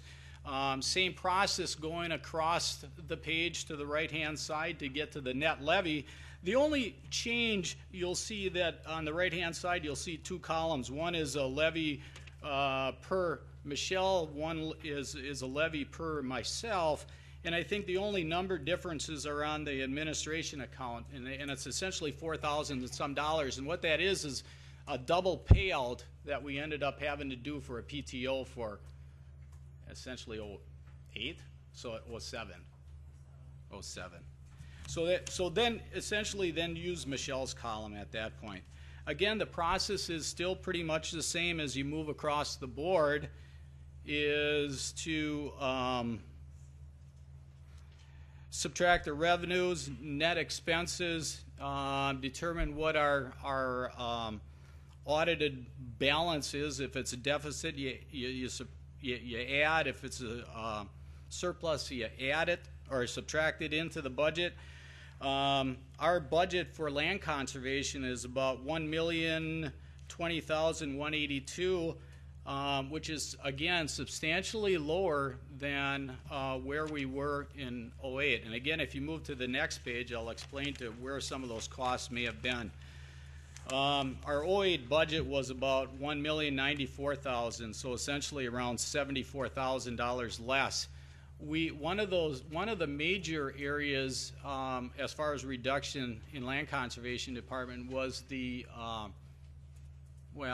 we're finished out one of our priority watershed programs. Our lake cluster program had terminated at the end of this year, so essentially we won't be receiving any of those dollars into our budget. Now, we also did see an increase in some of our dollars for our cost sharing, as far as cost sharing conservation practices to landowners. from DADCAP. So it's kind of an offset there a little bit on that, but essentially it brings us back to, well, we're at about a 6.5% reduction from 2008, or 2008. Again, as you look to the right-hand side, you can see some of the items that I would probably remove to hit that 10% mark, and those are essentially in priority order, how we would target those dollars to get us to hit that 10% goal, if you will. The only caveat there is that on the bottom of the page, there's a 20,000 reduction in cost sharing from DATCAP. And in discussion with those folks here last week, that's a soft number. And even the number that I have in the budget is a pretty soft number. And we won't get anything in writing from that agency until after election. That was the answer. So that's land conservation. Yep. Yes, under programs, KNK, Yeah, CS, what do they stand Kinney for? Kinnick is our essentially our program itself, and then which would include our operation and staffing, and then the CS stands for cost sharing. It would be what we have dollars available to cost share with landowners to install those practices.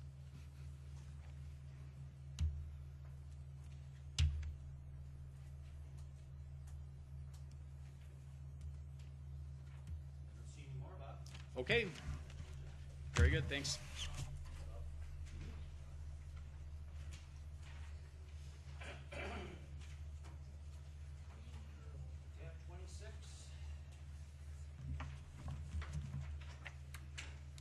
We're going to cover Aging and Disability Resource Center and aging programs, and Brad Beckman is also here to talk about a little bit more specific detail with those programs.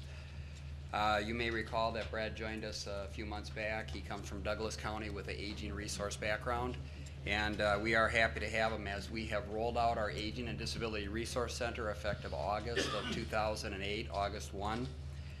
And we will receive a prorated amount from the state in 2008 of about $168,000 plus costs associated with renovations, which Brad will cover briefly. Next year, we budgeted $632,000. You'll see on that tab for ADRC. What tab is ADRC? It's with aging. It is.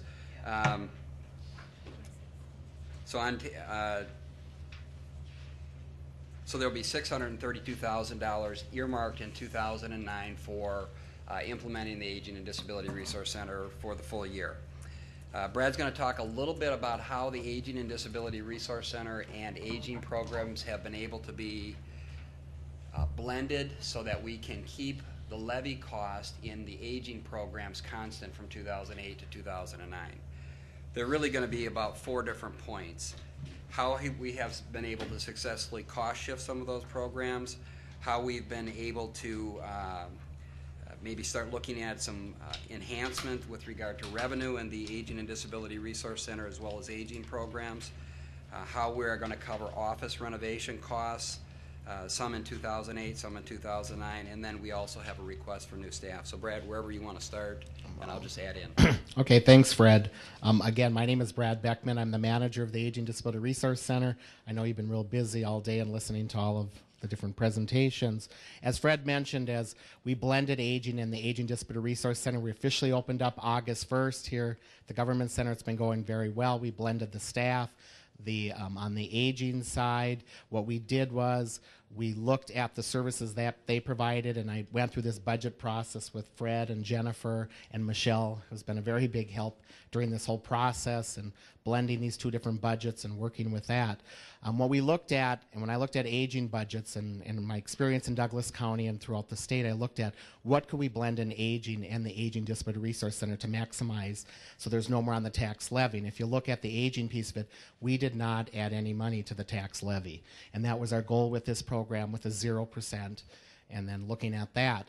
So what we did was that the staff-wise, On the aging piece of it, my time is 80% designated to the ADRC, 20% is aging. The elderly benefit specialist, 60% of her time is designated to the ADRC, 40% on aging. People ask, well, why can't you add up more when we went through our council? Looking at the programs in the Older American Act, part of that, because she runs that program on the aging piece of it, that has to stay there. We're looking in the future, maybe that formula could change, but at this time it's about a 60-40. The administrative assistant position, we put that as 50% aging, 50% ADRC.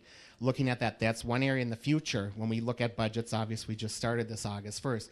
That would be an area where we could look at trying to bring more of the service part of it on the ADRC side, because that doesn't affect the tax levy. So that's our goal with this.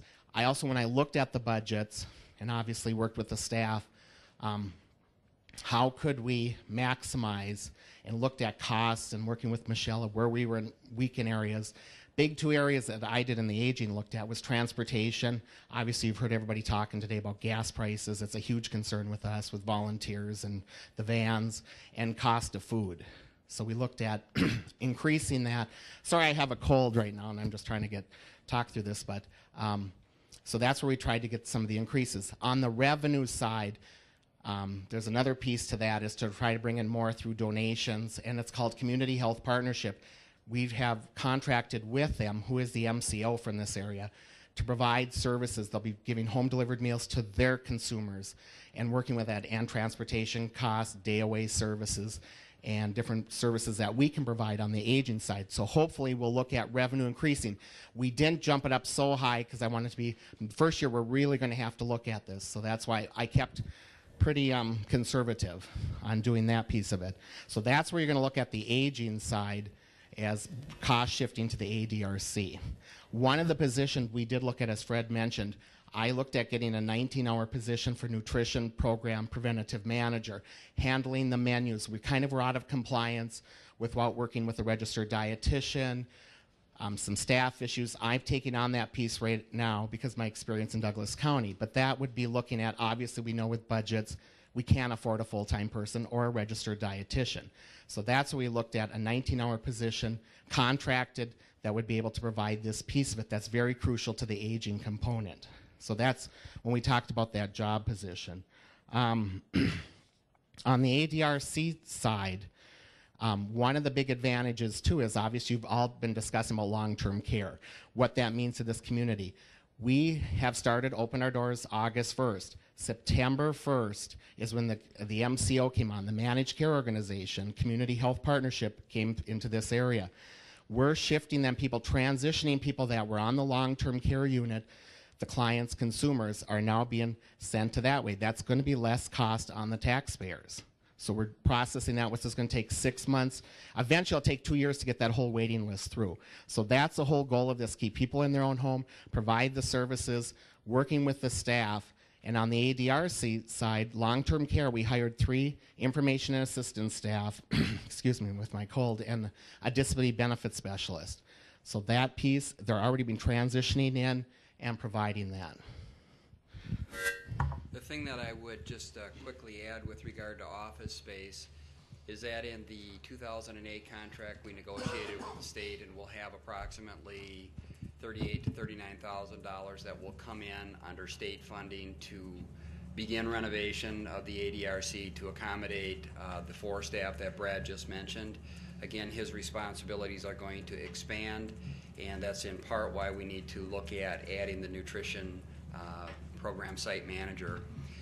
In addition, then we budgeted out of the $632,000 another $39,000 from state and federal revenue to finish the renovation to the suite where aging programs have traditionally been held. There's space behind the the ADRC right now that could be renovated into office space that IT has no longer a need for. So we've been able to look at a couple of things with the ADRC budget. It's given us the opportunity to cost shift appropriately so based on the state contract, expenses from aging programs. We've maintained the level of service for the aging programs in St. Croix County that have been traditionally there. We're fully looking to fund office renovations based on state and federal money and no additional county levy. So that's really it in a nutshell with regard to aging programs and ADRC, where we've come in 2009. Any detailed questions?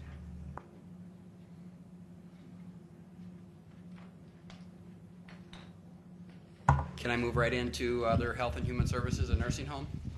Or do you want to leave us for last? Probably ought to get highway out of the way. Okay.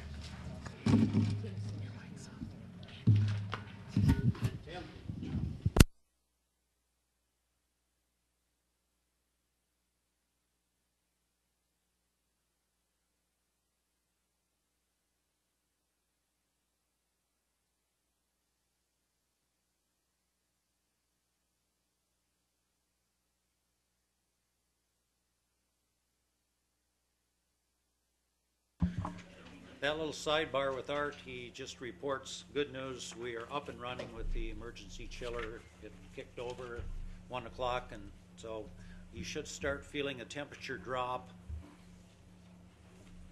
soon. Stay here the rest of the day.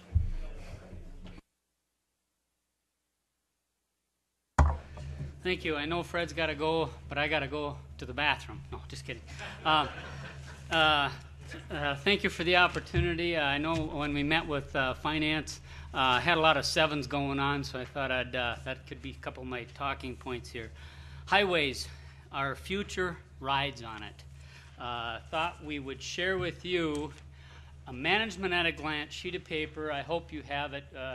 We discussed it at Finance Committee, and growing up at UPS, having 12 years there, they pounded in our head, management at a glance. One sheet of paper, I don't want it. So one sheet of paper. One side is a synopsis in Excel, and the other side is a discussion. And I'll just highlight the synopsis for you. Landing on row D, column 7. Which is scenario number 1 from the budget instructions, which is equal to the union, basically the union wage increase only as it pertains to this budget. And the other scenarios, if you look across, we have 6 different scenarios listed. The yearly budget scenarios developed by the Highway Department typically begin mid-year. With the first one we start out with every year is what do we need to maintain the county goals? And that's the first one, which is column number 7, $800,000 increase. Realize that's unattainable. Move on to the next step. And as we bring these to the Transportation Committee, we go through the different scenarios and where we shrink or where we cut moving forward. B then was what do we do if we maintain the same maintenance goals that we had in 2008? And that was a 4% increase of $166,000. Again, understanding that's probably not going to fly. Looked at the keeping mindful of the equal budget caps put on by the state. Our third scenario was a 2% levy, which was $77,000 increase. And the difference between the columns there, 2009 in bold without bridges, county aid bridges we have no control of. The county aid bridges is not part of the levy cap as of last year or the year before. So that's why it's separated on here. Those are petitioned to you by the towns to pay for half of the bridges for the coming year. And they petition and we just administer it. So that's why they're separated and different, and that's why the 0.9% reflects just what we are managing outside of that. And then E and F are the 5% and the 10% respectfully there. So I guess we feel it's imperative to share the pain equally, sharing you, to what degree we can, sharing with you what we've done already, and while keeping in mind the core services that we are required to provide. And we've also pursued other strategies that we shared with the Finance Committee in the revenues that we pursued, which did change. If you look on the maintenance page of that of the D scenario, I think it's page 3, you'll see that the revenues that we pursued with the registration fees did what it was supposed to do, and that changed the trend around from going backwards to going toward our goals. And you can see that in on page 3 in the middle of the page.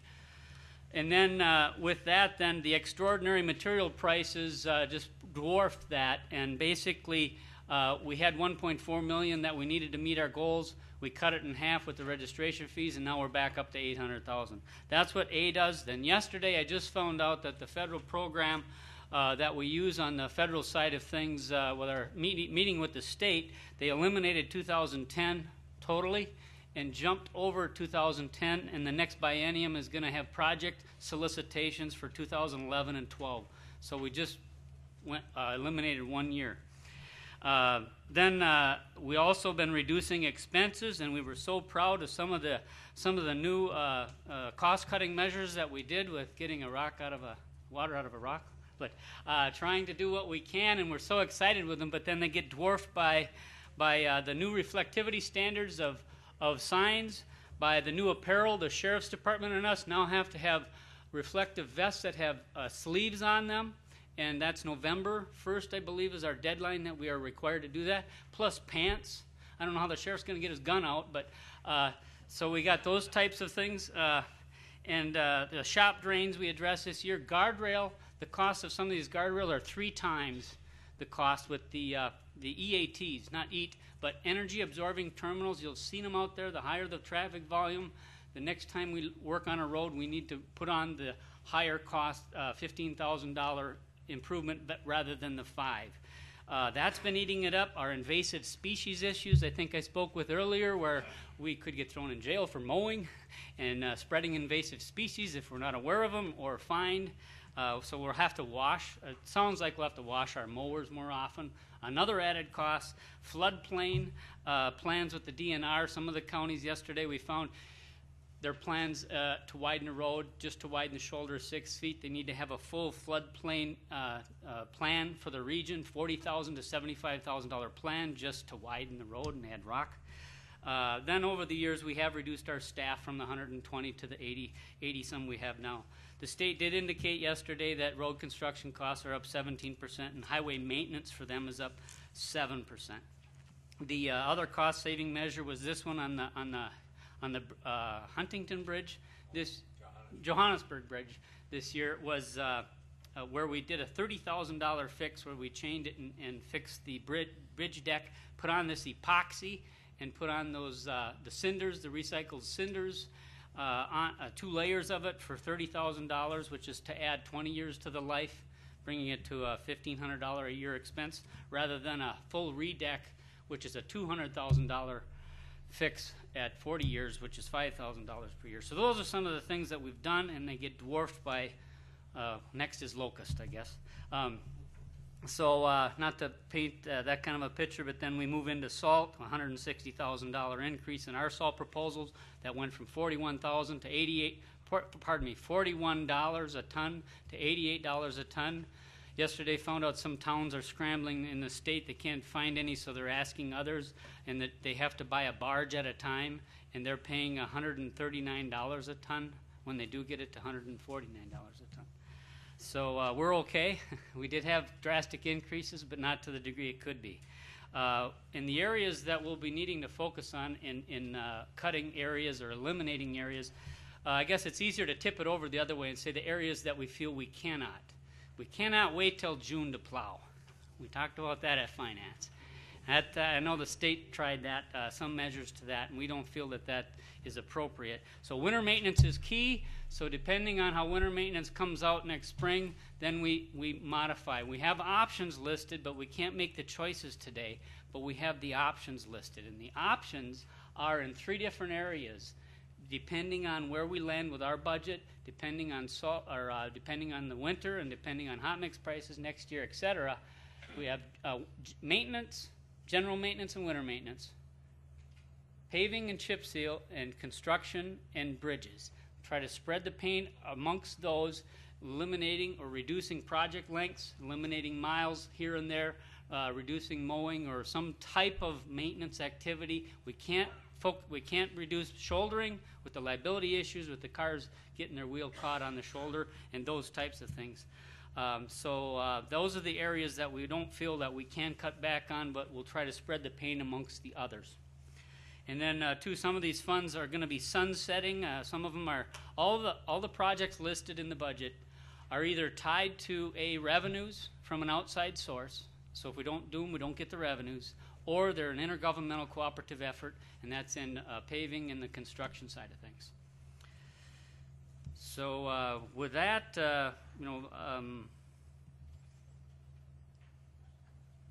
then the last point that I'd like to bring is we're going to move forward with D as it came out of the Finance Committee.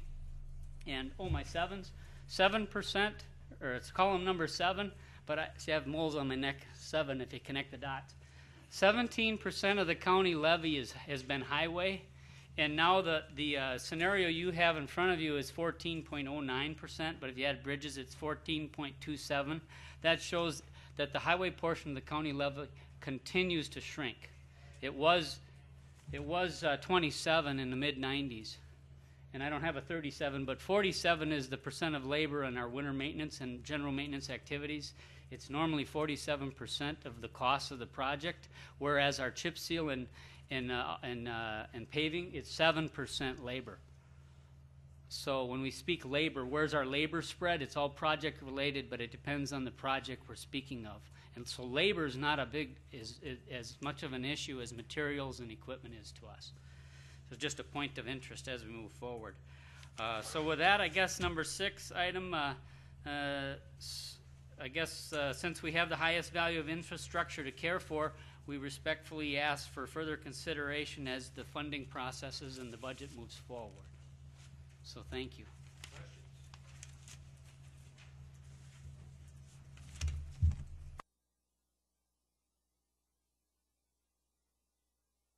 We're going to power briefly at 2 again, shortly.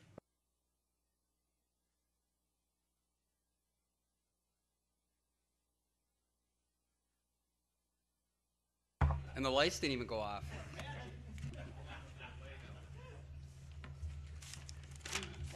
We'll talk about nursing home first. Don't plan to get into, again, similar to the Aging and Disability Resource Center and aging programs. Again, those are 2 budgets, but all administered through one program, the Aging and Disability Resource Center. Didn't give you a lot of specific detail, but what we did there, again, is try to look at ways to minimize the impact on the levy. In the nursing home, you have a summary sheet that basically goes from about a $5.3 million budget to a little over a $6.1 million budget. And what I intended to do is just highlight a couple of things, some of which we need to do a little bit more work on, but others to try to explain why the significant increase. First off, we see in this budget capital increases. Building services, Art Tobin has put in about $62,000 worth of expenses, and I have the detail on that capital outlay, but I would rely on Art to say whether or not those are things that could be delayed. We've heard a fair amount about delayed maintenance, and so I won't go into much detail about that. In the nursing home, we've also put in about $40,000 worth of equipment for resident care, and again, I have detail on those capital items. Some work that needs to be done yet. We're seeing wage and benefit increases of about $400,000 for the nursing home. That seems a bit high. Jennifer Pempek, fiscal manager for HHS, and Michelle have been looking at that in detail to make sure that we're not over budgeting. There may be a slight chance that we have under budgeted in some line items and wage and fringe last year, so we'll be getting more detail on that.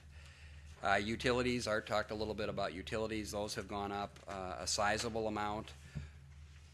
One of the things that we did budget in this 2008 budget was a substantial increase in our contracted services. Looking at the fact that there's going to be an advisory referendum on the nursing home in November, one of the things to consider is that if we looked at bringing those positions to date back as county employees, we could budget about $100,000 less in the nursing home and have those folks as employees, county employees versus contracts.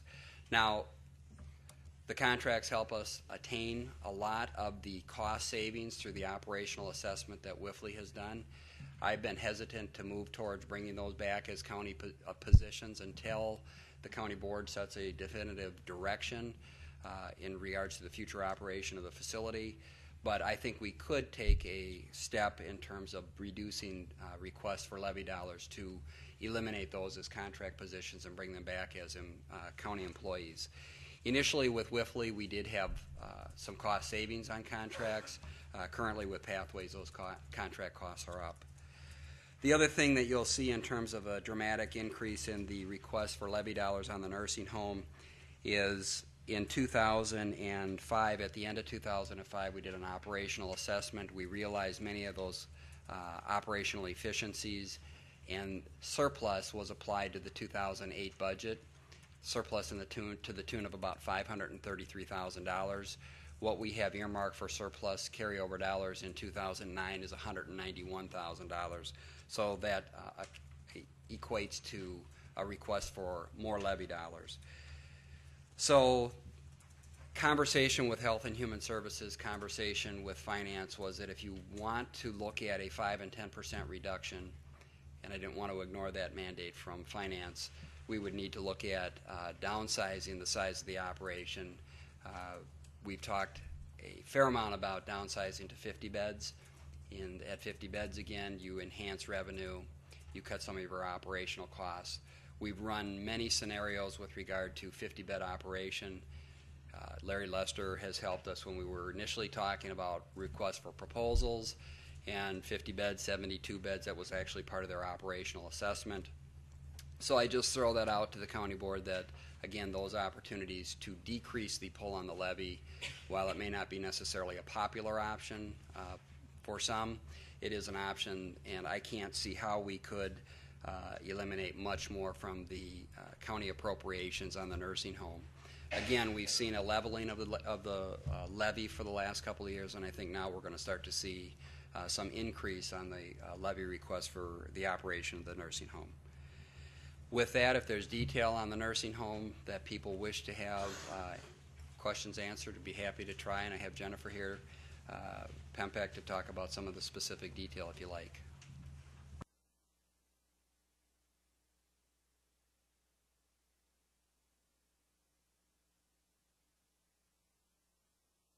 Hearing no questions, then we'll move on to Health and Human Services. If I may. You may. I'm just surprised there were no questions.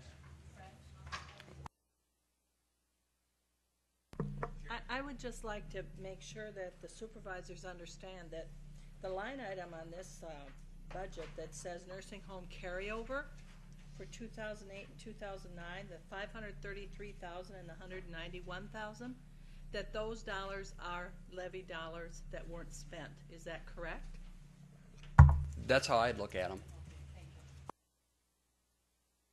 I've heard some comment that perhaps it wasn't understood that way, and I just want to be sure people understand that while the nursing home didn't spend the dollars,